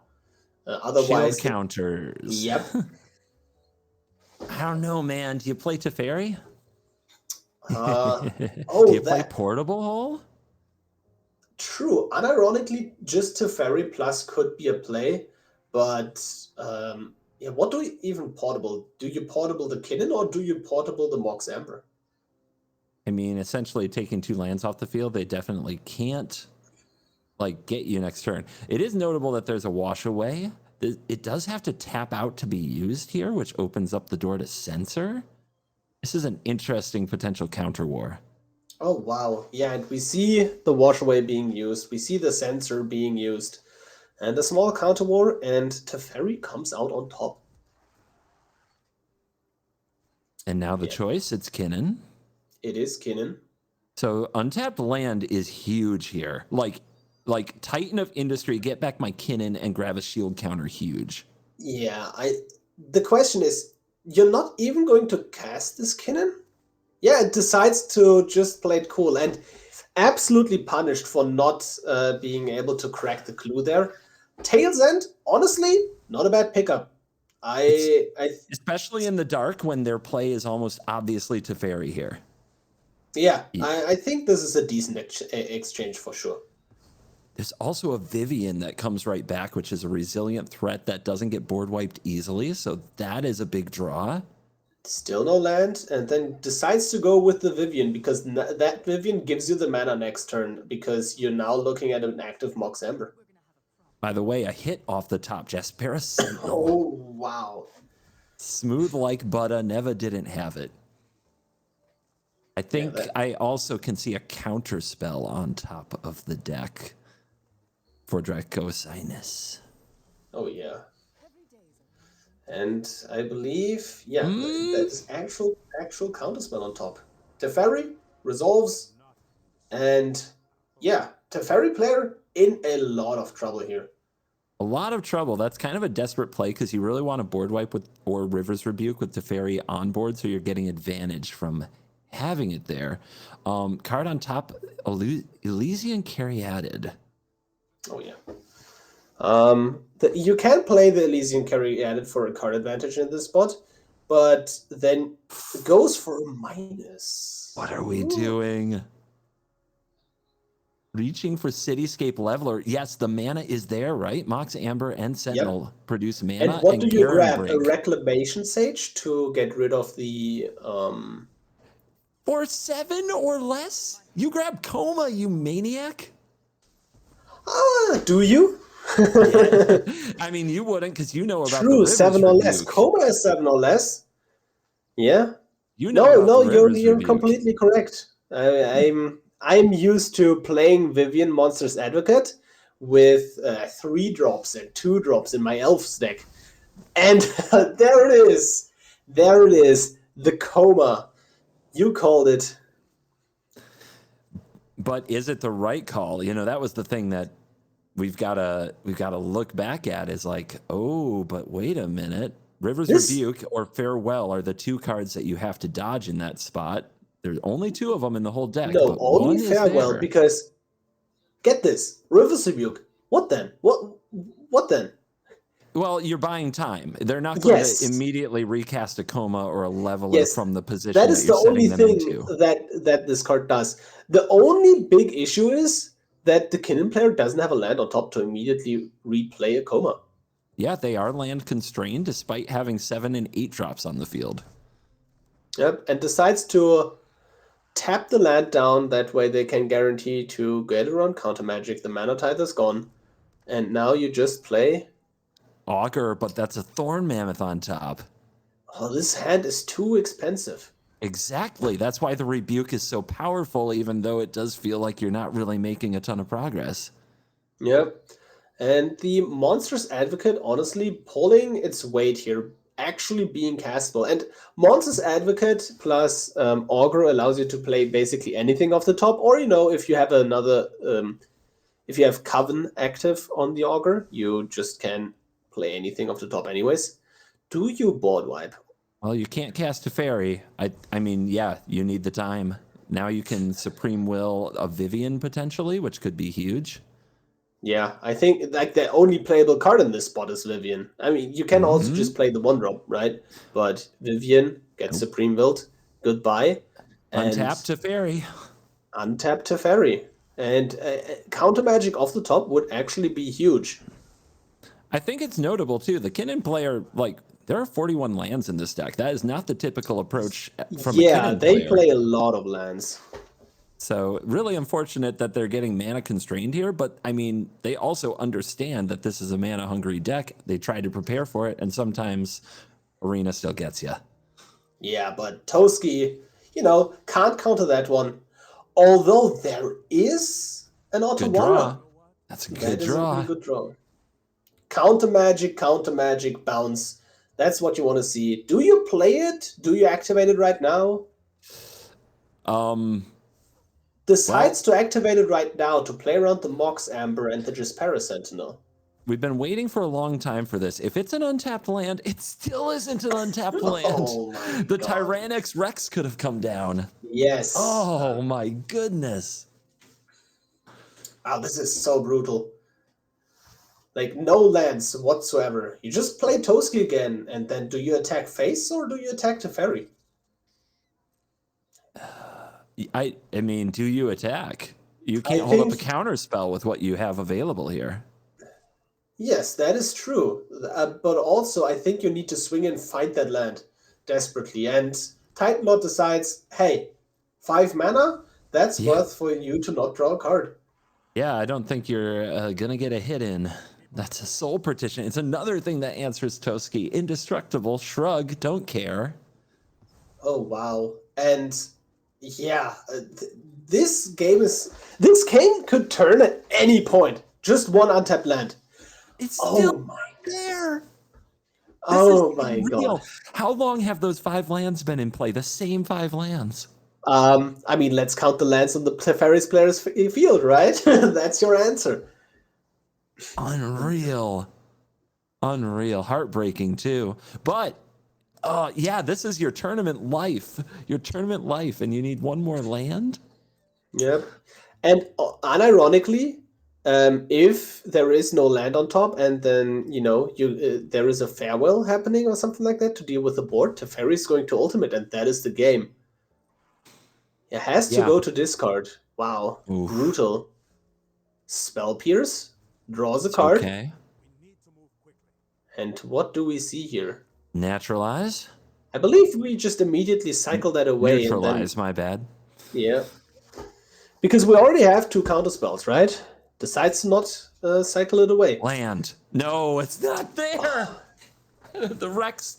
Wait a minute. Oh, yeah, Yep. the Amber. There is the Amber, and that is an issue.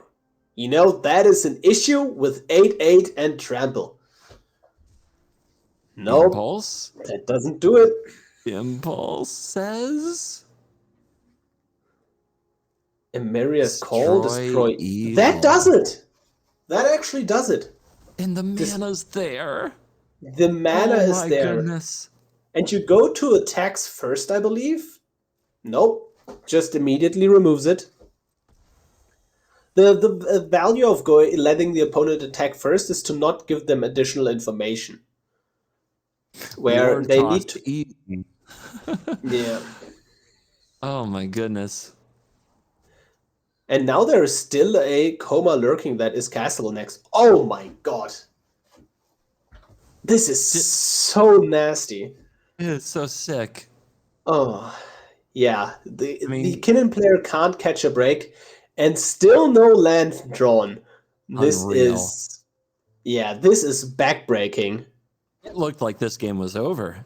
That Rivers Rebuke was okay, I guess you get a little time, and it turned into the mana constriction is just completely shut them down. This memory lapse is so brutal here. You have to counter that, because otherwise what's going to happen is that you're going to have a dead draw on top, and then the Spell Pierce just says no to that.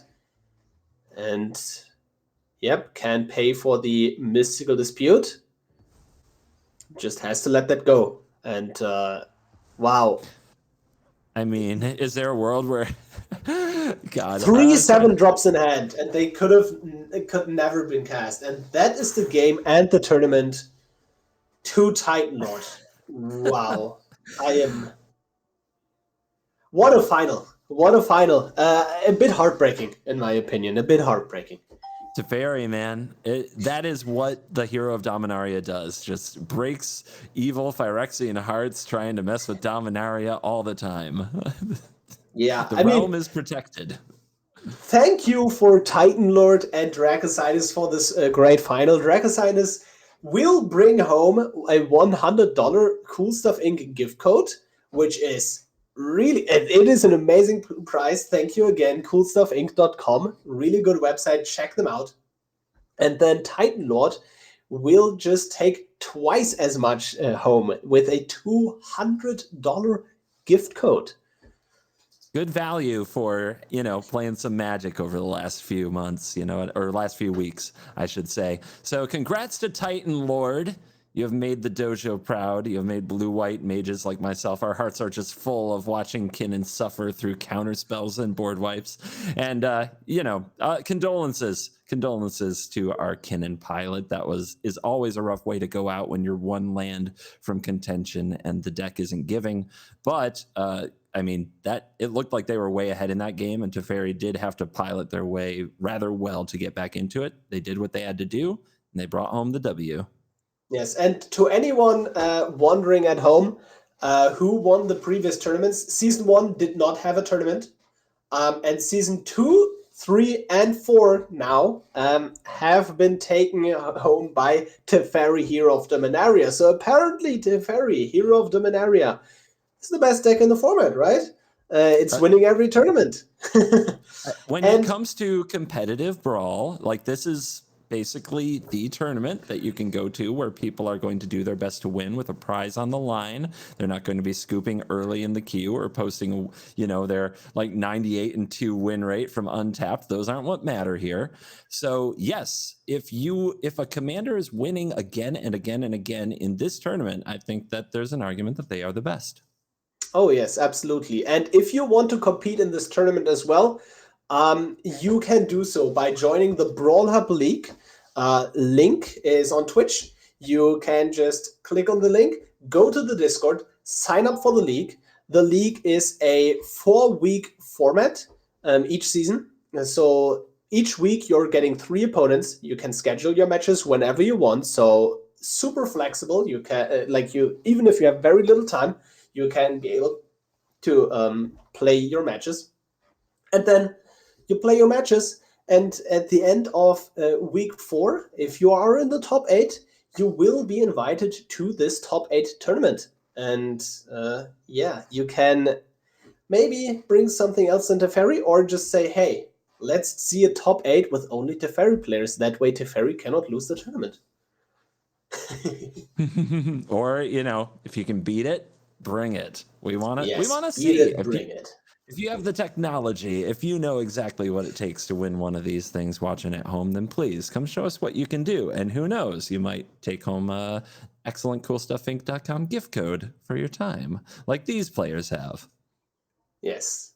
Thank you again, Cool Stuff Inc. Thank you, CGB. Thank you, BPRadiant, for being amazing casters. And also a big thanks to the team. We have a non-significant amount of people.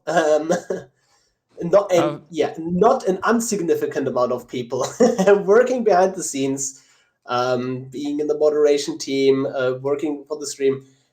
You're all great people. Thank you all. And we will see you guys in the next tournament. But slow the roll. Oh. Check that Discord, my friend. We might. We'll see if we can. If they can put it together, let's do it. There might be an interview with our tournament champion. Oh, yes. I was jumping ahead of myself there. Yep. If we can get it together.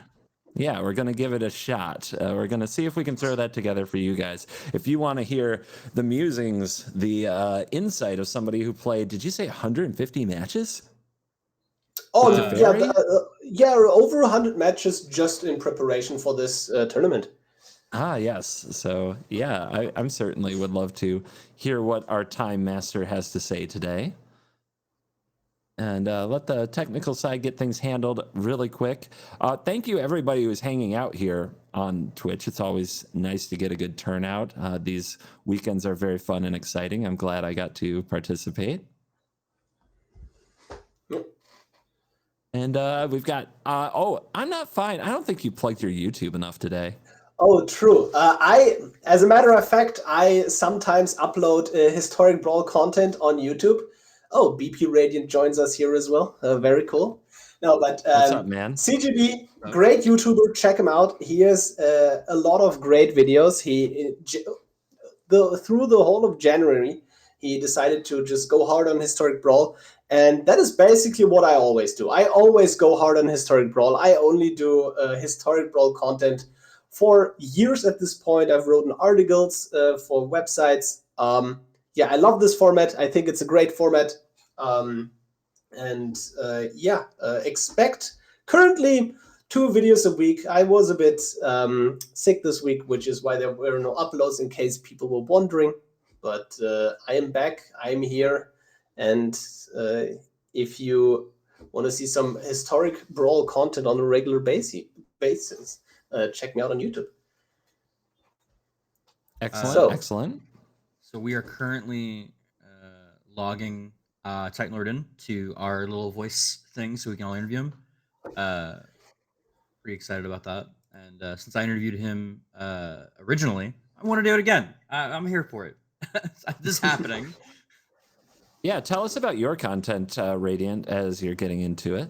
Yeah, I also do Brawl content. I'm a lot more low-key. I do things that I think are like fun, maybe a little more jank. So for instance, I did Skrelv was my first deck for this new set.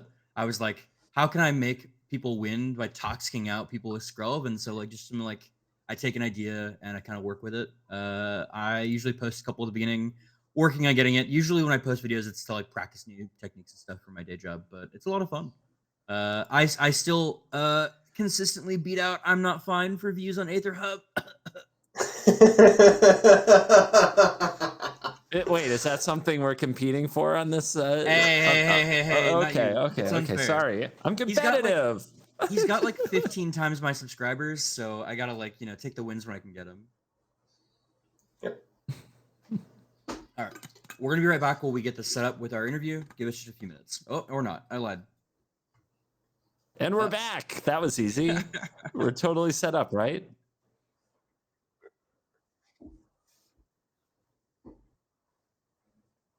Oh, that's Okay. funny. Yeah, it looks like he's getting signed up. It shouldn't take too long. I thought it was easy to get set up, but I guess we're also kind of doing this all very impromptu. So Yes, while we're because- waiting for you in the chat, what was your favorite game of the day? In 5 minutes, we'll read what they have to say. I'm just trying to be. Yeah, we gotta stir the pot a little. You gotta Have be you- more like that. You're like CGB, chat. have you watched Chat. the I think game? Teferi should be banned. Don't you agree? Put one in the chat. Teferi needs to be absolutely banned from Magic: The Gathering completely. If Fairy's won 3 seasons in a row, I'd ban him. I'm just saying. Yeah. CGB, have you followed the games like round 3 and 4 while you were away? I had them on. I was listening to a good amount of them. Is there something specifically coming to mind? Oh, there were some unreal top decks in a certain matchup. I believe it was Raffine versus Rusko, right? Mm-hmm. Yeah, there were some amazing moments. And also, while I was, I also had the games on in the background while you two were casting round 1 and 2. And there were some absolutely brutal games between Kinnan and Chandra, right? Yeah. And then you guys, after all of this, after that whole best of 3 was finished, you guys swapped to a game of Kethis versus who was it? It was Kethis versus somebody. Rusko. And the game was still in, like, the match was still in game 1 for some reason. Like, that match 1 took like 20 minutes for some reason. What happened there? I mean, the Kethis deck, like we kind of said, it's like low-key secret prison. You know, it just kind of it doesn't like beat you down; it locks you down, which is not always what you see coming from that deck. You're used to it being a very kind of power, like just slamming planeswalkers and legendary monsters kind of deck. But no, this one just kind of shut you out of all happiness, and it didn't do it with the usual like rule of law type effects and things of that nature. It did it very differently. Yep. Oh wow, now we have a beautiful orange screen, which would represent Titan Lord if his camera was working, I believe. Hold on. If y'all can hear me, give me 1 second. My camera's like almost working. There we go. Hold on. Love it. We can hear you, I believe. Yeah, we can see now. You can see me now? All right. Yes. All right. Somebody's happy. Yeah. Yeah, keep that text big. Keep it big. Guess we didn't look at the deck anyways. Excellent. I was so happy when Kinnan lost to Rusko because I have a habit of tilting versus Rusko. So I thought if Rusko made it, I might not have the mental state to win. So when Kinnan won, I'm like, oh, okay, I got this. You know, that matchup's like 80-20. I could beat Kinnan. I wanted to first bring up something we talked about in our last interview with you talking about the extra card from Impulse. Wanted to bring up the fact that in case you didn't notice, that 4th card from your Impulse mattered because that was the Destroy Evil. Whoa! Bring the people up to speed on this, Radiant. You guys got inside baseball. So there's the new Impulse, which is the 3 cards then proliferate as a way to get to the Teferi ult quicker. And we were talking about in testing like which one felt better. Titan was talking about he values the 4th card over the 1 more proliferate. And so it's really interesting to kind of see that in action in the final game, Uh-huh. in probably the thing that mattered. Because I Oh, feel like yeah. if that sticks around and kills Teferi, it's a much harder game. Yeah, so in testing, as much as I wanted to run experimental augury, because I have another Teferi deck that it's a much better card in. I have a Who Slows the Sunset deck where it's great and there's more planeswalkers. The issue that I kept running into, and we talked about this the other day, the proliferate often felt win more.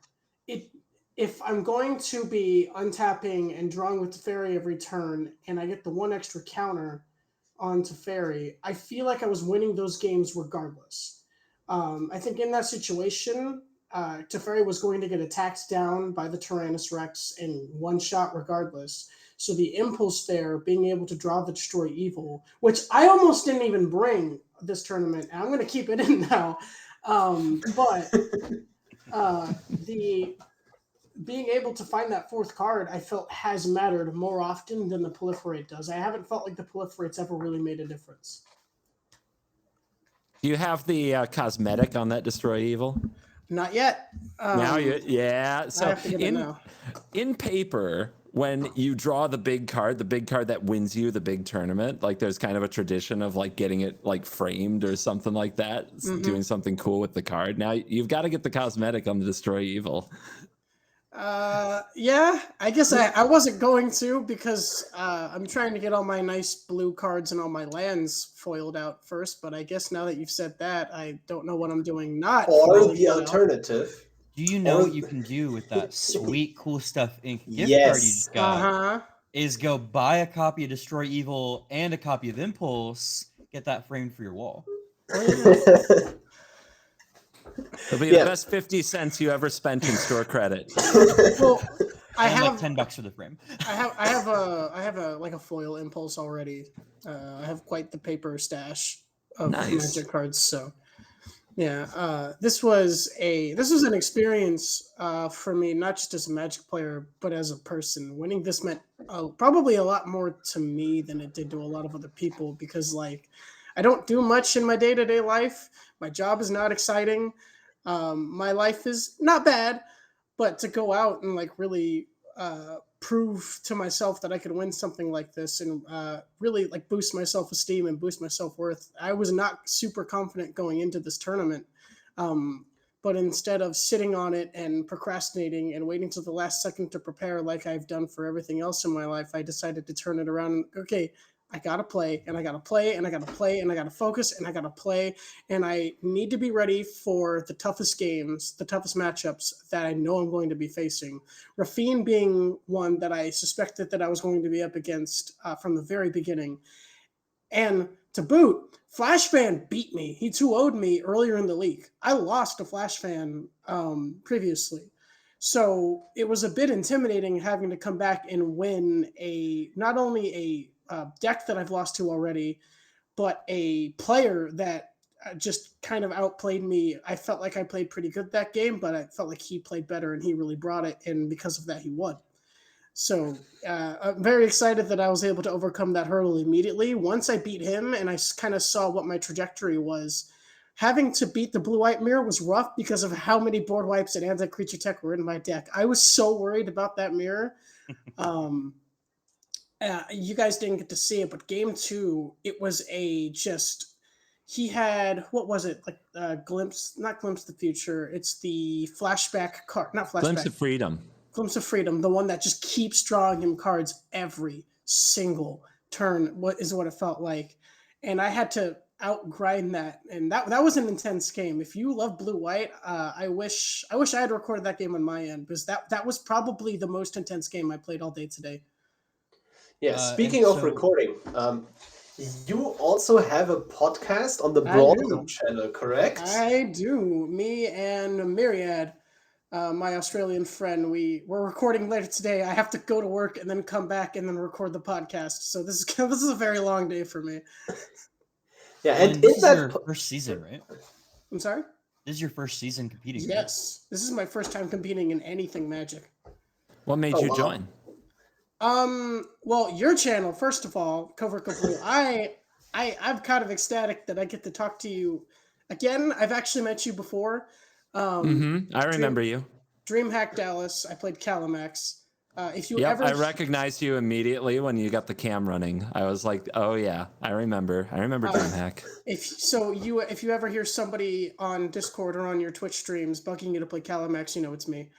But Hammer. yeah, I don't know. I found the format so much fun, and being able to go and play in an environment that wasn't Kinnan, Golos, all the other 5-color piles, Rusko, and that seemed better and more diverse than the actual play queue is to me, because I primarily play Teferi anyways. So it started off as a fun thing, and then I 3-0'd week 1, and I'm like, I should just keep going. And then I did, and now here I am. So we're kind of, we won't keep everybody too much longer. As our new Brawl Hub champion, do you have anything you want to say to other people who are competing or thinking about competing? If you're thinking about competing, do it. It's super fun. I had weeks that I lost. I had a week where I went 0-3, and even when you go 0-3, there's so much to learn playing with players like this who are really trying really hard every time. And this community, the Brawl Hub community, is awesome. It is super accepting. Everybody's super nice. I love everybody in the community that I've had to interact with so far. And I want to give a shout out to Mudman for grinding with me these past few days. He really helped me learn the Raffine matchup a bit better going into this. And of course, shout out to Myriad, my podcast co-host. He also helped me do some prep and has been giving me a lot of insight going into this, because I didn't know a lot about the league going in. And I feel like thanks to those two specifically, I'm able to stand where I am on top of the mountain. Well, you really earned it. I think that was an awesome story.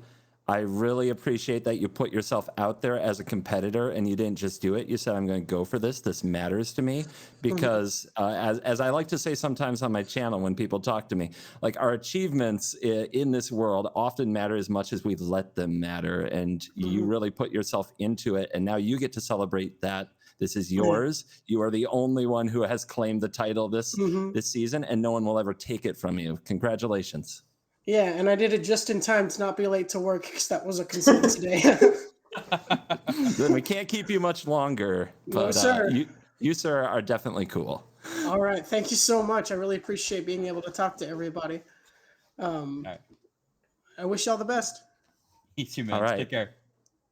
Man, what a champion. Well deserved. Did you hear all the work that went into this? Oh, yeah, absolutely. There's a reason I don't have a Brawl Hub champion title, and it's let's say it's the amount of work I can put into it. After all, it's still Magic, and this is a deep game. The more you put in, often the more you can get out. So congratulations again to Titan Lord, and thank you to everybody who's been watching on the stream here today. So the Brawl Hub, make sure that you join the Discord, consider signing up for next season, or at the very least, follow along so you know when our content goes live. Make sure you follow the Brawl Hub YouTube channel, where VODs are available, including practice matches and all the historic Brawl you could look for, and the podcast that was also just mentioned is on the Brawl Hub YouTube channel. So anything else to say, Radiant? Check me out, Twitch, YouTube, BPRadiant. Anything else to say, Fine? Check me out on YouTube, YouTube/ImNotFine, historic Brawl content, competitive historic Brawl content. And thank you, CGB, for casting.